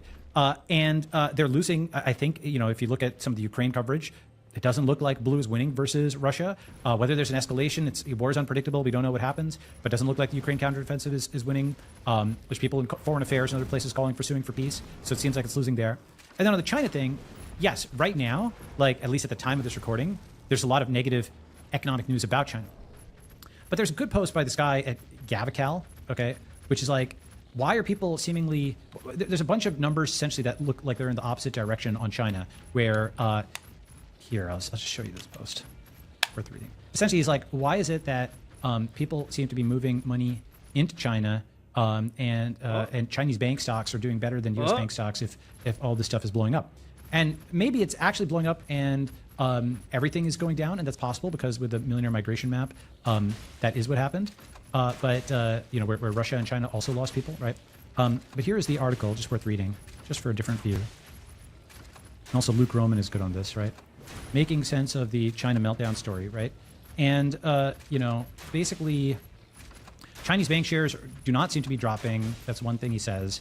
U.S. bank performance has lagged China and Europe. Again, just looking at the numbers here, right? Where are the SIC banks today? It looks like the S&P Composite regional banks over here. You know, the commodity prices aren't going. Basically, now China's obviously doing certain policies where they're stimulating, right? But it's not the same level as what the U.S. has done. In fact, they're saying, Western experts are saying that China should print more, and they're not, right? All of the blue-gray talk makes me feel like he's playing a game of sorry. Like, yeah, what kind of feels financial like a crisis children's the game banks of the country in crisis outperform U.S. Treasuries in, by over 20%? It'd be wholly unprecedented. And the other thing that's been happening recently with China is they have just risen to pass, or close to pass, Germany and Japan on cars. Yeah, there was also a Wall Street Journal article talking about this, that basically China's electric cars are going to be flooding the market globally. And the Europeans, in their infinite wisdom around energy policy, have...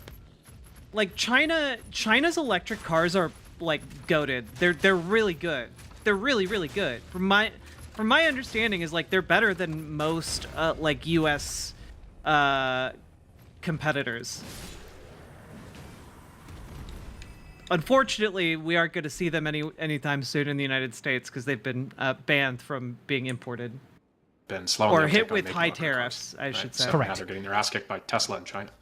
That's right. And exactly. So gray is capable of competing, but fundamentally, I can show you this graph, but essentially the question of whether blue is winning versus China or not, I don't think it is. I think China, it kind of reminds me of 2016 when all the news about Trump was negative and Hillary had a 98% chance to win. Then you flip over the cards and Trump wins, right? Like, if I look at the physical plant, China's getting, all these BRICS deals are getting natural resource access. They're shipping tons of cars. They're, do you see that quote from the U.S. Navy Secretary where he said China won one of their shipyards? I mean, I'm not just pulling this out of my ass here, guys. Like, New York Times recently did a article about the improving Chinese electric car market.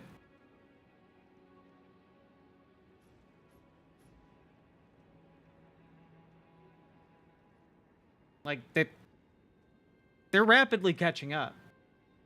If they aren't already better, they're going to be at some point. You watched Vosh's segment on electric cars? Was it good? Good night, that Lydia.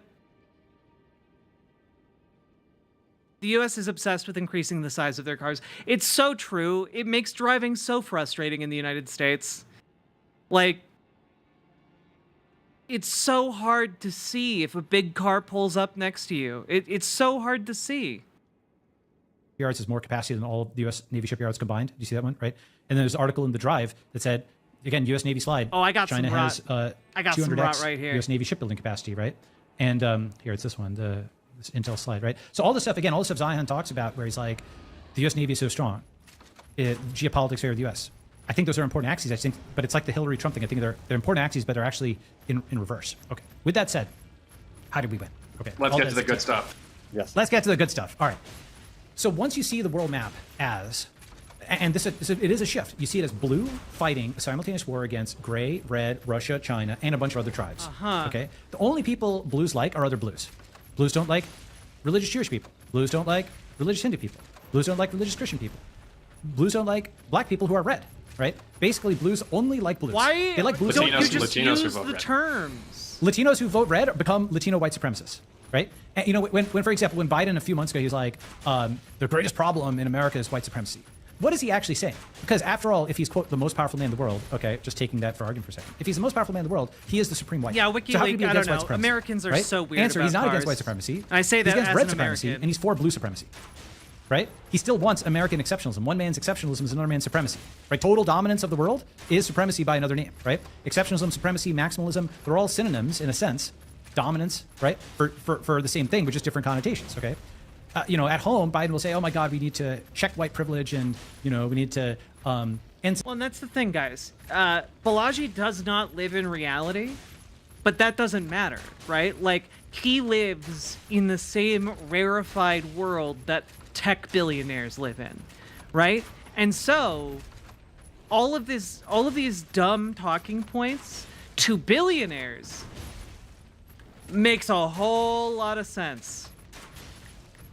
Because he lives in that same completely isolated, frankly, dumb fuck world.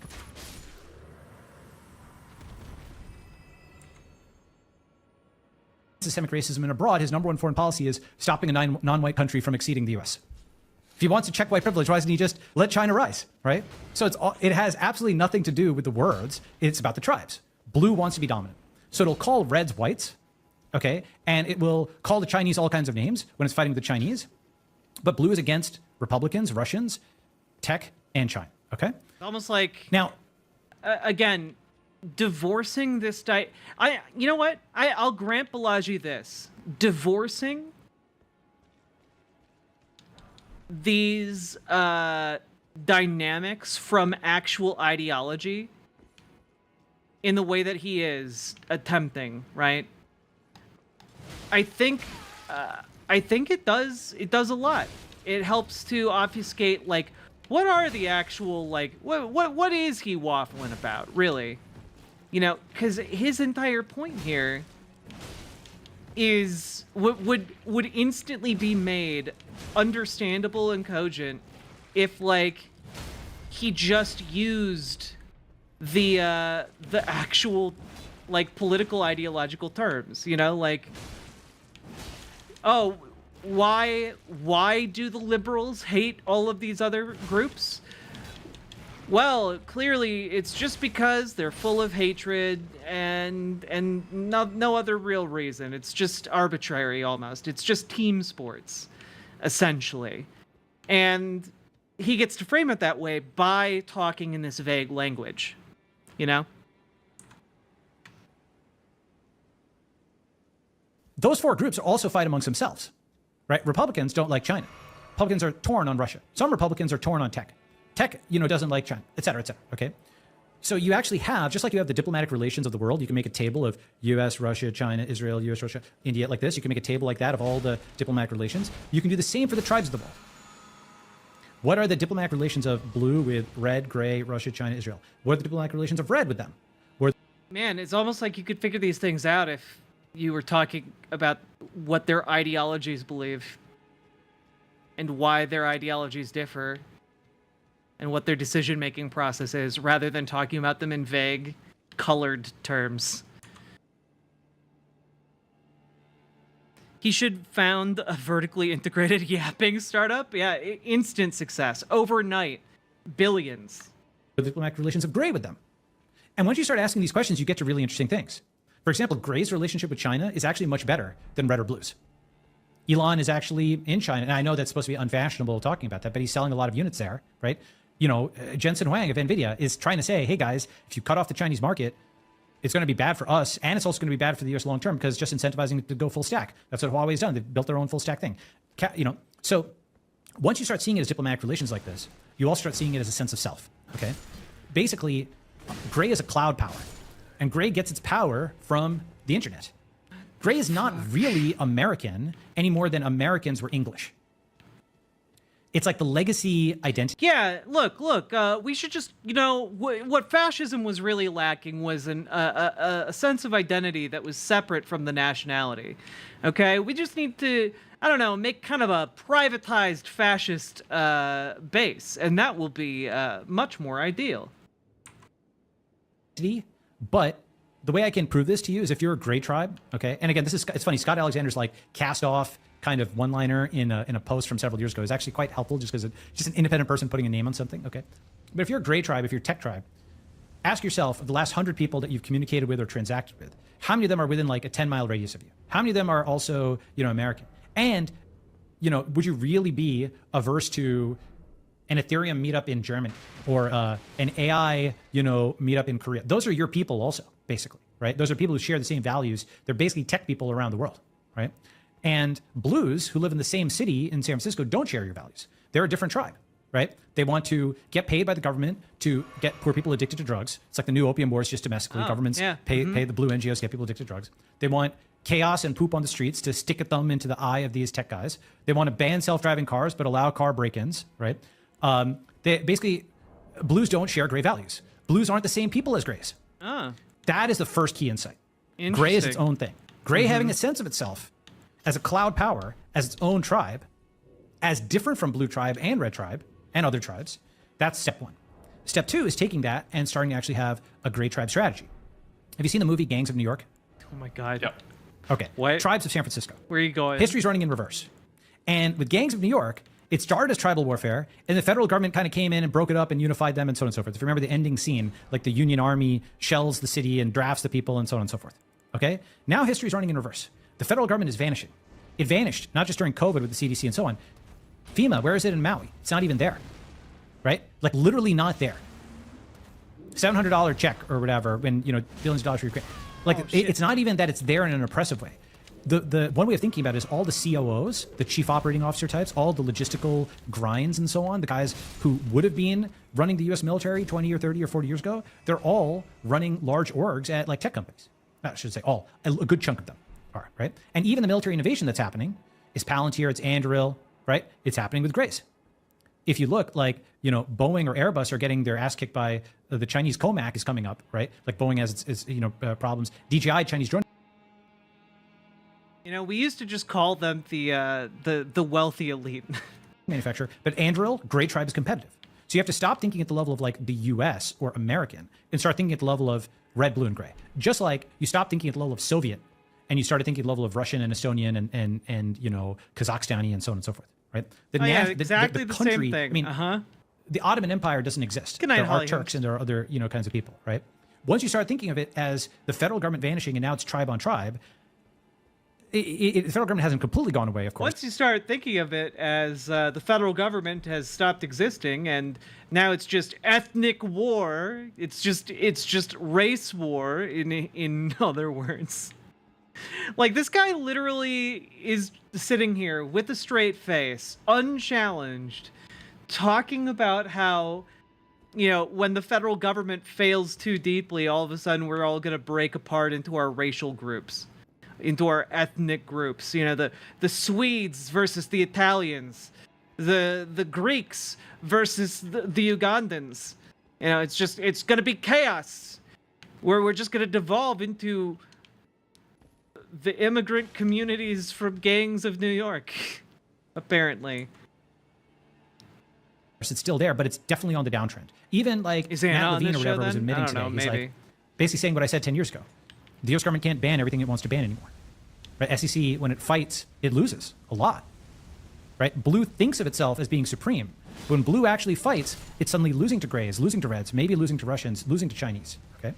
So once you realize this is a tribal war for the city, it's not about like, one of our friends was like, oh, Bology, what are you saying? We should just get involved in local politics? And I like the person who said this. I'm not attacking them in any way. But that's a little bit like saying, oh, you want to start a small business as like a startup. Okay, actually starting a small business is, or you want to go into business, A startup is totalizing. It's like a totalizing thing. It's every hour of every day. It's not like do a business, right? Go into local politics assumes that, you can fix San Francisco with an election. You can't fix it with an election. The election is a cherry on the top of the cake at the end. How do you fix San Francisco? So here's the plan.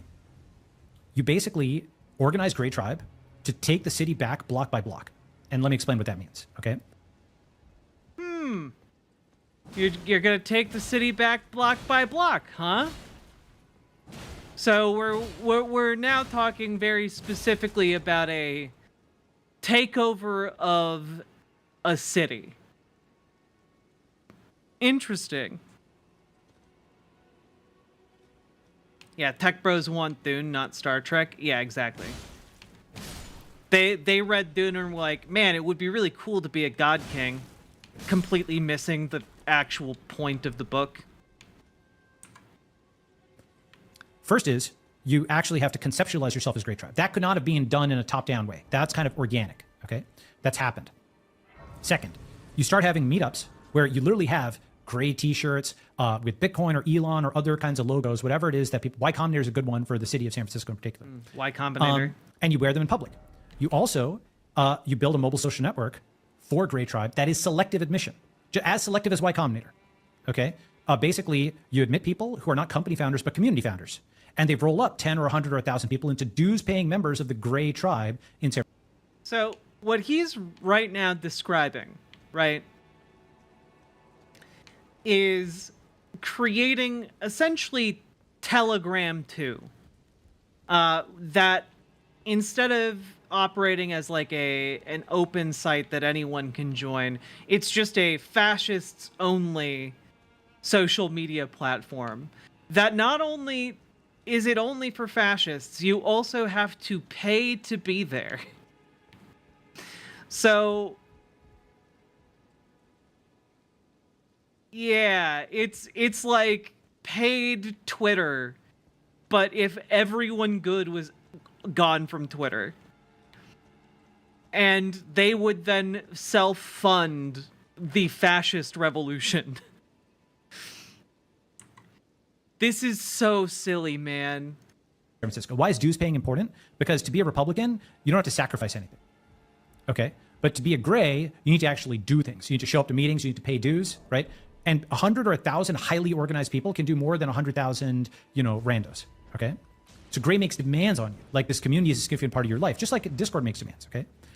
So first, conceptualize Grey Tribe. Second, start actually getting t-shirts and logos. Third, start organizing Discord subcommunities. And San Francisco is like an 800,000 person city. So you can have lots of individual community leaders. If you, again, go back and watch Gangs of New York, it wasn't just the Irish gang. There were lots of sub-gangs. Gangs that of together, New York it's like, wasn't the Dead Rabbits is like the main gang. You've got like a bunch of sub-gangs. That's actually like a known community structure where you allow for sub-tribal leaders that kind of go... How did you watch Gangs of New York and go, yeah, this should be a blueprint for how things work?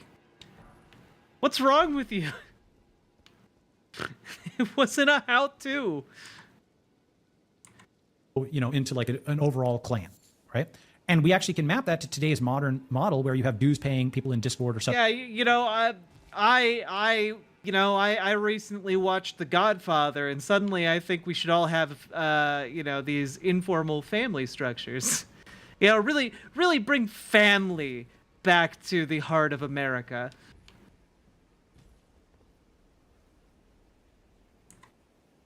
Substack, and like Michelle Tandler would have her group, for example. Oh right? God, no. Solana would have his group. All of these people are essentially tribal leaders in waiting in SF that can hold physical meetups of their SF followers and have them all clad in gray shirts. Maybe they're all gray shirts, and Solana has those with the Pirate Wires logo. Tandler has those with her blog logo, right? Gary has his with Y Combinator logo. So it's like different subclans that form the overall clan, and they fold into that tribal leader, and you have a Loya Jirga with the tribal leaders leading. Okay, because you have to think of this as Iraq or Afghanistan. Iraq isn't a country. It's got Kurds and Sunnis and Shiites. San Francisco isn't a city. It's got grays and it's got reds and it's got blues. Now, once gray has a sense of itself and it's got dues paying members, and again, you can do this as a startup. You can literally do this as a startup where you've got people paying dues. Why do you pay dues? You pay $100 a month if you want to actually fix San Francisco. It's an ideological as opposed to a normal market goal. And what do those dues get you? It gets you meeting space, it gets you refreshments, you hold meetups, okay? And now you start doing collective action. Basically, we take two problems and we collide them into a solution. So what's happening in San Francisco? Hundreds of businesses are leaving the city. This guy walked around the city, Thomas Hawk. He said he saw 215 for lease signs in like an hour. Okay, there's I thought I was safe until the giant scythe blade went through the solid stone Maybe wall. have some brown shirts be little spicy. Yeah, maybe. Yeah, where are all the brown shirts in this example? Very, very good question. Do we have a red-brown alliance going on? I just want to make sure we're staying up to date here. 20% of the tax base has left the city. Oh, and there's a commercial real estate crash that's coming. This is obviously, the doom loop and so on, okay? But in the same way that Blue printing all of this money gave an opportunity for Bitcoin, Blue destroying the real estate value of the city means that diehards with hard cash can start buying up buildings, having them near each other, and then making them gray. Okay, what does that mean, right? It means you have a map of the city, you have like a good map, and there's like a Google map kind of map, but there's like a CoStar. Do you know what CoStar is? A good map. CoStar, Right. really good product for like real estate. It'll let you click on a building and you get like a view of it, like all the floors and who bought it. There's insane amounts of metadata on every building because real estate's a very high dollar value item. So imagine like an X-ray view of the city where you can see who paid for this building and so on, like see the city as a real estate agent sees it. Okay, this thing called CoStar. So you have a CoStar level map of the city, and you also have a survey of all your members, right? All the Solana members, all the Michael Solana members, Pirate Wires members. You have the Tandler members and so on, all the subtribes, and you have where they live. Good night, Gamer G. Okay, and what you start trying to do, you start trying to consolidate and take over block by block areas of the city for gray, and then you use bollards or digital stuff to fence them off, so there aren't addicts going in there. Now let me talk about this. Yeah, so basically what he's laying out here, folks, in case you're missing it, is going through and buying up chunks of a city in order to consolidate power. You build up your base in a city, you buy out chunks of the city, and then you institute a type of gentrification, both physical and digital, that separates that chunk of the city from the rest of it. Essentially, think of a more aggressive form of redlining that pushes out all of the undesirables, all of the minorities, all of the inconvenient people, until they are outside of the city. And then you solidify your despotic control over the city. That's like he's just describing like an economic slow march form of ethnic cleansing on a small scale. And in case you're like, Jack, that seems very specific. That's because we haven't gotten to the part where he describes his ideology as digital Zionism. Because that's exactly what he means. I've heard that clip from this show in my research of this guy. So I just want to prepare you guys. That's on its way. That's coming. That's what. Yeah. Nope. Anyway, you guys are. It's insane. Is she playing a game while doing a critical thinking fact check? Yep. The moment you start doing that. Also, this is only part one. There's a second part. He yapped for 7 hours. The police will come. Right? The moment Elon put up a sign, the police came. They didn't care about the people on the streets, right? The thing to realize is, this is also a first-class problem. Now we get into the gray-red diplomatic relations, okay? Police and small business are generally red. They are oppressed by blues within the city. But blues pay them, and blues have control over them, and grays haven't offered them anything. Grays are currently just a cloud power. And to such an extent, Antonio's remarked on how historically exceptional this is. Someone like Patrick Collison, okay, who is, a genius and billionaire and, has developed all this amazing stuff. Millions of people around the world know who he is and, and know Stripe and so on. Maybe not millions know who he is, but they know Stripe, okay? He was driven out of San Francisco. Stripe was driven out of San Francisco by this Prop C tax a few years ago, which was negative sum for both parties because Stripe wanted to be in San Francisco. San Francisco lost all the future growth. And so he's very powerful in the cloud, but had absolutely no power on the land whatsoever. That has been the failing of our sector. I understand why, but basically we have been able to build everything in the cloud. We can build $1 billion business in the cloud. We need 1 billion permits to build something on the land. Okay, we have not figured out how to project power from the cloud down to the land. But once we conceptualize ourselves as a cloud power, it's sort of like Britain was a naval power, and everything they did was Navy first. Germany was a land power. Everything they did was land first. Israel didn't have either of those, so it had to actually, it's like Mossad and so on and so forth. It had to be more stealth, okay? You have to know your strengths and know your weaknesses. So our strength is the cloud, our weakness so far is the land. But how do we project power onto the land? Well, we can do meetups. We have social networks, right? And so once we start doing those meetups, first we do meetups of Gray Tribe members, and then we do Gray-Red dual meetups. Policemen's Benevolent Union, okay? All of the police who are Gray sympathetic in the city should come to, and you have to go and look at the legalities of this and so on and so forth, because Blue will be trying to attack this with lawfare the entire time, Okay. So you get a good lawyer and you figure out what you can legally do for. Yeah. You ally yourself with the Police Benevolent Association. You know, the thing that all non-fascists do, and then object when any legal claim is made against your group. Mm-hmm.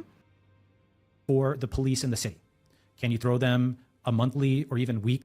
I've seen this idea circulate on my MAGA reps page. Yeah, that's the thing, right? Because these ideas that are coming from this guy and spreading through the billionaire tech class then get directly distributed across all of America by these billionaires who then invest in MAGA representatives. And it's usually conservative GOP members. But they also do this not infrequently to more establishment Democrats.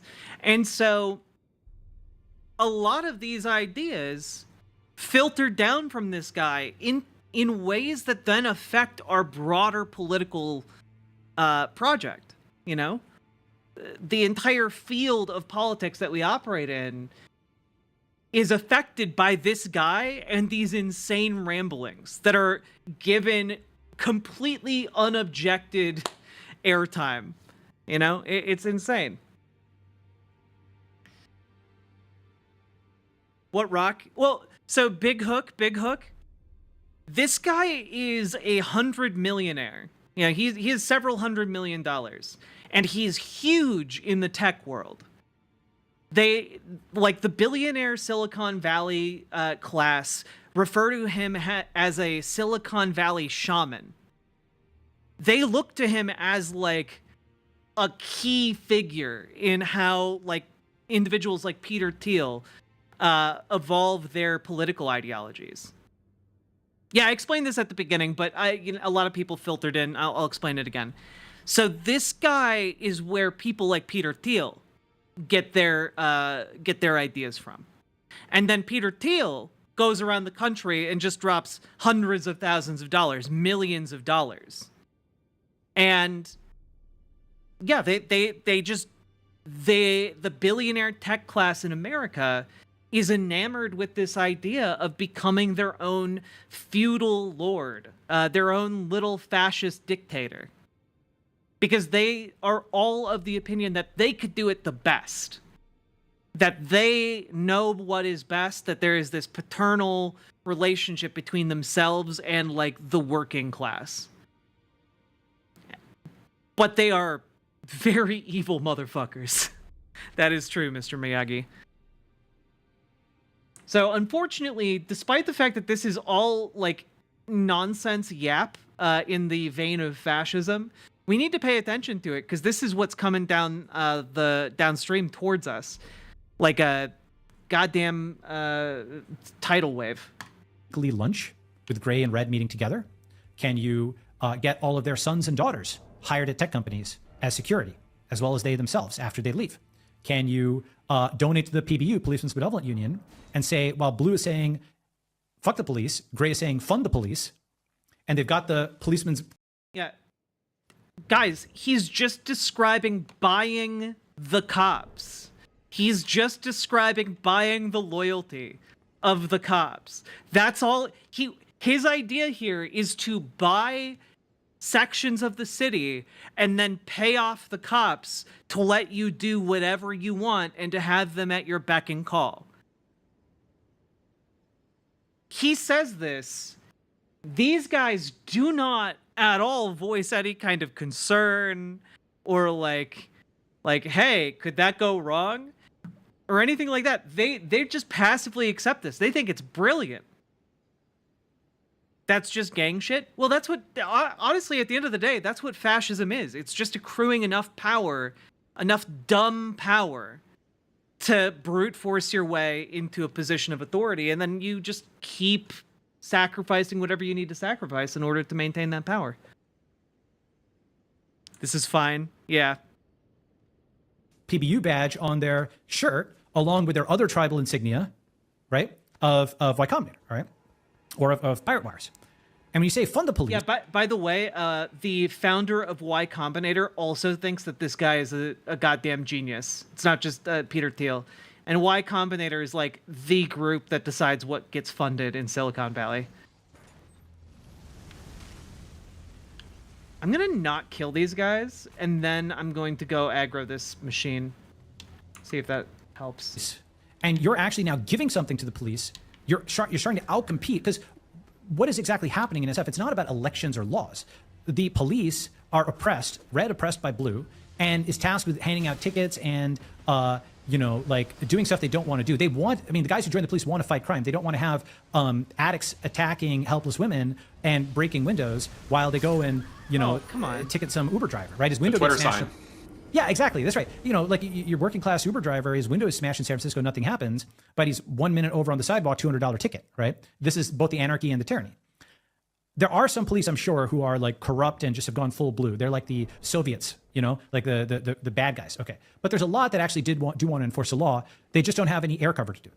Once you've got these gray-red meetups, you suddenly have a spinal column where there's tons of information on exactly how the city is dysfunctional. Yeah, what he's describing is co-opting the conservative movement in order to facilitate the fascists. Like that's all he's talking about here.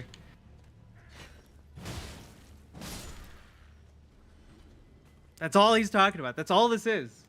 And you can write all these stories on that. Because guess what? We've got media channels. We've got podcasts, right?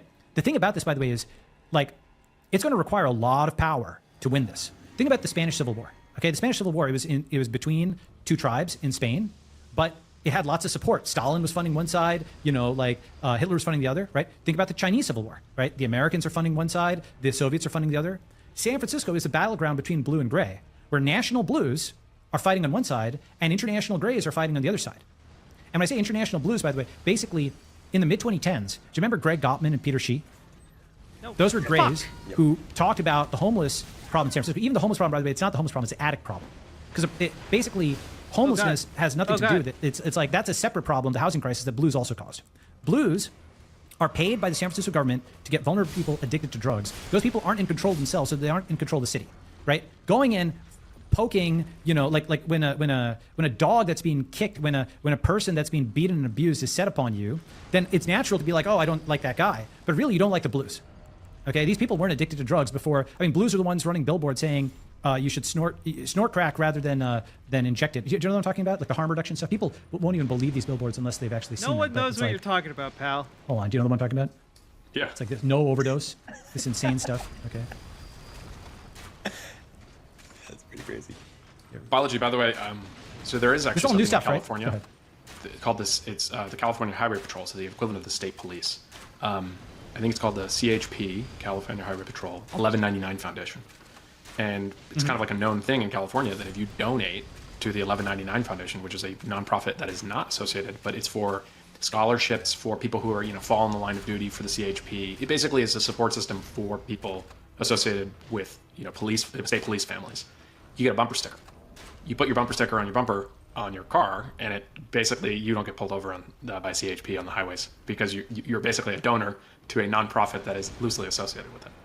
Yes, that's legal. Right. So exactly. So the thing is, you have to figure out what's legal. I mean, look, you don't want to go full blue. Full blue is 10% for the big guy, right? Full blue is Hillary and her speaking. We can now all talk about this openly, right? Just totally public corruption by blues, right? The Pelosi tracker and so on.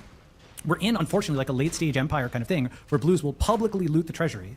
Schumer's, semiconductor thing, Hillary speeches, Biden's son, and all the money there. Like blues publicly. 100 million for Obama for his book and podcasts and Netflix series. Exactly, and they do it within the city as well. That's why the quote homeless budget has gone up. Wait, they're not paying him for favors. They're paying him because people will tune in to see what he has to say. Like, that's why they do it. Like, this isn't rocket science here. Right. Basically, what happens is, an addict smashes your window. In the next election, you vote to, quote, solve the homeless problem. That increases the budget for the homeless industrial complex, and then you get more addicts, right? It's literally this loop. It's the same loop, by the way, as they did in Africa, in India. All of the, quote, foreign aid is really just a jobs program for white saviors, right? For basically blues who want meaning in their life, and they want pets. They wanted pets in India. They hate India now that India is independent. Go ahead, Eric. No, I'm just laughing at the white savior job program. That's right. I mean, like it's basically what it is. And the thing about this is, this gets to something very important.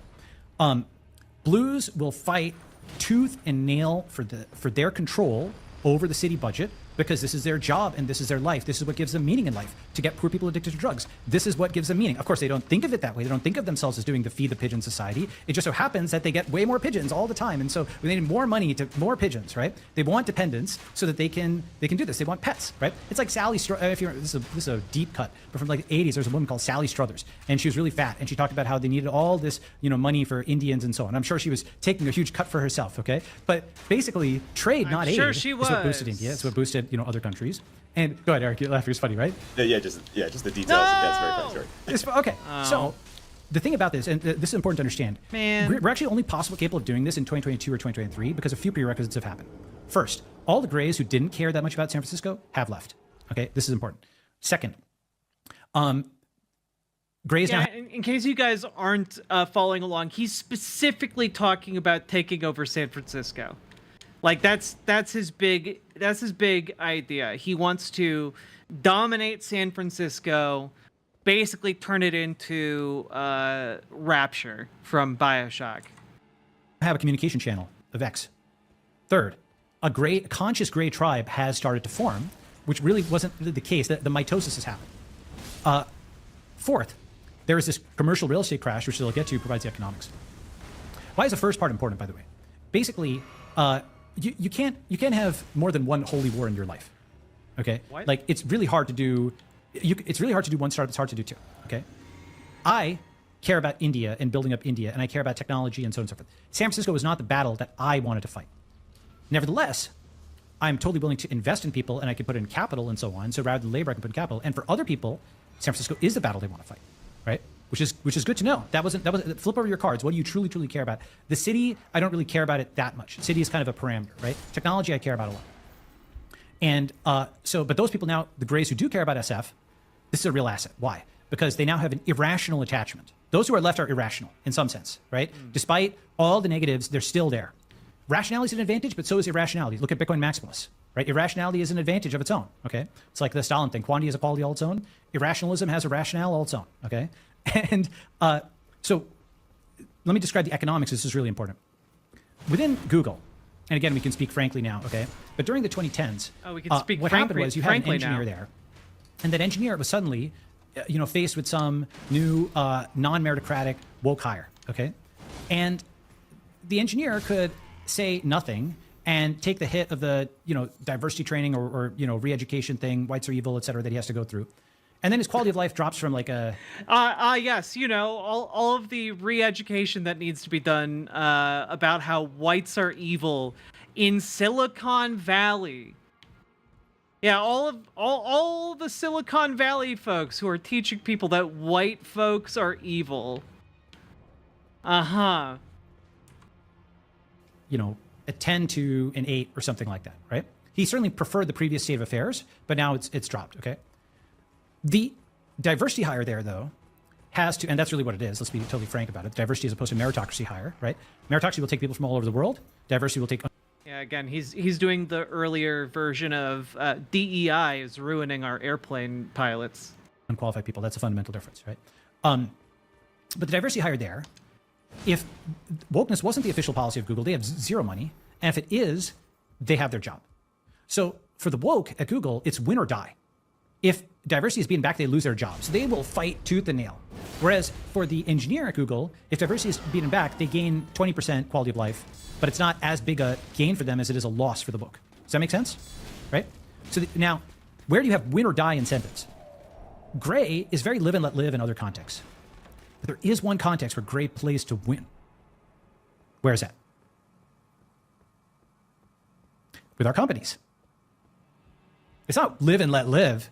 It's world domination, motherfucker, right? It's get to 100% market share and...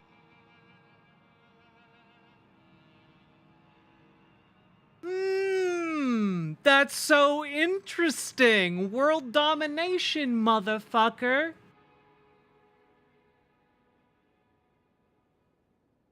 They're telling you what they want. Like, he's literally just going on a podcast and being like, yeah, this is what I want to do. I want to set up an ideology that will take over the world with these fascist ideas. Fucker thinks he's Magneto, right? For real. God. Folks, please consider hitting the follow button on Twitch, hitting the subscribe button on YouTube, liking the YouTube stream. Very, very important to do. We are 3 follows away on Twitch from hitting 10,400, and that's pretty cool. Jack, I think I'm going to hurl. I don't like this man. He's making me angry, and the anger is making me nauseous. That's good. It means your soul is still working. God. Yeah, dude just Scooby-Dooed his own mask. There's the quote. Yeah, it's not live and let live. It's world domination, motherfucker. Yeah, exactly. That's the quote for the thumbnail right there. Folks, also, we've been going for 5.5 hours. Please consider dropping some subs, donos, memberships, etc., because all of those go towards making sure that I can continue to eat and have a place to live and afford things like auto repairs. I got some brewing on Monday, in fact. So if you're enjoying the show, consider dropping those sweet, sweet subs and donos, especially if you're an oiler. All right? If you're an oil man or oil woman or oil person and you don't want to be transphobic, consider dropping those subs and donos. All right. God. Gonna go get some pizza and water. That sounds like a great idea. I wish I had pizza. Get the antitrust suit. Okay, please hit me with the antitrust suit. Let me get to from 0% market share and nobody knows us to everybody thinks we're too powerful. Hit with the antitrust suit, right? The goal of every startup investor is to get that big that it becomes a public utility and so on. And then you've made enough of a dent in the world. Go ahead. Bology is the cover of Forbes or Fortune magazine. Yeah, I'm sure that's what everyone hit with an antitrust suit feels. I'm sure they're all like, oh yeah, man, I've made it. I've totally made it. I love that they're taking my company away from me and breaking it up because it has too big of a market share. Said every CEO ever. Now the FTC lawsuit, like Lena Khan setting your lawsuit is the new, I mean, that's why you should don't go to traditional media at all. The traditional media, blue media, is a spotter, laser spotter for the establishment, right? Like basically, just go direct. If you're doing blue media, you're funding blue media. Literally, you're giving them clicks, you're giving them followers, and so on. Just appear on. I hear a good podcast called MOZ. There's a few other alternatives for people nowadays, right? Okay. The thing is that basically, this approach, the tribal lens, right, with Grey Tribe is win or die with its companies, because if the company goes to zero, your reputation goes to, it takes a hit, your money takes a hit, years of your life take a hit and so. If it wins, you've got huge upside. Conversely, the competition for a startup, like, I don't know, is a random employee at Johnson & Johnson or what's another company? I don't know. So IBM, are they as motivated as a tech disruptor? They're not, right? They have incumbency, but they don't have motivation. So how do you, now, so that's at the level of the company. At the level of the cryptocurrency, that also works, right? Reds are nowhere near as motivated as oranges are, right? Bitcoin maximalists. Bitcoin maximalists are win or die, right? If Bitcoin wins, they win. If Bitcoin loses, they lose. So that's like what they focus on. Whereas the guy who's the dollar holder doesn't really care either way, right? So now it's reversed, right? This is why diversity has favored the wokes. Cryptocurrency favors the maximalists, okay? Win or die. The incentives are such that who fights harder every single day. So we talked about grays at the company level, grays and let's say oranges or whatever at the currency level. There's a third, which is the community and the neighborhood level. If grays descend from the cloud to the land and buy real estate, crowdfund real estate, have it be gray-only real estate. And by the way, you can, quote, discriminate on the basis of bona fide membership in a public, in a club, right? A bona fide private club is a way to, quote, discriminate on the basis of access in the same way as like Equinox or something like that. Discriminate, selective, that's a different way of putting it, right? Elite, Harvard and the New York Times obviously select who's coming into their premises. So Grey Tribe can as well. Anything Harvard does, anything New York Times does, one man's gated community is another man's paywall.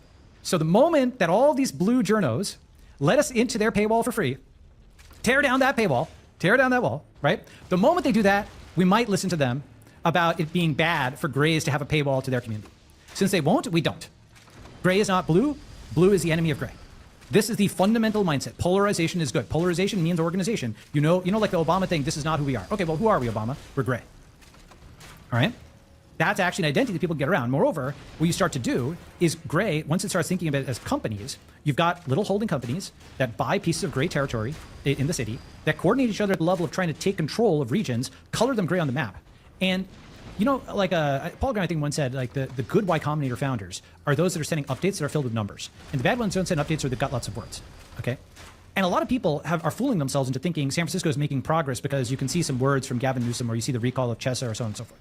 Once you have a San Francisco health dashboard, which is percent of the city controlled by gray, recall of Chesa, that is actually something that you can put up publicly, and every individual gray subtribe, the Pirate Wires and the Tandlers and the Tans and the this and that, can all optimize for that. All the people in San Francisco who are also, the other thing is, there's like 10 tech companies that come out of this, or tribal organization, right? Obviously, there's a mobile social network, there's a crowdfunding of real estate, there is the merchandise and so on, and the badges and the stuff. That's actually kind of cool to wear those shirts and to be part of a group, right? Yeah, this guy, I believe, so there's a lot of different things. Crypto. It could be one company, it could be several. So there's a lot of things that go with our strength of setting up companies, building technology, and so on to organize. It's community organization in this sense, right? So you have the map, and by the way, gray doesn't need to like start in one corner and take the whole thing. You can have turf that's gray turf, okay?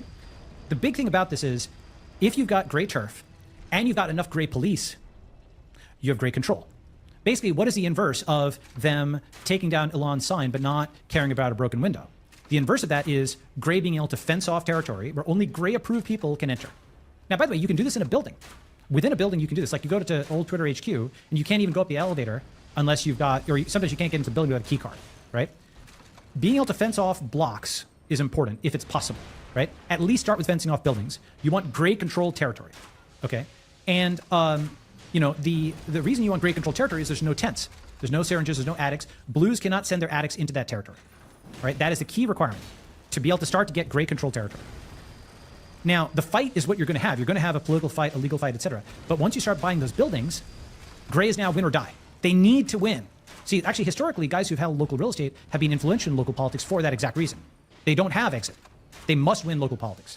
So turning grays into landowners, going from the cloud down to land, it's sort of like Israel itself, right? They went from scholars and merchants to farmers and soldiers. They actually descended from the cloud onto the land and built a modern country. This is a workable strategy, okay? He literally saw the ethnic cleansing campaign run by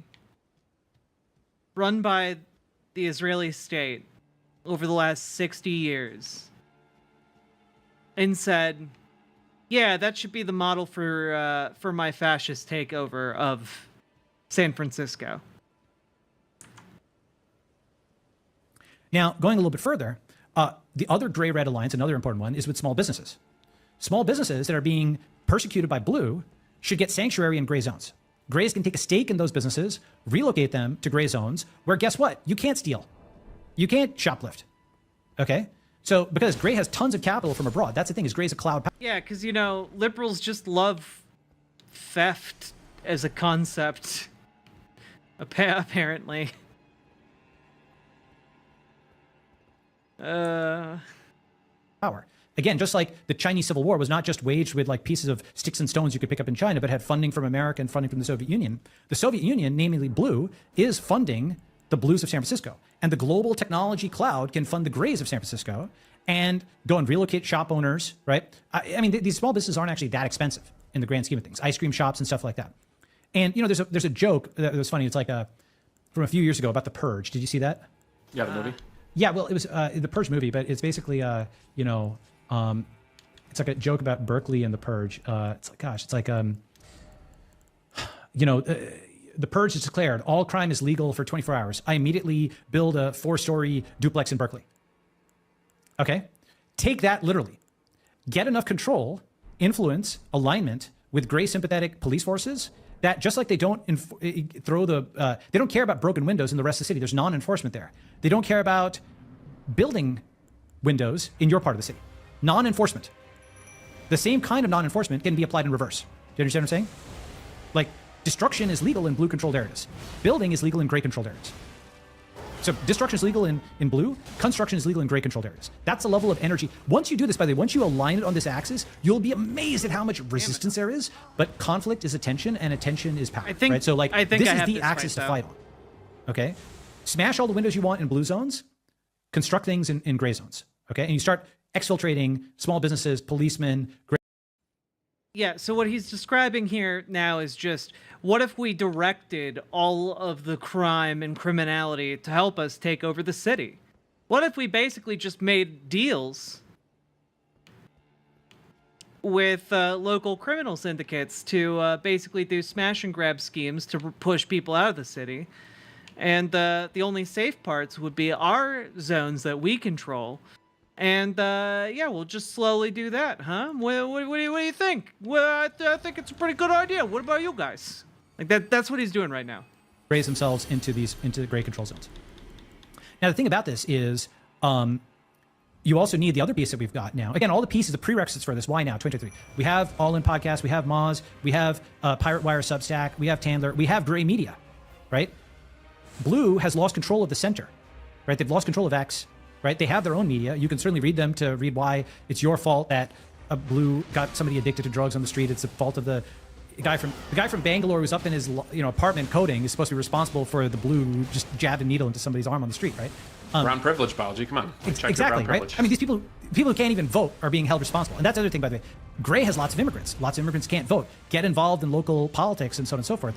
That's something which will always favor Blue, right? Gray can win in the market and can win with networks. Blue can win politics and elections. And basically what you want to do is Gray does to Blue what Blue was going to do to Gray. Okay. Blue has put up all these signs that are like, techies, get out of the city. Self-driving cars, shut it down. Why do they care more about self-driving cars than car break-ins? Because self-driving cars are gray and car break-ins are blue. Right? Once you apply the tribal lens, it's like a virtual reality filter. Every single thing can be tagged. Once you apply this bullshit lens, it's like a virtual reality filter.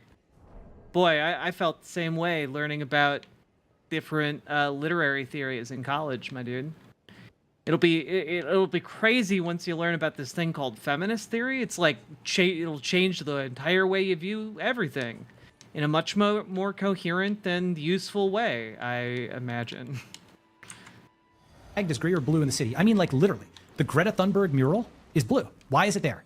The Greta mural in San Francisco says blue controls this territory. Okay, it's like putting up a huge mural of Stalin. Degrowth. Right? Yeah. Like you must die, right? She's glowering down at you. So the first thing Gray can do is culture hack this, okay? Have something where you take that and you use AI or use AR and you substitute it with Elon. Not necessarily that every Gray loves Elon, but Grays are generally much more sympathetic to Elon and Blues hate Elon. Okay, God, so come on. turning blue And symbols. the irony in that situation is Elon is doing more to prevent climate change with actual technology than Greta has ever Of course. done. The only thing she did is get Germany to switch over to coal. What are you talking about? He built a gigafactory. Do you think the gigafactory creates no carbon emissions? Do you think them shipping the cars around the world creates no carbon emissions? What are you talking about? Plants.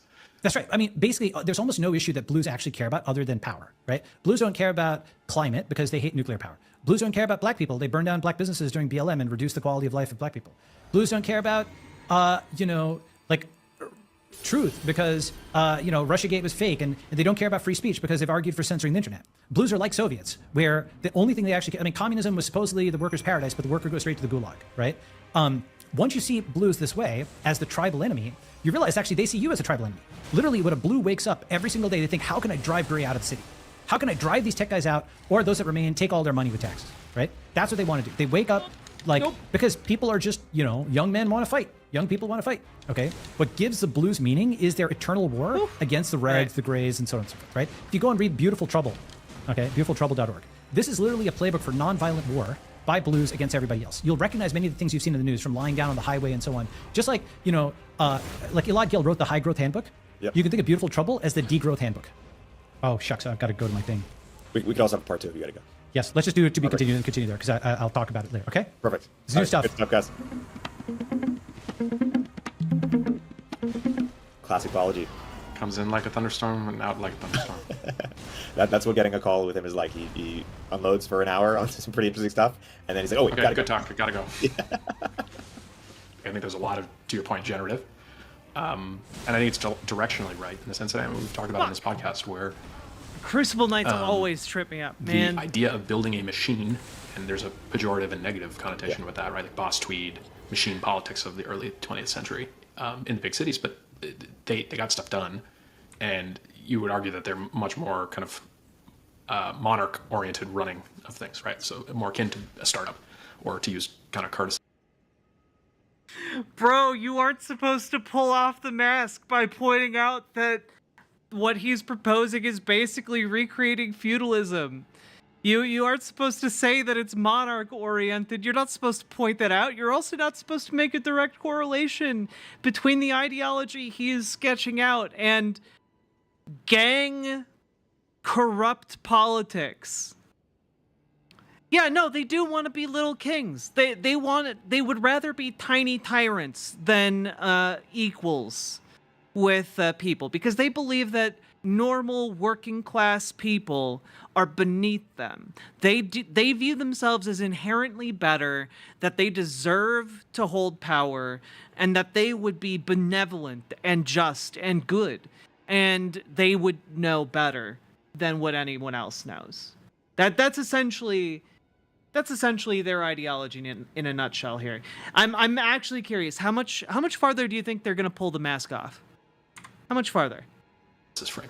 I think what's interesting is if you actually look at, Curtis has actually talked about the app, right? Like this is how you potentially would run a modern political campaign to actually get things to change against this kind of Borg and process-driven approach of these like really poorly run blue cities, states, whatever you want to call it.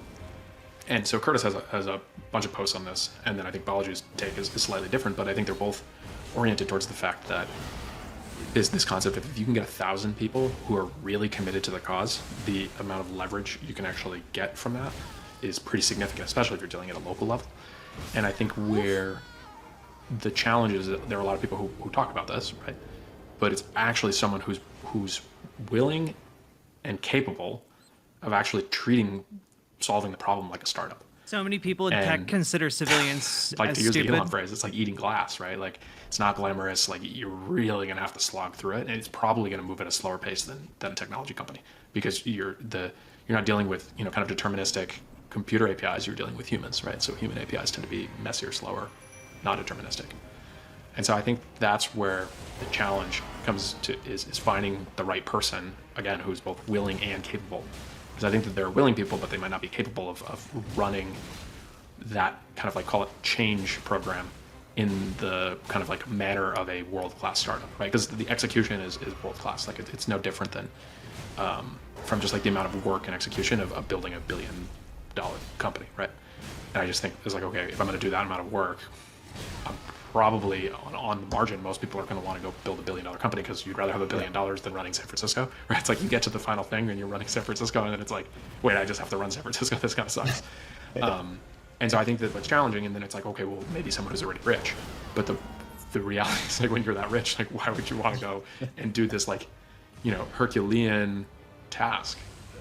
Very few people are willing to do that. That's why Elon, say what you want about him, there are definitely areas that I think there are legitimate criticism for, but the fact that, talk about being in the arena to go from success after success on the and being geometry. willing to start from the start, like the ground floor again, work his way up first principles on different areas. I think that's a very rare thing. I don't know, like you and I both know a bunch of people who are incredibly successful in Silicon Valley, and the work ethic for their next thing. People, they like deploying capital, they like being capital allocators, they like kind of having a little bit more of like, oh, I'm going to be chairman of this, and kind of like dabbling in a bunch of different things, which is fine. They've earned that right to do it. But there's very rare for the ultra successful on a first run, especially early, to be willing to sleep on a factory floor like he did at Tesla. And I'm sure there's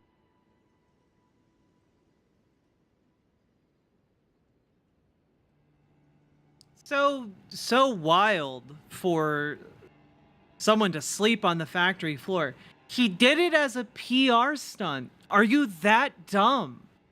Are you really that desperate to suckle on his teeth that like you can't differentiate between like a PR stunt and like something done out of necessity? He's not sleeping on the factory floor to do anything other than to be able to tell people that he did that.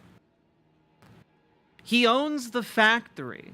He doesn't need to go in and do that. He did it as a stunt in order to show and brag about how hardworking he is. to dupe people like you. And frankly, here's the thing. Even if he did actually sleep on the floor of the factory, what good did that do? What did he accomplish by doing that? His job isn't on the factory floor. He has people whose jobs it is to monitor the factory floor, to make sure it's safe and clean and functional. He has people to do that. He hires people whose job is specifically to do that. So what was he actually accomplishing while presumably sleeping on the floor of these factories? Nothing. Nothing. He would have accomplished more sleeping at his desk. But that's not the story. The story is sleeping on the factory floor.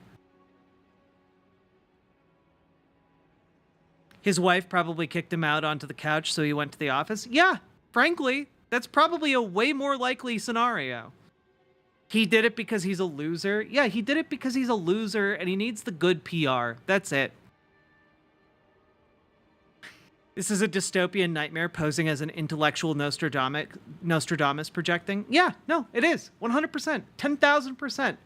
They have allowed like this Elon Musk is Iron Man mentality to permeate their entire being until they're willing to stare at a man speaking explicit fascist ideology to them for the last 2 hours, and they like walk away from it just wide-eyed as if like, oh wow, we just received the Sermon on the Mount. This changes everything. Wow, what big and wrinkle-brained individuals our oligarchic overlords are. I can't wait until they fascistically take over the city I live in. Haha.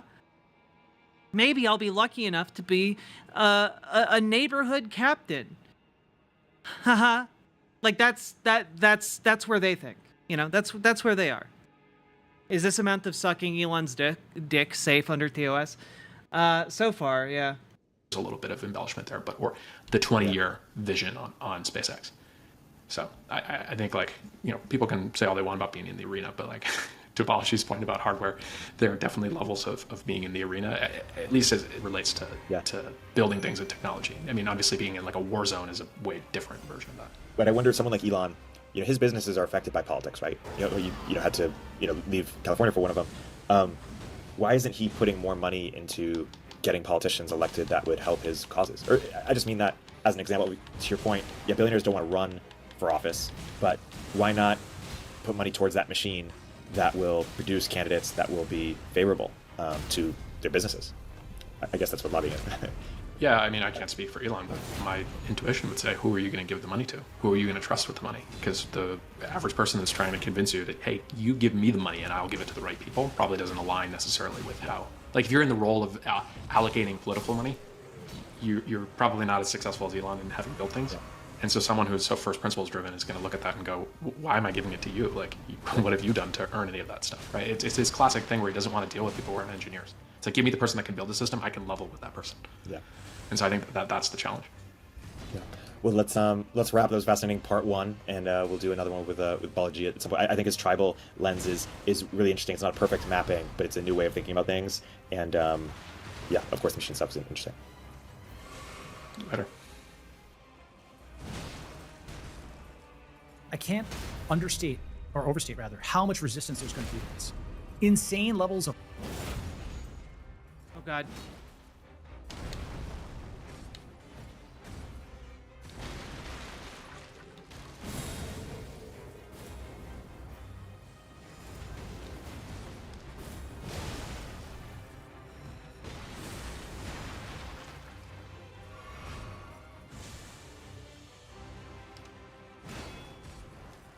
No! Okay, I'm not dead. Woo! Close, though. Damn it! That was a good run, though. He came close.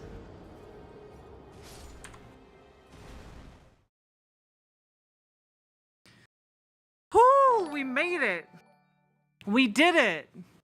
Awooga awooga AWOOGA. Oh, hooga! Matt at the Yahoo, thank you for the $5 dono.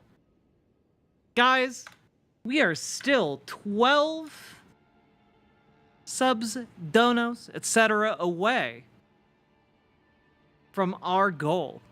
If anyone wants to help us make it over the line, I would love to dress up as a manatee for you guys. Yeah.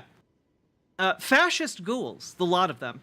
Hey, Tipster, how you doing? Hope you're doing well today.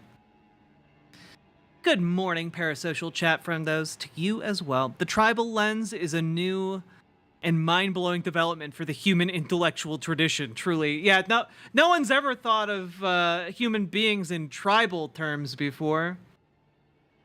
Yeah, a new way. Yeah. Yeah, so that first video we watched was about 2 hours and 15 minutes. And this one is 4.5 hours. I don't think we can do a second round of that today. I don't think we can do a second round of that. I don't think I have that in me. God. Just, I do want to walk you through some of these other ones, though. Some of the talking points from the next one. You can found a tribe just like you can found a startup. Exit versus reform. This is an interesting idea, by the way, because in his mind, exit versus reform. Exit is basically... oh, God. I'm going to mix these two up, I'm sure. Exit, I believe, is where you leave the country, you find a city in a politically unstable region, and basically you just bribe all of the government officials to let you have that city as your personal playground. Versus reform is where you stay and you use the mechanisms of power that are already there to reform your way into having default control over that city or fiefdom, you know? Let's see.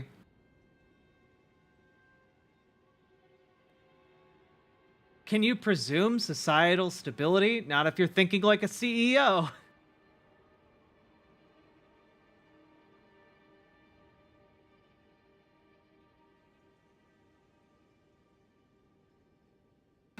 The market for revolutionaries: Myanmar, Hungary, Czechoslovakia, Afghanistan, Iraq, Hong Kong, and China.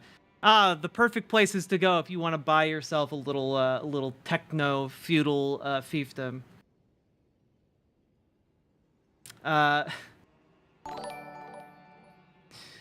Straw Hat Monty, thank you for the $10 I dono. shouldn't be spending 10 on a dono RN, but I really want Manatee Jack. You gotta say awooga for every dono if Manatee Jack.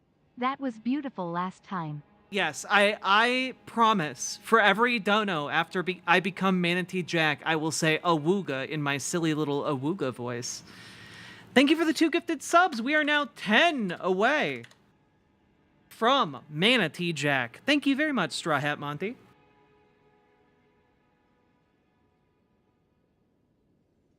Hey, Scoyatolo, how you doing?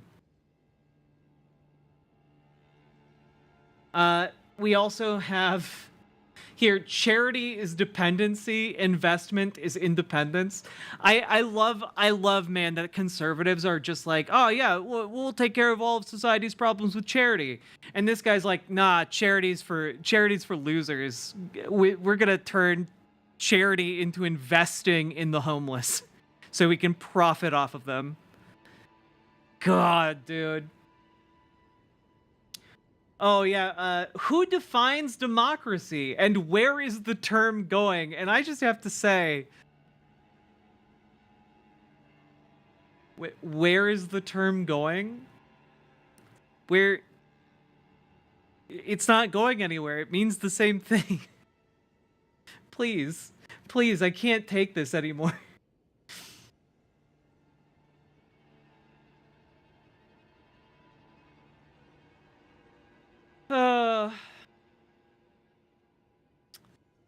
Oh, he also, okay, this is relevant to the month. He also has a section of this upcoming part 2 about the Gray Pride Parade.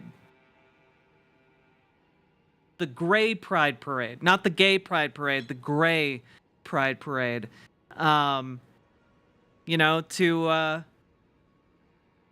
really revel in the fascism, I guess. Oh boy.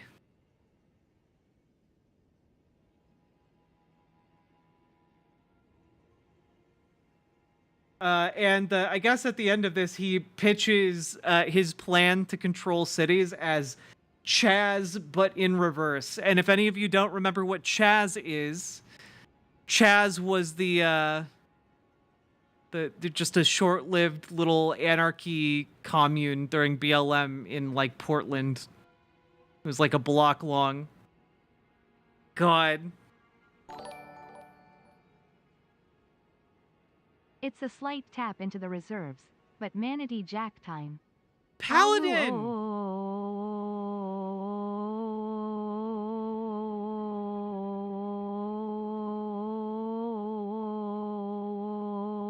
Woga. BWA. Paladin, thank you for the 10 gifted tier 1 subs! Oh, it was Seattle. My bad.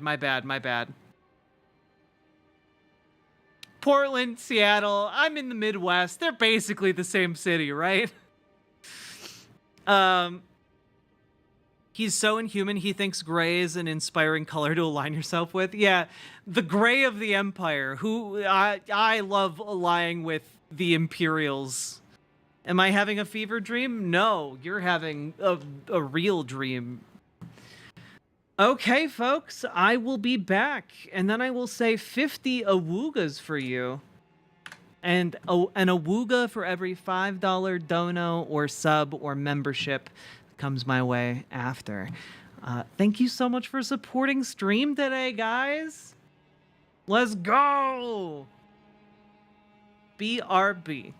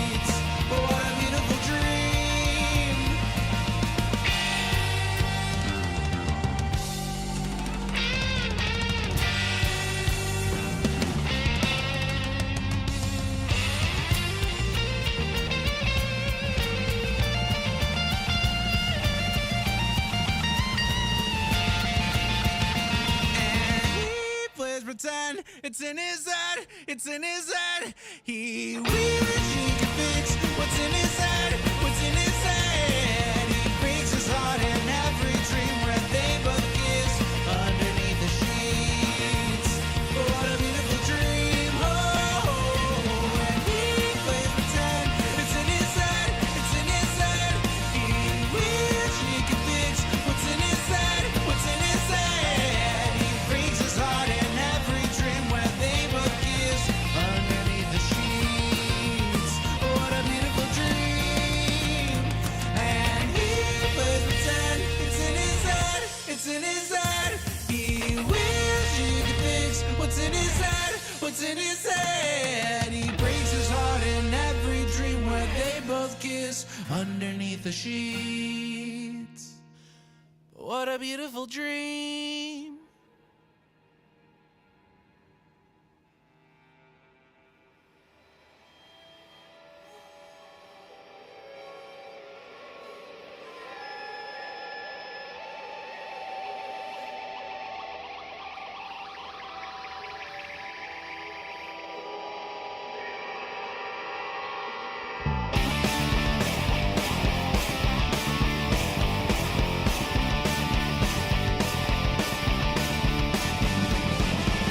What does the fascist say when the lies are sold in spades? They say they need our civil rights while we work hard and die. When the guy, they defend the genocide. They have said they cleanse their soul by making sure your tale is never told.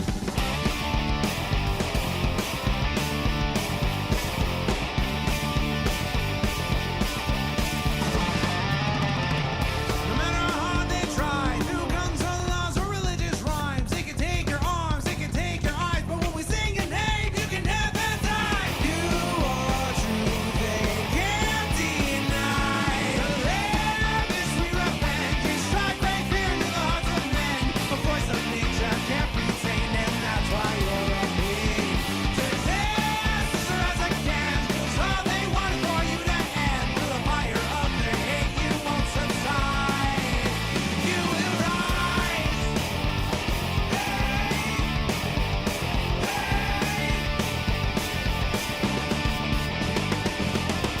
They thought they could make you hide, disappear right before their eyes, and open sesame. Here come the 40 thieves, riding into battle, wrath and power. This is stopping me.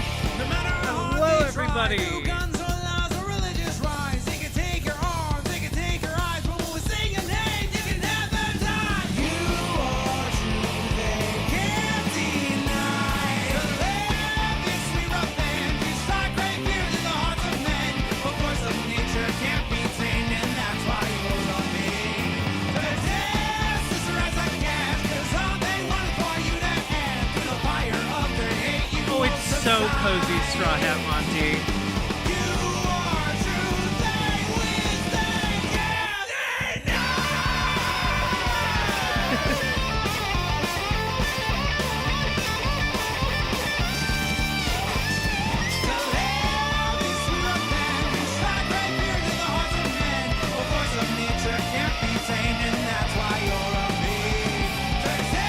What song is this?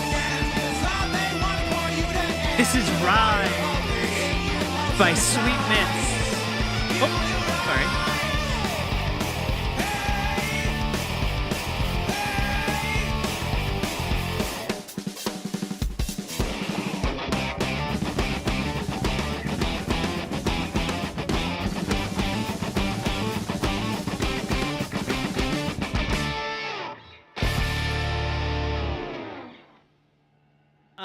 So this song is Rise by Sweet Mints Music.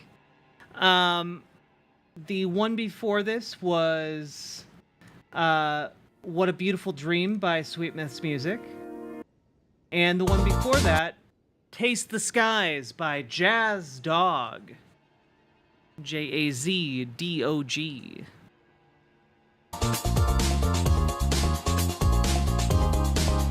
And the one before that was Riverboat Nocturne by Alex Van Aken. So that is where we are at.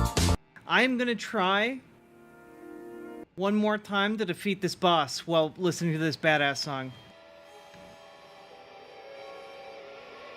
about trans liberation.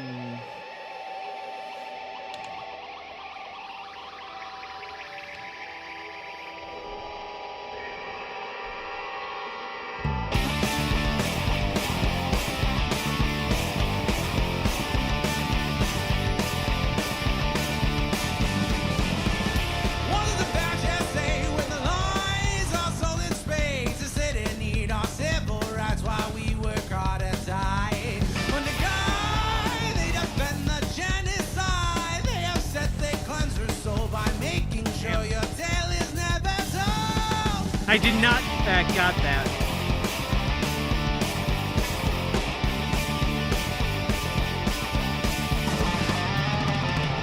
No matter how hard they try, through guns or laws or religious rhymes, they can take your arms, they can take your eyes, but when we sing your name, you can never die. You are true, they can't deny. To live is sweet revenge, you strike great fear into the hearts of men.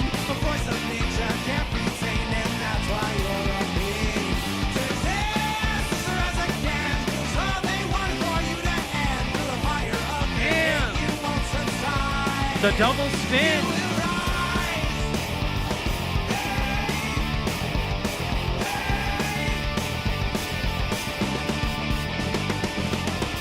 They thought they could make you hide, disappear right before their eyes, and no band says to me, here come the 40 thieves, riding into battle, wrath and power, this is stopping me. No matter how hard they try, through guns or laws or religious rhymes, they can take your arms, they can take your eyes, but when we sing your name, you can never die. You are true, they can't deny. To live is sweet revenge, you strike great fear to the hearts of men. A voice of nature can't be tamed, and that's why you're on me. To exist as rise I can, 'cause all they want is for you to end. Through the fire of their hate, you won't subside. You are true, they win, they can't deny.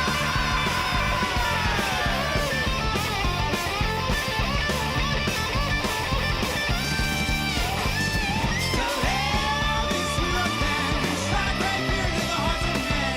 A voice of nature can't be tamed, and that's why you're a me. To exist as rise I can, 'cause all they want is for you to end. Through the fire of their hate, you won't subside. You will rise.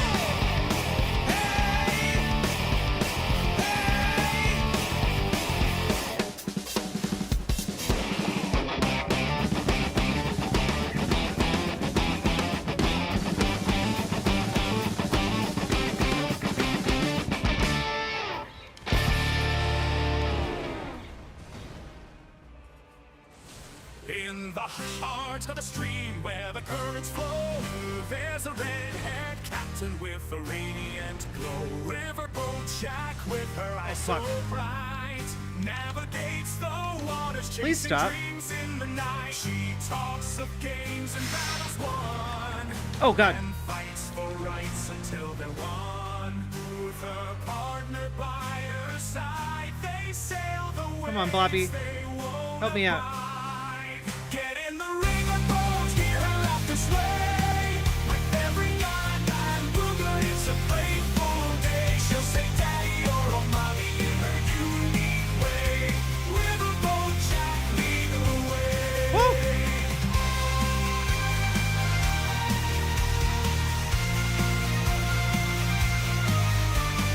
Chat, the waves crash loud as Jack speaks truth. She stands proud. Politics, socialism, her flag unfurled. In her world, Oh God, the double swipe. Swipe. with arm curls and glasses on, she blows a kiss. Her strength is strong. Oh God. Her favorite tune, All right. she'll sing along, and in her laughter we all belong. Get in the riverboat, hear her laughter sway. With every Oh, the double swipe. I was so close. Damn. Damn. Riverboat Jack, lead the way.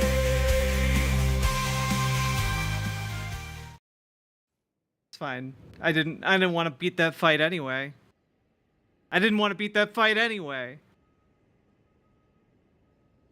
You can jump the dive bomb. It's the easiest way to deal with it, I've found. Now I believe I told you guys that I would say awooga. So 1 sub equals 1 awooga. There we go. Nailed it. All right. Awooga, awooga, awooga, awooga, awooga, awooga, awooga, awooga, awooga, awooga. This is the awooga we've been waiting for. Awooga, awooga, awooga, awooga, awooga, awooga, awooga. I can't explain to my family what I do anymore. Awooga, awooga, awooga, awooga.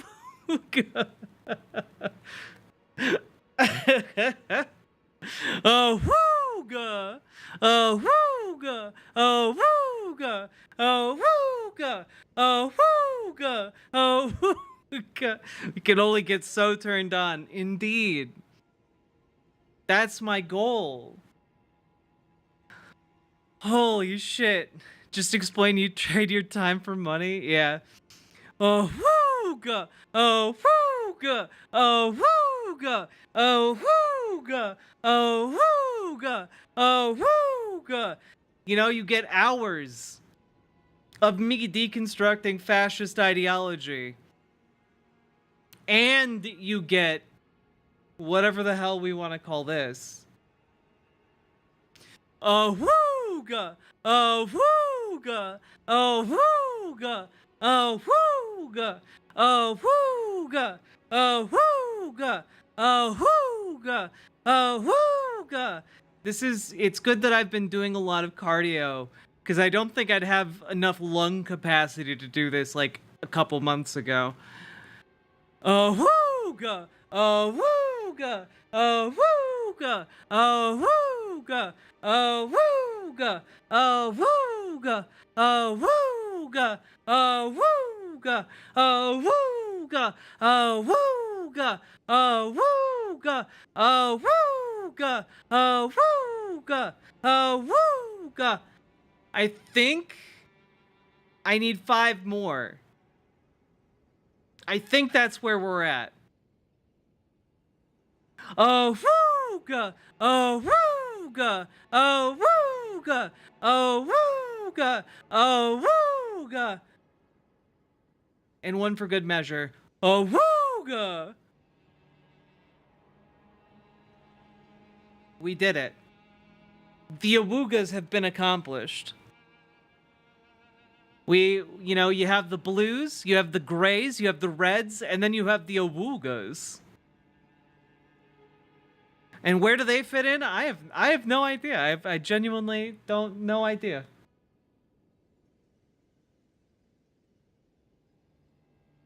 Oh my god.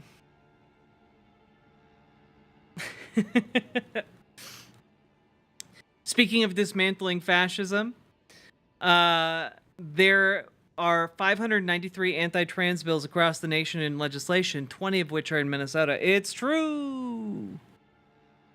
It's not great.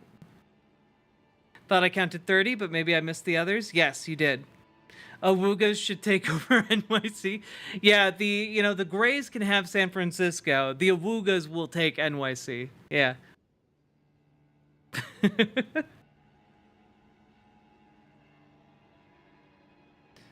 God.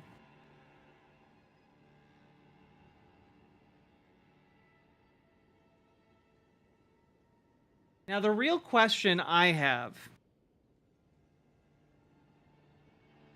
what kind of content do you guys want right now? Because I genuinely, I mean, the only other thing I got in my back pocket at the moment is either a counterpoints debate or counterpoint debate, and alternatively, that's kind of it. Public defender. You always have public defender. True. Vote for something chill. Number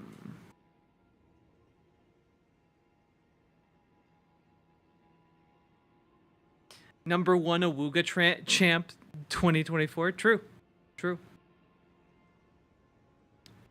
I mean, I don't want to do Gordo's or Peepo's court for a couple of reasons. So we could do public defender.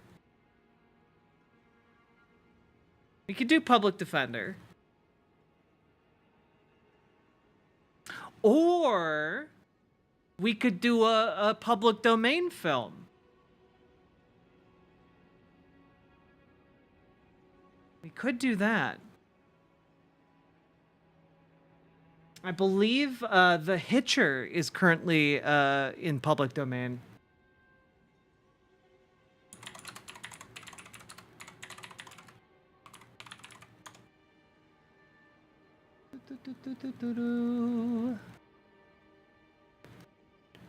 Yeah, The Hitchhiker. Could be good.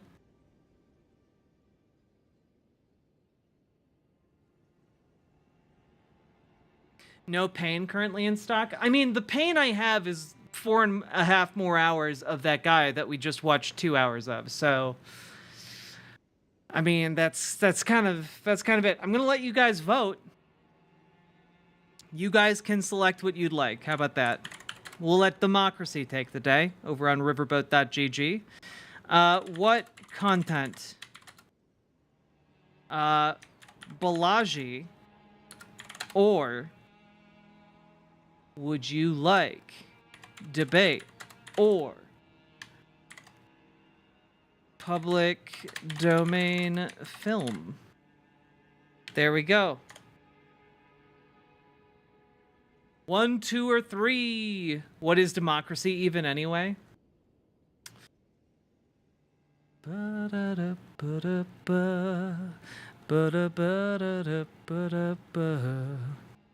If we do, look, the issue is if we do Tuttle Twins, we have to shut down the YouTube stream, and I that's never fun.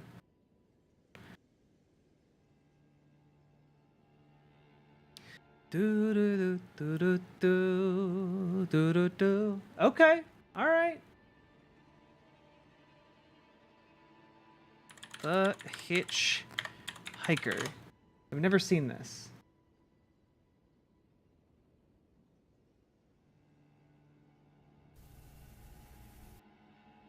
All right, here we go.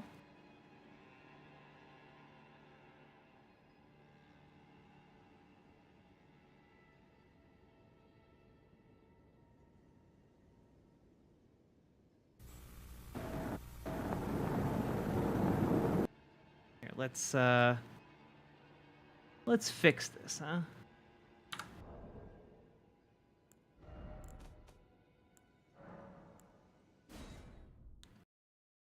Save game, return to desktop.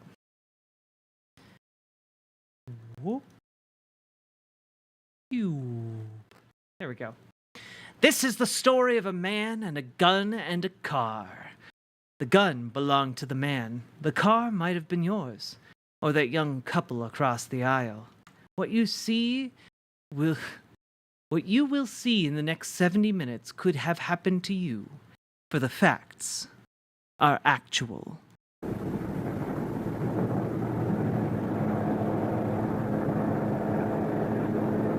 They're factual.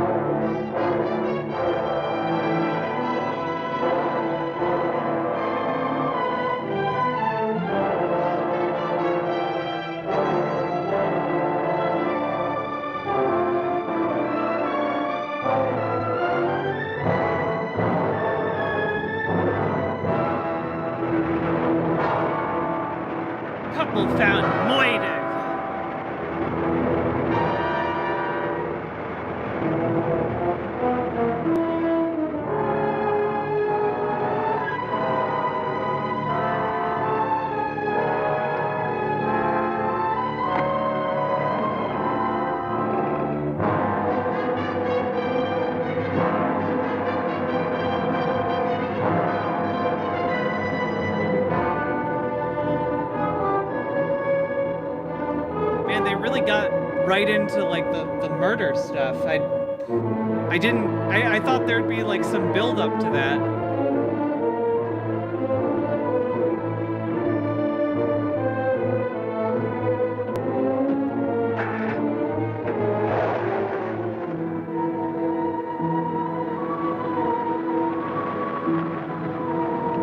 When you get to the next intersection, why don't you turn south?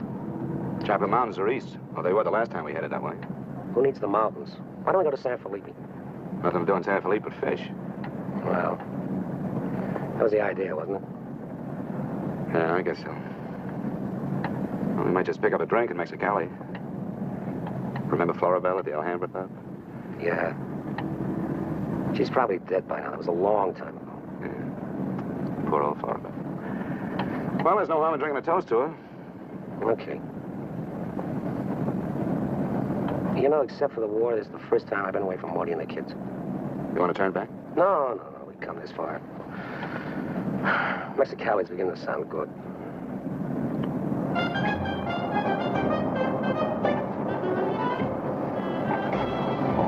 There's Mamie's. Remember that chime?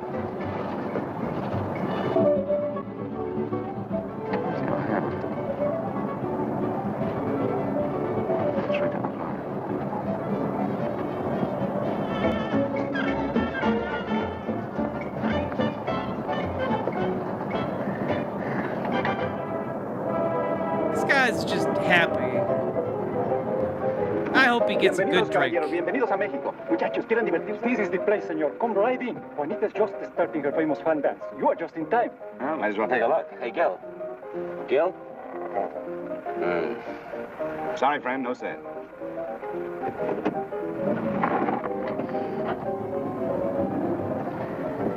Oh, well. San Felipe, here we come. Aw, what a good friend.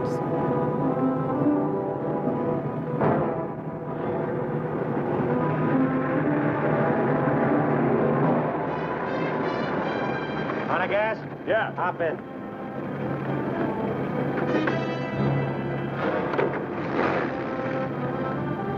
We're going to San Felipe. You can pick up some gas there, hit you right back. Waiting out that long? Yeah.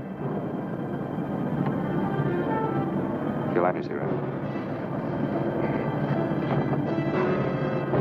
Smoke? No.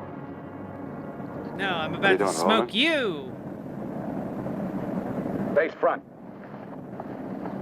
And keep driving. Sure, I'm Emmett Myers.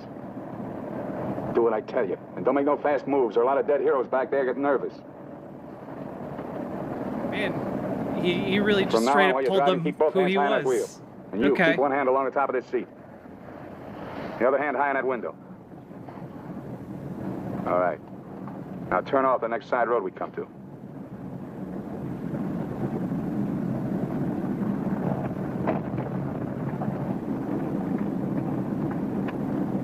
Pull up.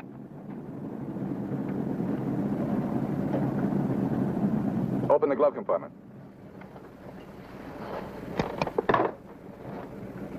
What's the box?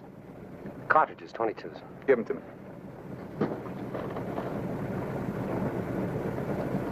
Close it. Now, this is how we get out after this. First, give me the keys. Now, we all get out the same side. This one. I get out first. Then you. Stand away from the car. And then you. Let's go.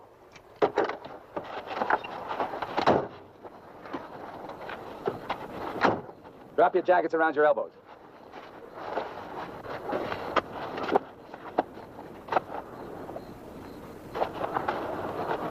Turn around. We're gonna open the trunk. Move.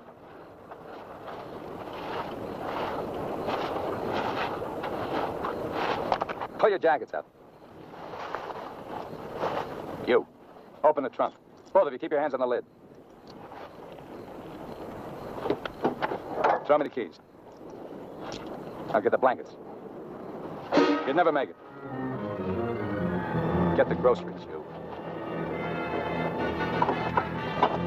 Whose gun is that? Mine. You like to shoot? Yeah. So do I. So I'm warning you, don't try anything smart with me. Move.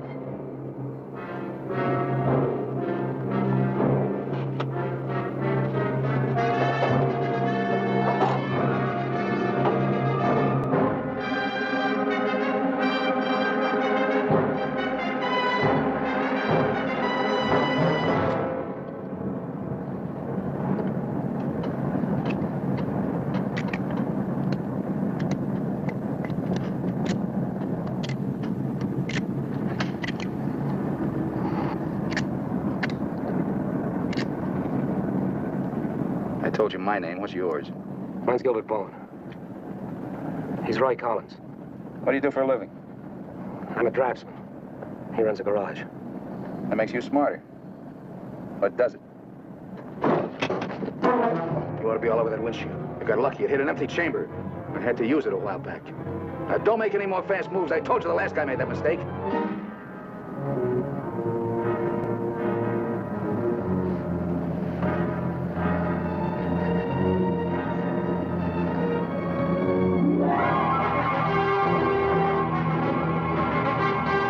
Where is he taking them?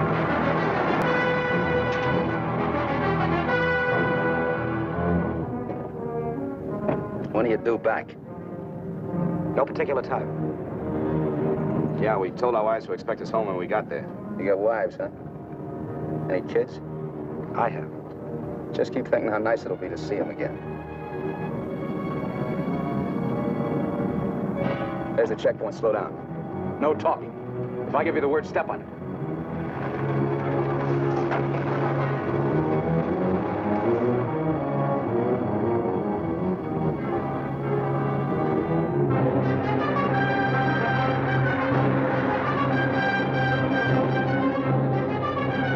So far, this is going pretty well for them, I'd say.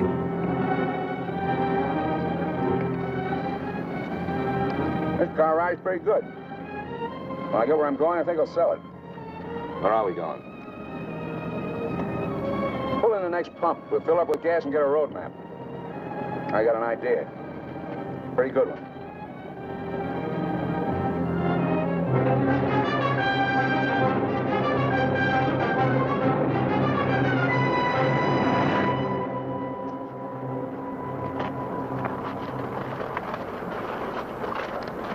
Aquí está, senor. Gracias. Speak English, you. I told you he doesn't understand English. And I don't understand Mexican. Never mind the change. Let's get out of here.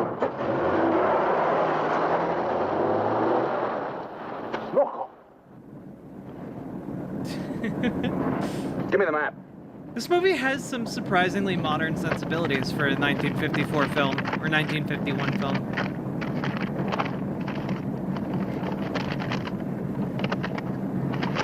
Take the first side road we come to.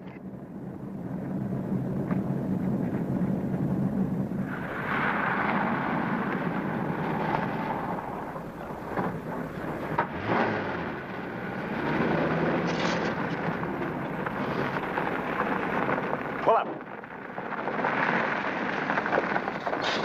Keys. All right, now get out like I told you.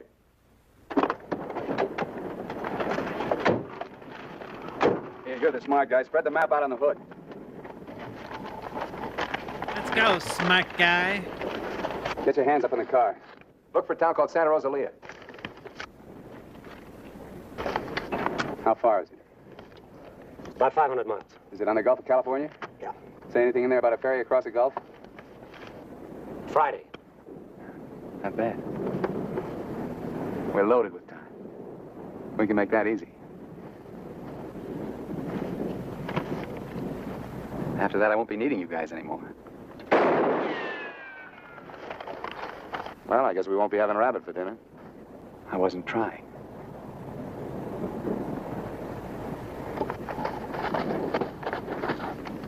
Collins, put the can out in that rock there. Oh, he wants to show off. Give me the map. He just wants friends. Maybe they can get out of this with the power of friendship, guys. Not that one! The other one!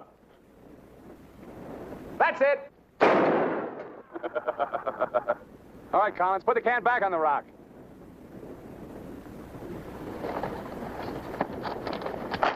Don't forget this is loaded too. Let's say you try it. See how good you are. He just wants to hang with the boys.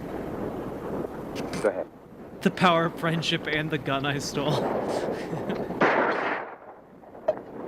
Not bad. Collins! Pick up the can! Take it out on that point there. If you don't, I'll let Bowen have it. Out on the point, that's right. Further! Now hold it up! You won't get hurt, your buddy's good with guns. You're crazy, I won't do it. It's just a game. Go ahead. Collins, hold it closer to you. What's the matter, you scared? Hold it closer. You want me to try it again? I might miss this time. Shoot.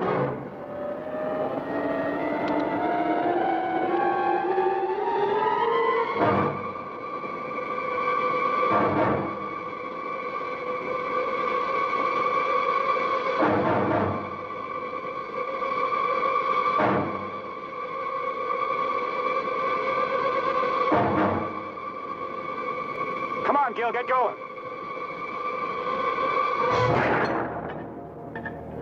Good job, Gil. Nervous? Relax. All right, Collins, come on in. Fun's over. You guys worked up quite a sweat.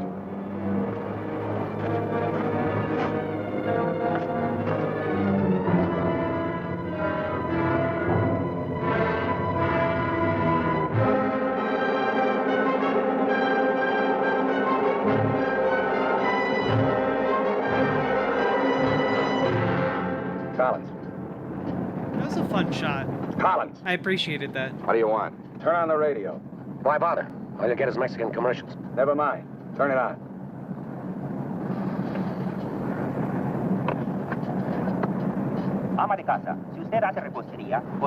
Get something else.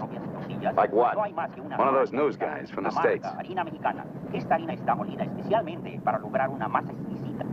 And scheduled for 10 o'clock tomorrow morning at the White House. On the crime front, the police of 9 western states from Washington in the north to Colorado and Utah in the east have been alerted to keep a continuous search for the Kansas desperado Emmett Myers. Reports damn, of he's a killings in Florida, desperado. Detroit and Seattle within the last 24 hours, although most of these tips have been discounted by police authorities. It's probably a good thing we Latest stopped victim, using that William term. Johnson, Makes criminals salesman sound from way Portland, too Oregon, cool. was found late yesterday in Imperial County, California. The victim's car, possibly with Myers in it, has not yet been found. The United Nations passed all important resolutions by near unanimous. They're not even close. You guys don't have to worry. Not yet. You can start sweating when they put me in this car. If they ever do. And a good evening, ladies and gentlemen. This is Sam Hayes reporting your news final. At the top of the news tonight is the report that the hitchhike murderer, Emmett Myers, is still at large. Yesterday, the devil thumbed another ride, and William Johnson of Portland asked him to hop in. Now, William Johnson is dead. In an all-out effort to apprehend Myers, the police have set up roadblocks on all major highways in the western states, and all border stations are being closely watched. Myers is slight, 28 years of age. He's wearing a dark shirt, dark gray trousers, and a black leather Hey, jacket. Gay Fesh, Right eye we're is watching partially The paralyzed. Hitchhiker. If you are in possession of any information regarding the whereabouts of this individual, please communicate with your nearest office of police or office of the Federal Bureau of Investigation.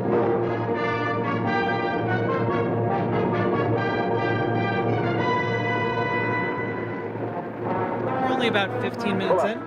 20 minutes in. Keys. Out.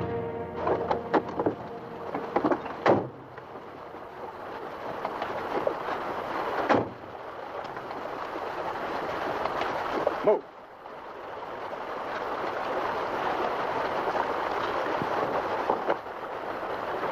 Each of you take one.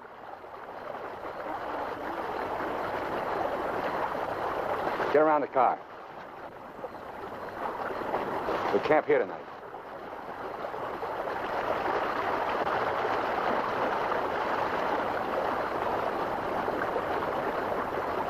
I know what you're thinking, Collins. You haven't got a chance. You guys are gonna die, that's all. It's just a question of when. Santa Rosalia, that's the end of the line. If the cops find out we're together, Or if you try to cross me up. Morbius Dragon, thank you for the $2 super chat. You're awesome. You know, you make pretty good targets from where I sit.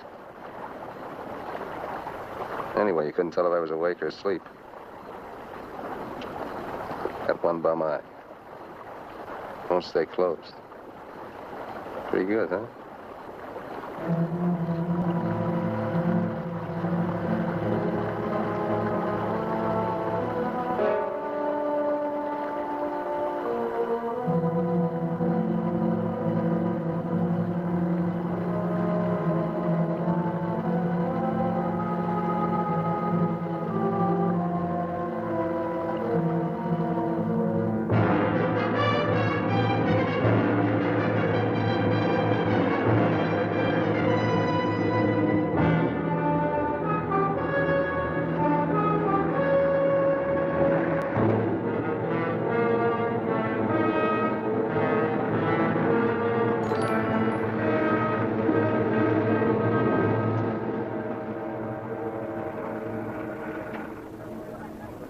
We're getting out here and buy some grub. We get out of the car like usual. You guys go in the store ahead of me. No Mexican. I'm talking to you. And he tells you how much you pay. Is that clear? Now, one other thing. I'm going to have my hand in my pocket. So far, my record in Mexico clean. I want to keep it that way. Let's go.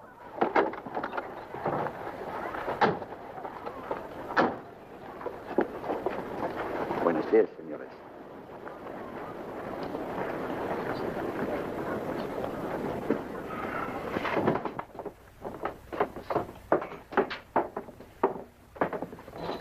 Buenos días, señores. ¿Provisiones? Tengo un gran surtido de frutas y legumbres, ropa, calzado, al mismo precio que existen en Tijuana. What do you say about Tijuana? He says their prices are about the same as in Tijuana. Never mind a kid. What do you want? Some beans and stuff. And tomato soup. I like that. Get 4 cans. He wants 4 cans of beans, 4 cans of tomato soup, 3 cans of chili. It's no use. He doesn't understand English. Well, you're not talking Mex. Take the cans off the shelves. Give them to Collins.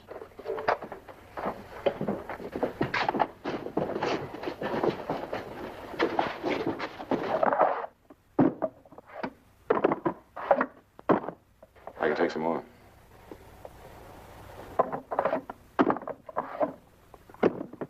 Go on, load it up. That'll hold us. Pay him. 15 pesos, 10 centavos, señor.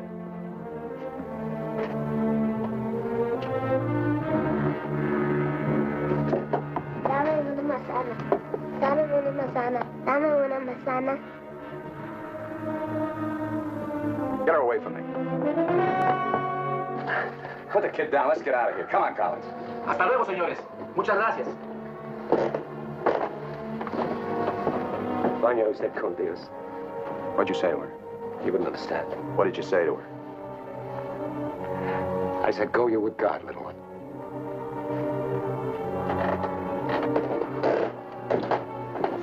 Yeah, the guy behind the counter is just like, you hugged my daughter really weird. Something's going on. Oh, Laura's a delightful movie, Morbius. Hey, mister. You live in El Centro? I live there sometime. Nice place, huh?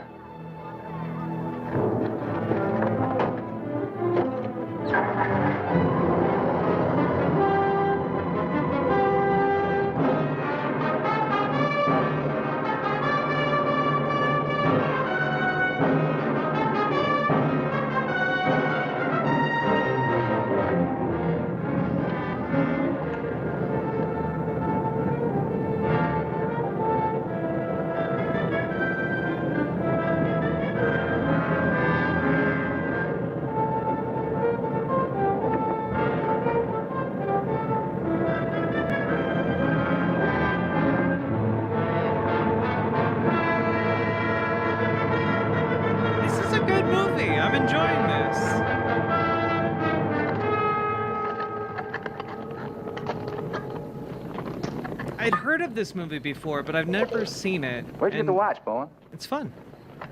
My wife gave it to me. Throw it over here.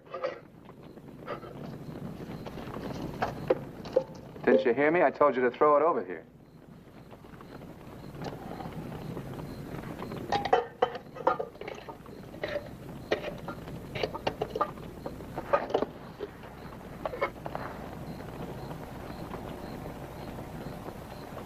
watch like this once when I was 17. Nobody gave it to me. I took it. Knocked off a broken down jewelry store in a little jerk town outside of Tulsa. It was a cinch. You guys are soft. You know what makes you that way? You're up to your necks in IOUs. You're suckers.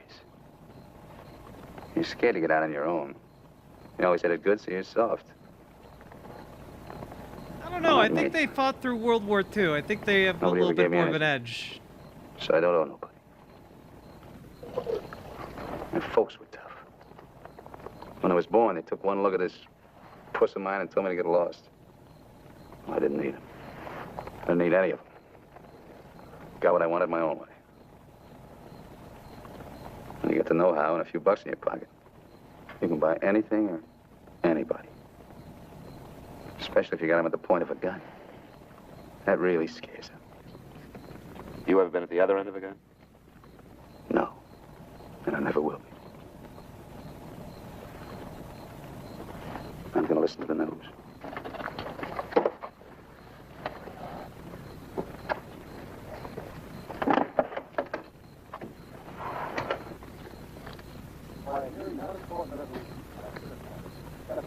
Turn it up. We'd like to hear what's going on. You just get the grub ready. Anything interesting, I'll let you know. We gotta find an excuse to raise the hood of the car and put that radio out of commission. First time he finds out they're looking for us together, we're through. Never mind the radio. I'm not gonna take it anymore. We gotta get him. You can't beat him that way. You give him one good reason and he'll kill us. We gotta take the chance. As long as he needs us, we'll stay alive. When he gets ready to jump us, we'll jump him, not before. Maybe today, maybe tomorrow. All right, now. They found Johnson's car.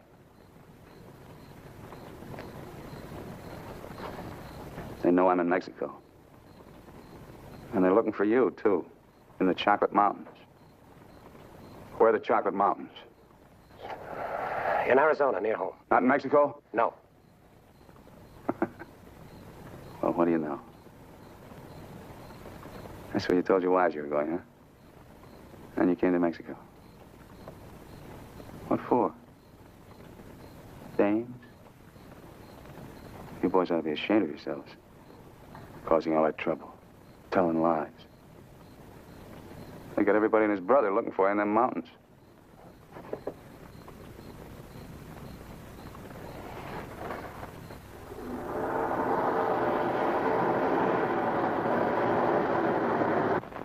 I told you to turn the radio on. I did. Takes time to warm up. Try another station. Stop it! Stop it! I can't. I gotta pull up and disconnect it. Then pull up!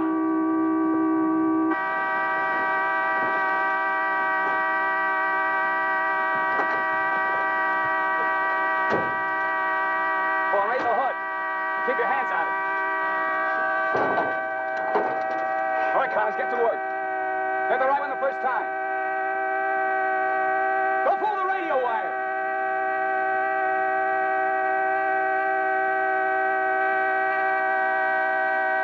Faster, faster! I thought you were a mechanic! I'm going as fast as I can. The threads are frozen.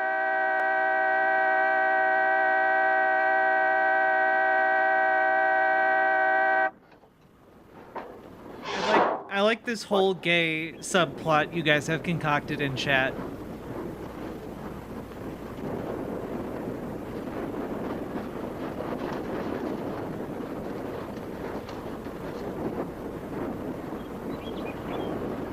Come on. Throw the tools in the back. Holding up my gun, backing out of the room. Critical Role is about to start.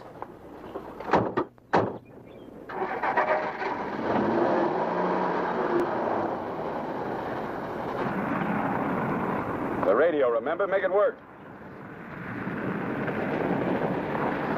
I can't. Pull up. So you did bust it, Collins. Cut it out! He didn't do it. It's a static in the hills. Stations aren't strong enough in the daytime. Tonight it'll work. Tonight it better. Take the wheel. Now, in Punta Prieta, in August the 7th, 3 Americans stopped for provision at a store owned by Jose Andrade. Andrade gave an accurate description of Meyer as being one of them. Another witness That guy looks stated like Harrison that 3 Ford. men came out My of the God. store and drove away in a green sedan bearing the same plate. This confirms our theory that Collins and Bowen are with them. He seems to be heading south, all right. Staying clear of all main highways. Exactly. Now, to the west, this is more or less barren and would afford no means of escape. His most logical move would be Santa Rosalia, then Guamas. Sure that fire's out. Pull the coffee out. Get down!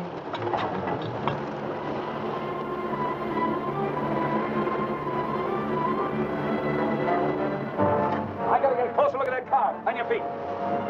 Through there. At the other end lie flat. Get going.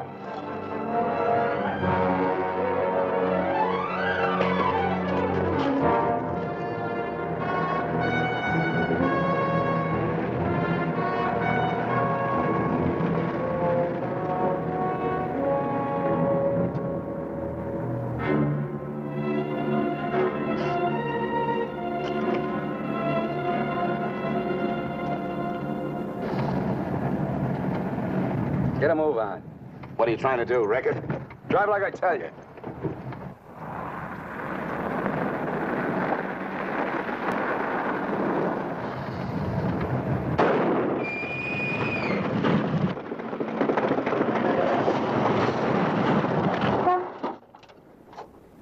Out!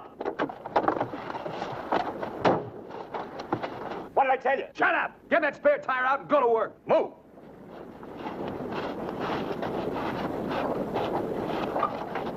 Oh my. Gayness. Indeed.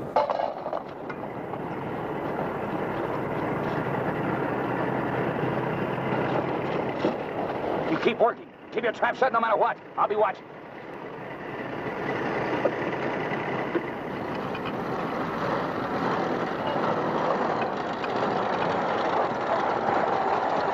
Buenos días, señores. ¿Son americanos? Do you need any help? Qué raro, no me contestan. Bueno, vámonos.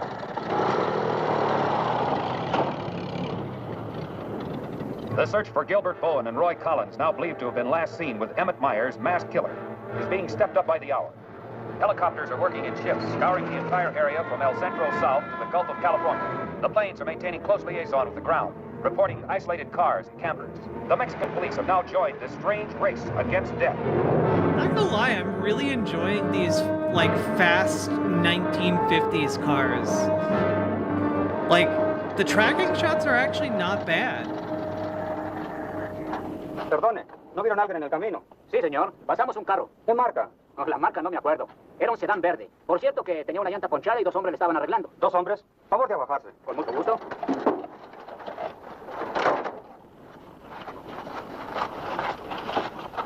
Señor Alvarado, creo que estos saben algo. Si le enseñamos la fotografía, posiblemente...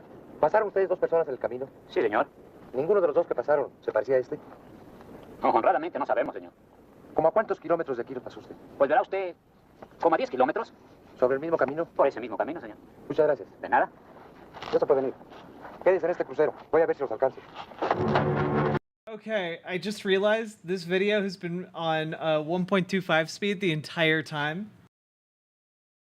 Should we leave it as is, or should we slow it down to normal speed? Yeah. Whoopsie. That's my bad. I'm sorry. I gotta be honest, I just did not realize anyone was talking too fast. And to be fair, neither did any of you. So, 1.2 normal speed? Fast-paced tracking shot canceled for not actually being that fast. I noticed, but I didn't say anything. Here, I'm going to leave it up to a vote, okay? What speed? 1.25 or normal? There you go. 1s or 2s in Riverboat chat.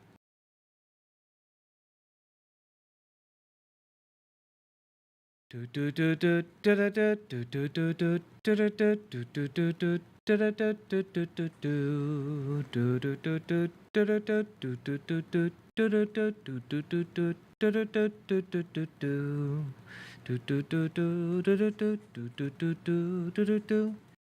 right, 1.25 one out. So I was just like, the English sounded fine to me, but the Spanish I was just kind of like, that sounds a little bit too fast.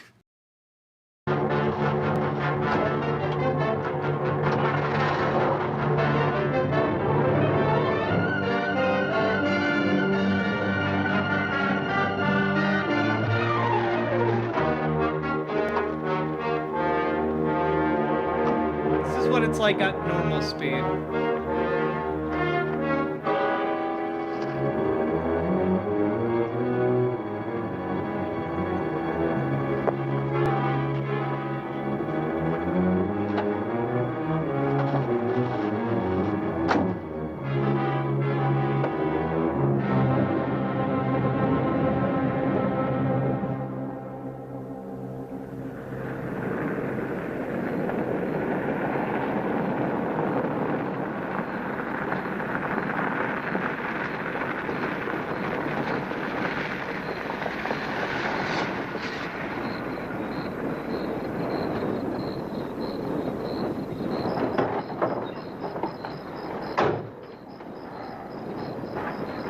Hold it right there. Around.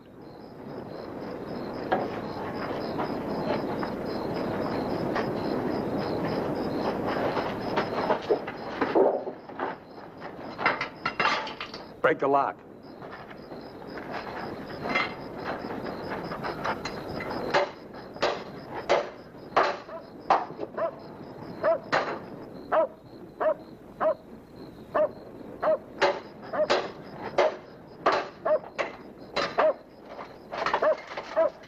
Okay, one of you on the pump.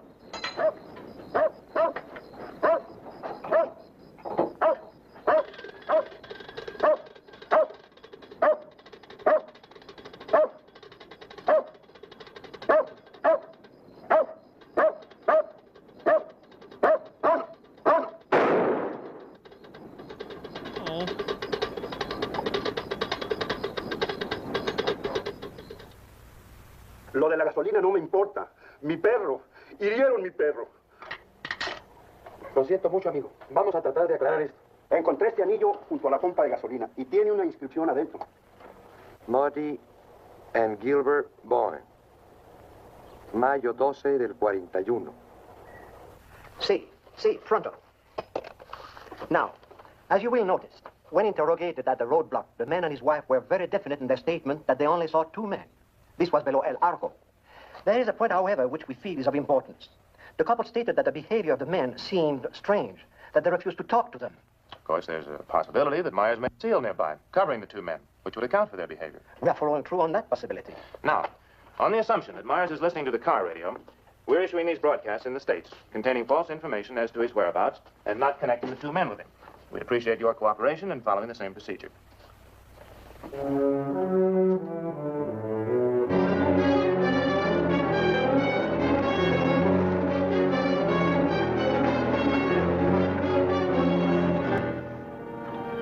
This ought to be the main highway. It isn't. What do you mean? Looks like an abandoned airstrip. Well, it's okay for tonight. Head over there.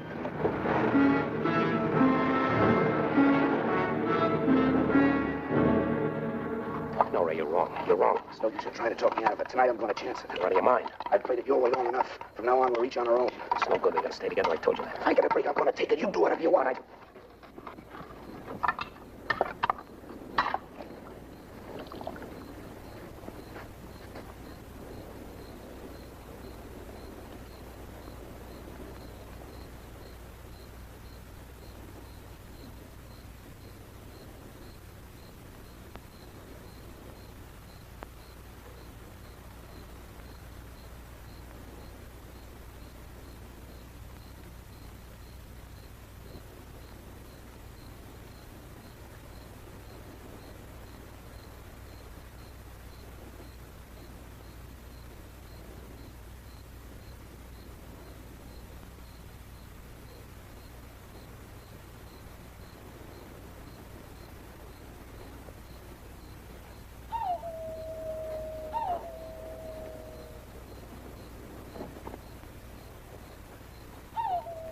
sleep with his eyes open?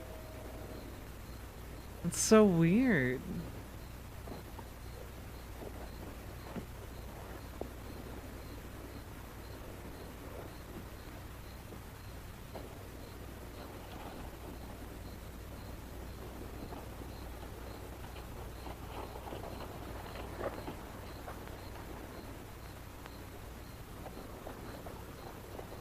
Oh, dude, why are you running in the... There's no cover out there.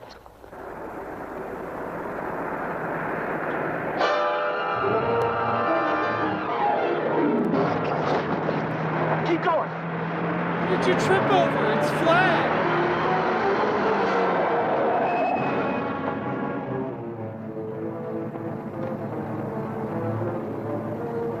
Oh, he mentioned earlier that he has a lazy eye. Yeah. Why, you dirty... Thought I was asleep, huh? You know, you're beginning to get ideas. I don't like that. Hold him in the car. Your buddy's all washed up for the night.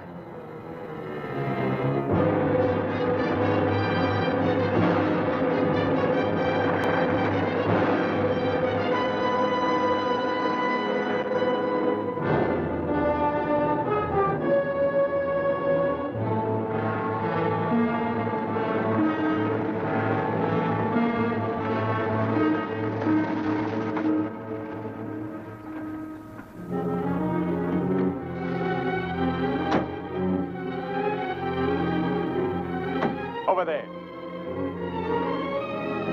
Move.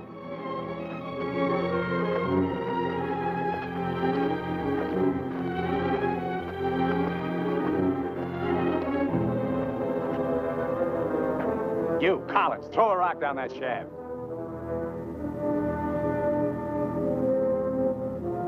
Let's see how deep that shaft goes.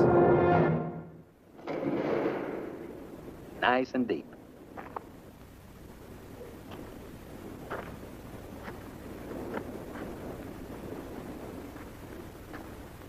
This is fine. Cut it out. If you're going to kill us, do it and get it over with. Thought you never killed without a reason.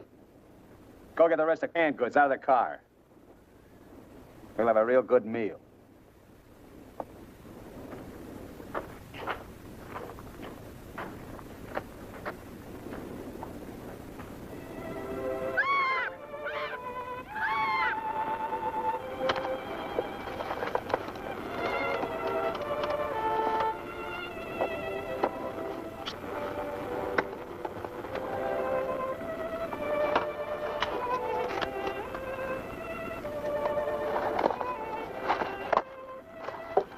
Save him for the next guy that picks you up.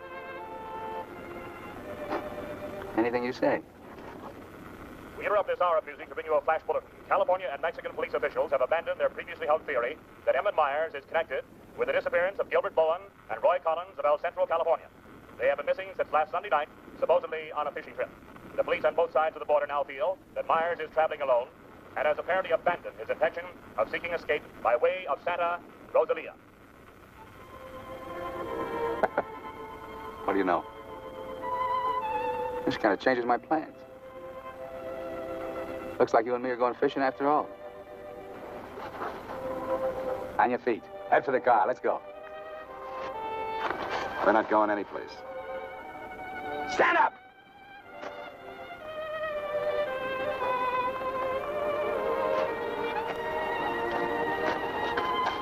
What'd you do to it? There's a great big hole in that crankcase. All right. We'll walk. Just what that sore ankle of yours needs, Collins. A nice long hike.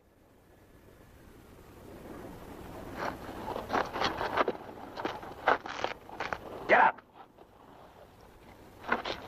Hey, Makana. Now get the fishing gear out of the back. Move.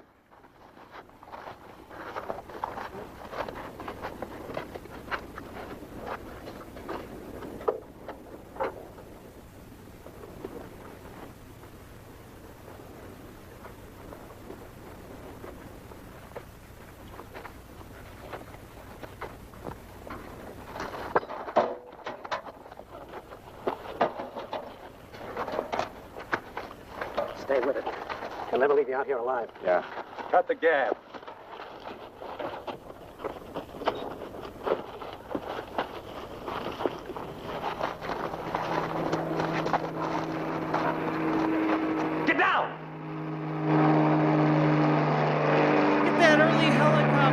so fun.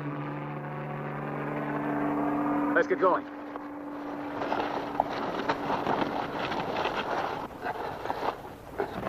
Maybe we'll have to leave you here. Too bad. Come on, Roy, try.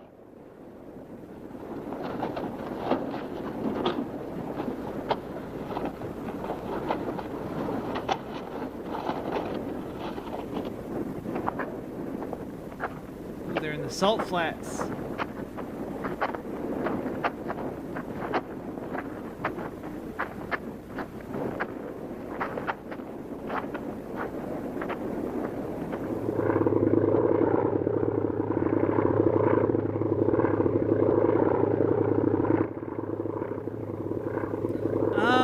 His foot got caught on some kind of loop embedded in the concrete of the airstrip. Yeah, probably for like tying down planes in bad weather. That would make sense. Here we are! Here we are! Can't you see us? Look, here we are! Down here! Oh, please, God! Hear me! Hear me! Come back! Come back!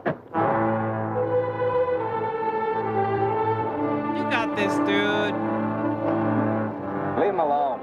Can't you see he's praying?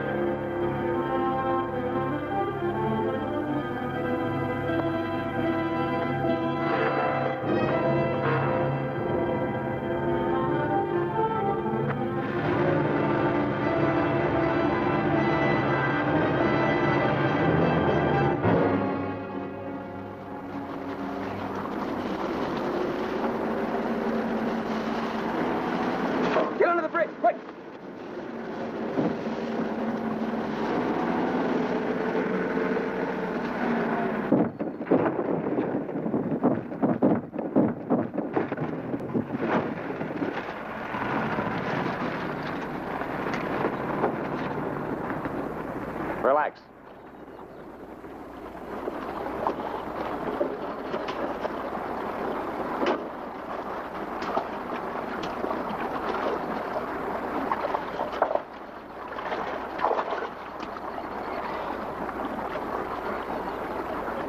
Go ahead if you can stand the filthy stuff.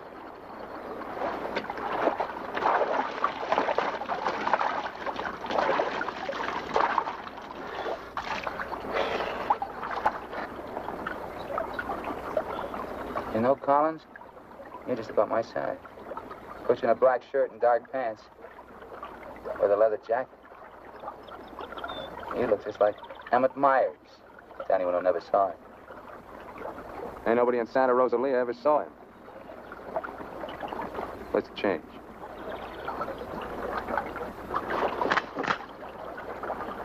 Get up in the bank and take your clothes off.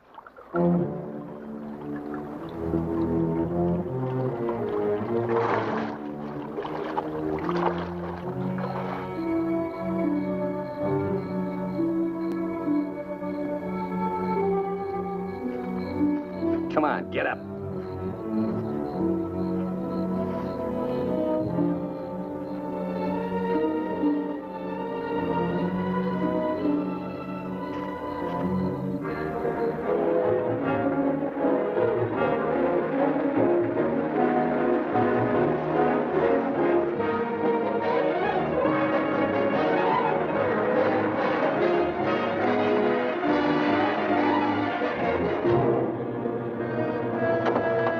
Sácate con los burros de ahí.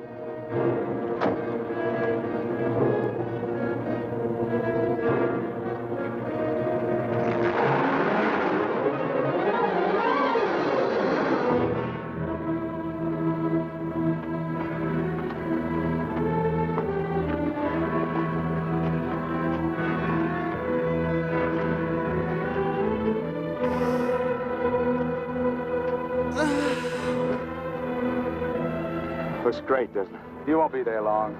Collins! There are cops down there. In those clothes, they might shoot you. That'd solve all your problems, wouldn't it? Not if they found they made a mistake, it wouldn't. We'll hit some little joint in the outskirts. I might even buy you boys a beer. Get moving.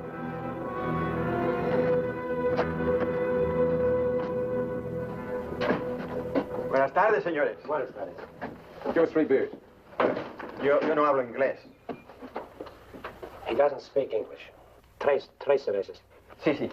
When I want you to talk next, I'll tell you. Sit down, Collins. Rest your sore foot. You can talk it now. Ask him about the ferry to Guaymas. I'll be watching his face. If he starts looking frightened, I start shooting. ¿Cuándo sale el chalán para Guaymas? Los martes y viernes a las 9 de la noche.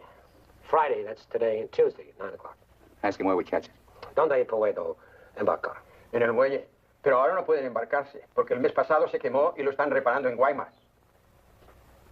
You're out of luck. Ferry burned up. It's being repaired in Guaymas. You're lying. Ask him if he knows anyone who speaks English. Yo no hablo bien español. No comprendo. ¿Usted no habla inglés? Yo no, pero mi primo José sí. Venga conmigo. He says he has a cousin who speaks English. Follow him. Up. José, levántate. Despierta. José, despierta. ¿Qué pasó? Estos americanos quieren hablar contigo. Los dejo aquí con mi primo. Si algo necesitan, confianza, ¿eh? What can I do for you? I want to find out about the ferry to Guaymas. You want to go fishing? Too bad. No ferry anymore for the next 2 months, maybe. She burned up. Thank you. Fishing is pretty good here. Not as good as Guaymas or La Paz, but okay. You have motorboat? You know someone has a boat? Sure. My friend Jaime, he have one. Motor runs good. How do we get to this Jaime? Any mine where he works. Let's go. He's not finished until 6. I fix it for you tomorrow morning. I want to go now. At 6, then. By the time my friend gets the boat ready, there is no sun. My friend does not like using too much boat at night. He sees his wife and kids Give him some only more. at night. For me? Yeah. You pay my friend too? Yeah. You be up here at 8:30. The name of the boat is Estrella. 8,000 thanks, senor. That guy had a good day. We'll go around the town and wait by the water till it gets dark. Let's go.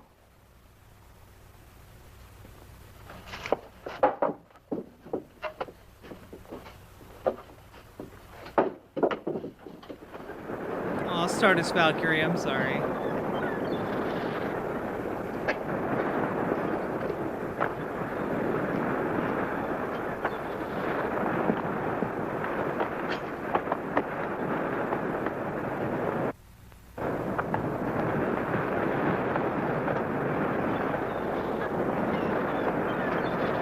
Hold it a minute, will you?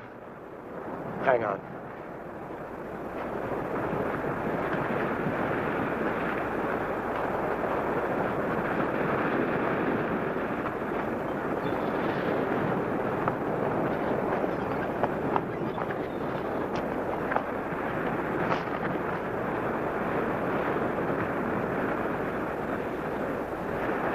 Better go fishing when you got a chance. That's what you came down here for, wasn't it? You guys are really fools.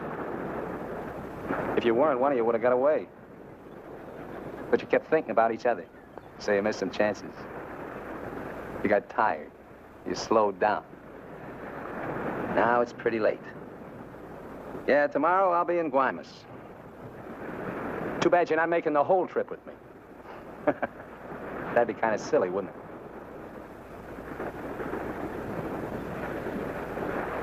You stink, Myers. You smell, just like your clothes. Sure, you'll make it to Guaymas, but they'll catch up with you and put you out of your misery. You haven't got a chance. You haven't got a thing except that gun. You better hang on to it, because without it, you're nothing. You're finished. Shut up! Gracias, Carlos. This guy's just going about having like one of the best days he's ever had. Caramba! Pronto, llámenle a la policía. Este hombre estaba en la cantina de mi primo. Se va esta noche en la Estrella, el barco de mi amigo Jaime. No, Carlos, no estoy borracho. Llámenle a la policía. Bueno, la policía. No, la policía.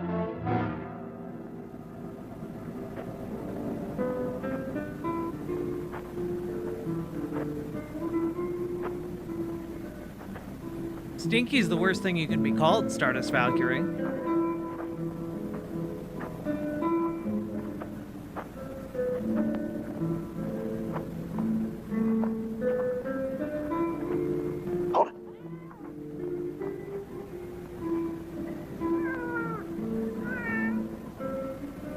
All right, Collins. Now you get to take a nice little walk all by yourself. Down the alley and out on the dock. Me and Bone will follow. If you try to tip anyone off, I'll let Bone have it. You wouldn't want that to happen, would you? Get going.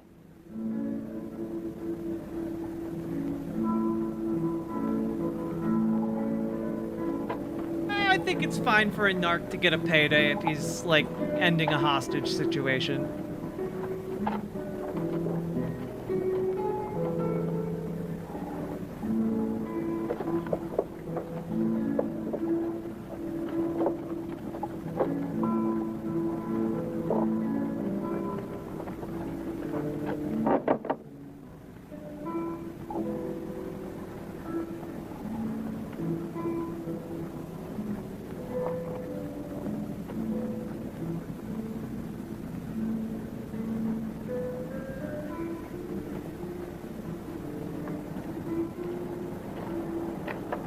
Go ahead, Collins.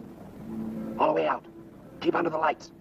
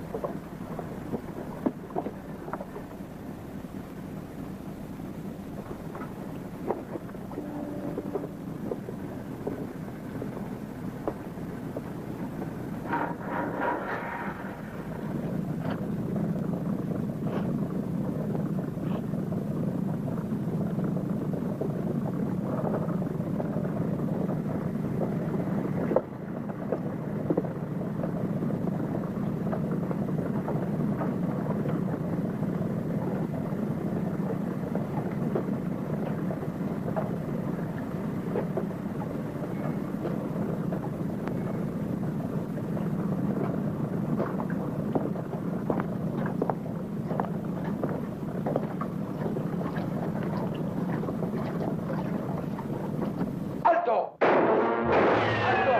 ¡Alto ahí! I'm not biased! I'm not biased! You hear me?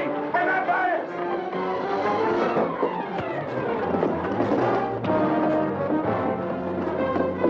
¡Alto! ¡Alto!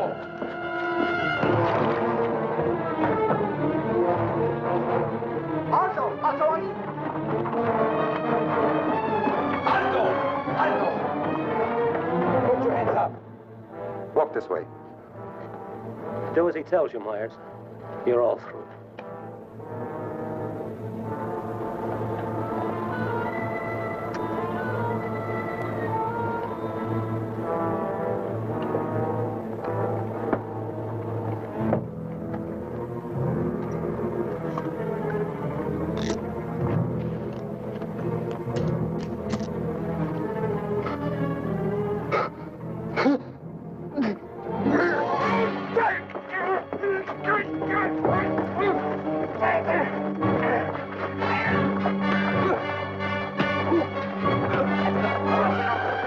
That's enough!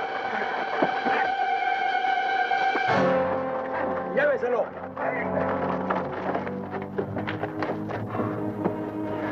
I'm sorry. We'll have to have full report. You understand? Yeah. Gracias. It's all right now, Roy. It's all right. I know someone who gets feisty when I cuff them.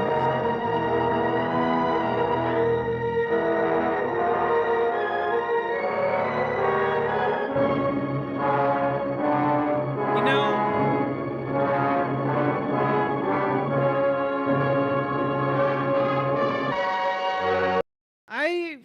enjoyed that. But also, it didn't really feel like our characters triumphed because of anything other than good luck. Like, it just kind of seemed like they were pretty complacent with their situation towards the end there. Like, I was expecting more of like a clever ruse, or like a trick, or some teamwork or something, and instead it was just nope. They hung out with him until the Mexican police came and stopped them. The end. I guess this is life now. Yeah, they just kind of, they were just like, yep, we're your guys. You own us. Yeah. That's the arrangement. We entered into a willing agreement. You might tell people we're gay or something. Yeah.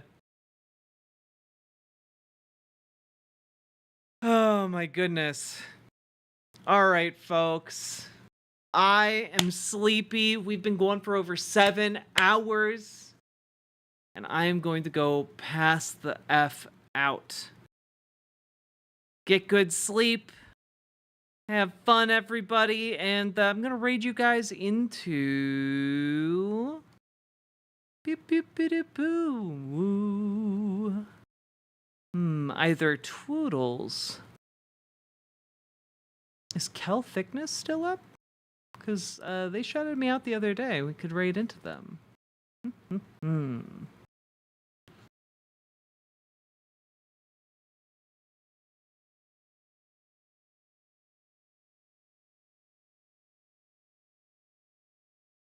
Yeah, let's do Kel Thickness. Let's do it.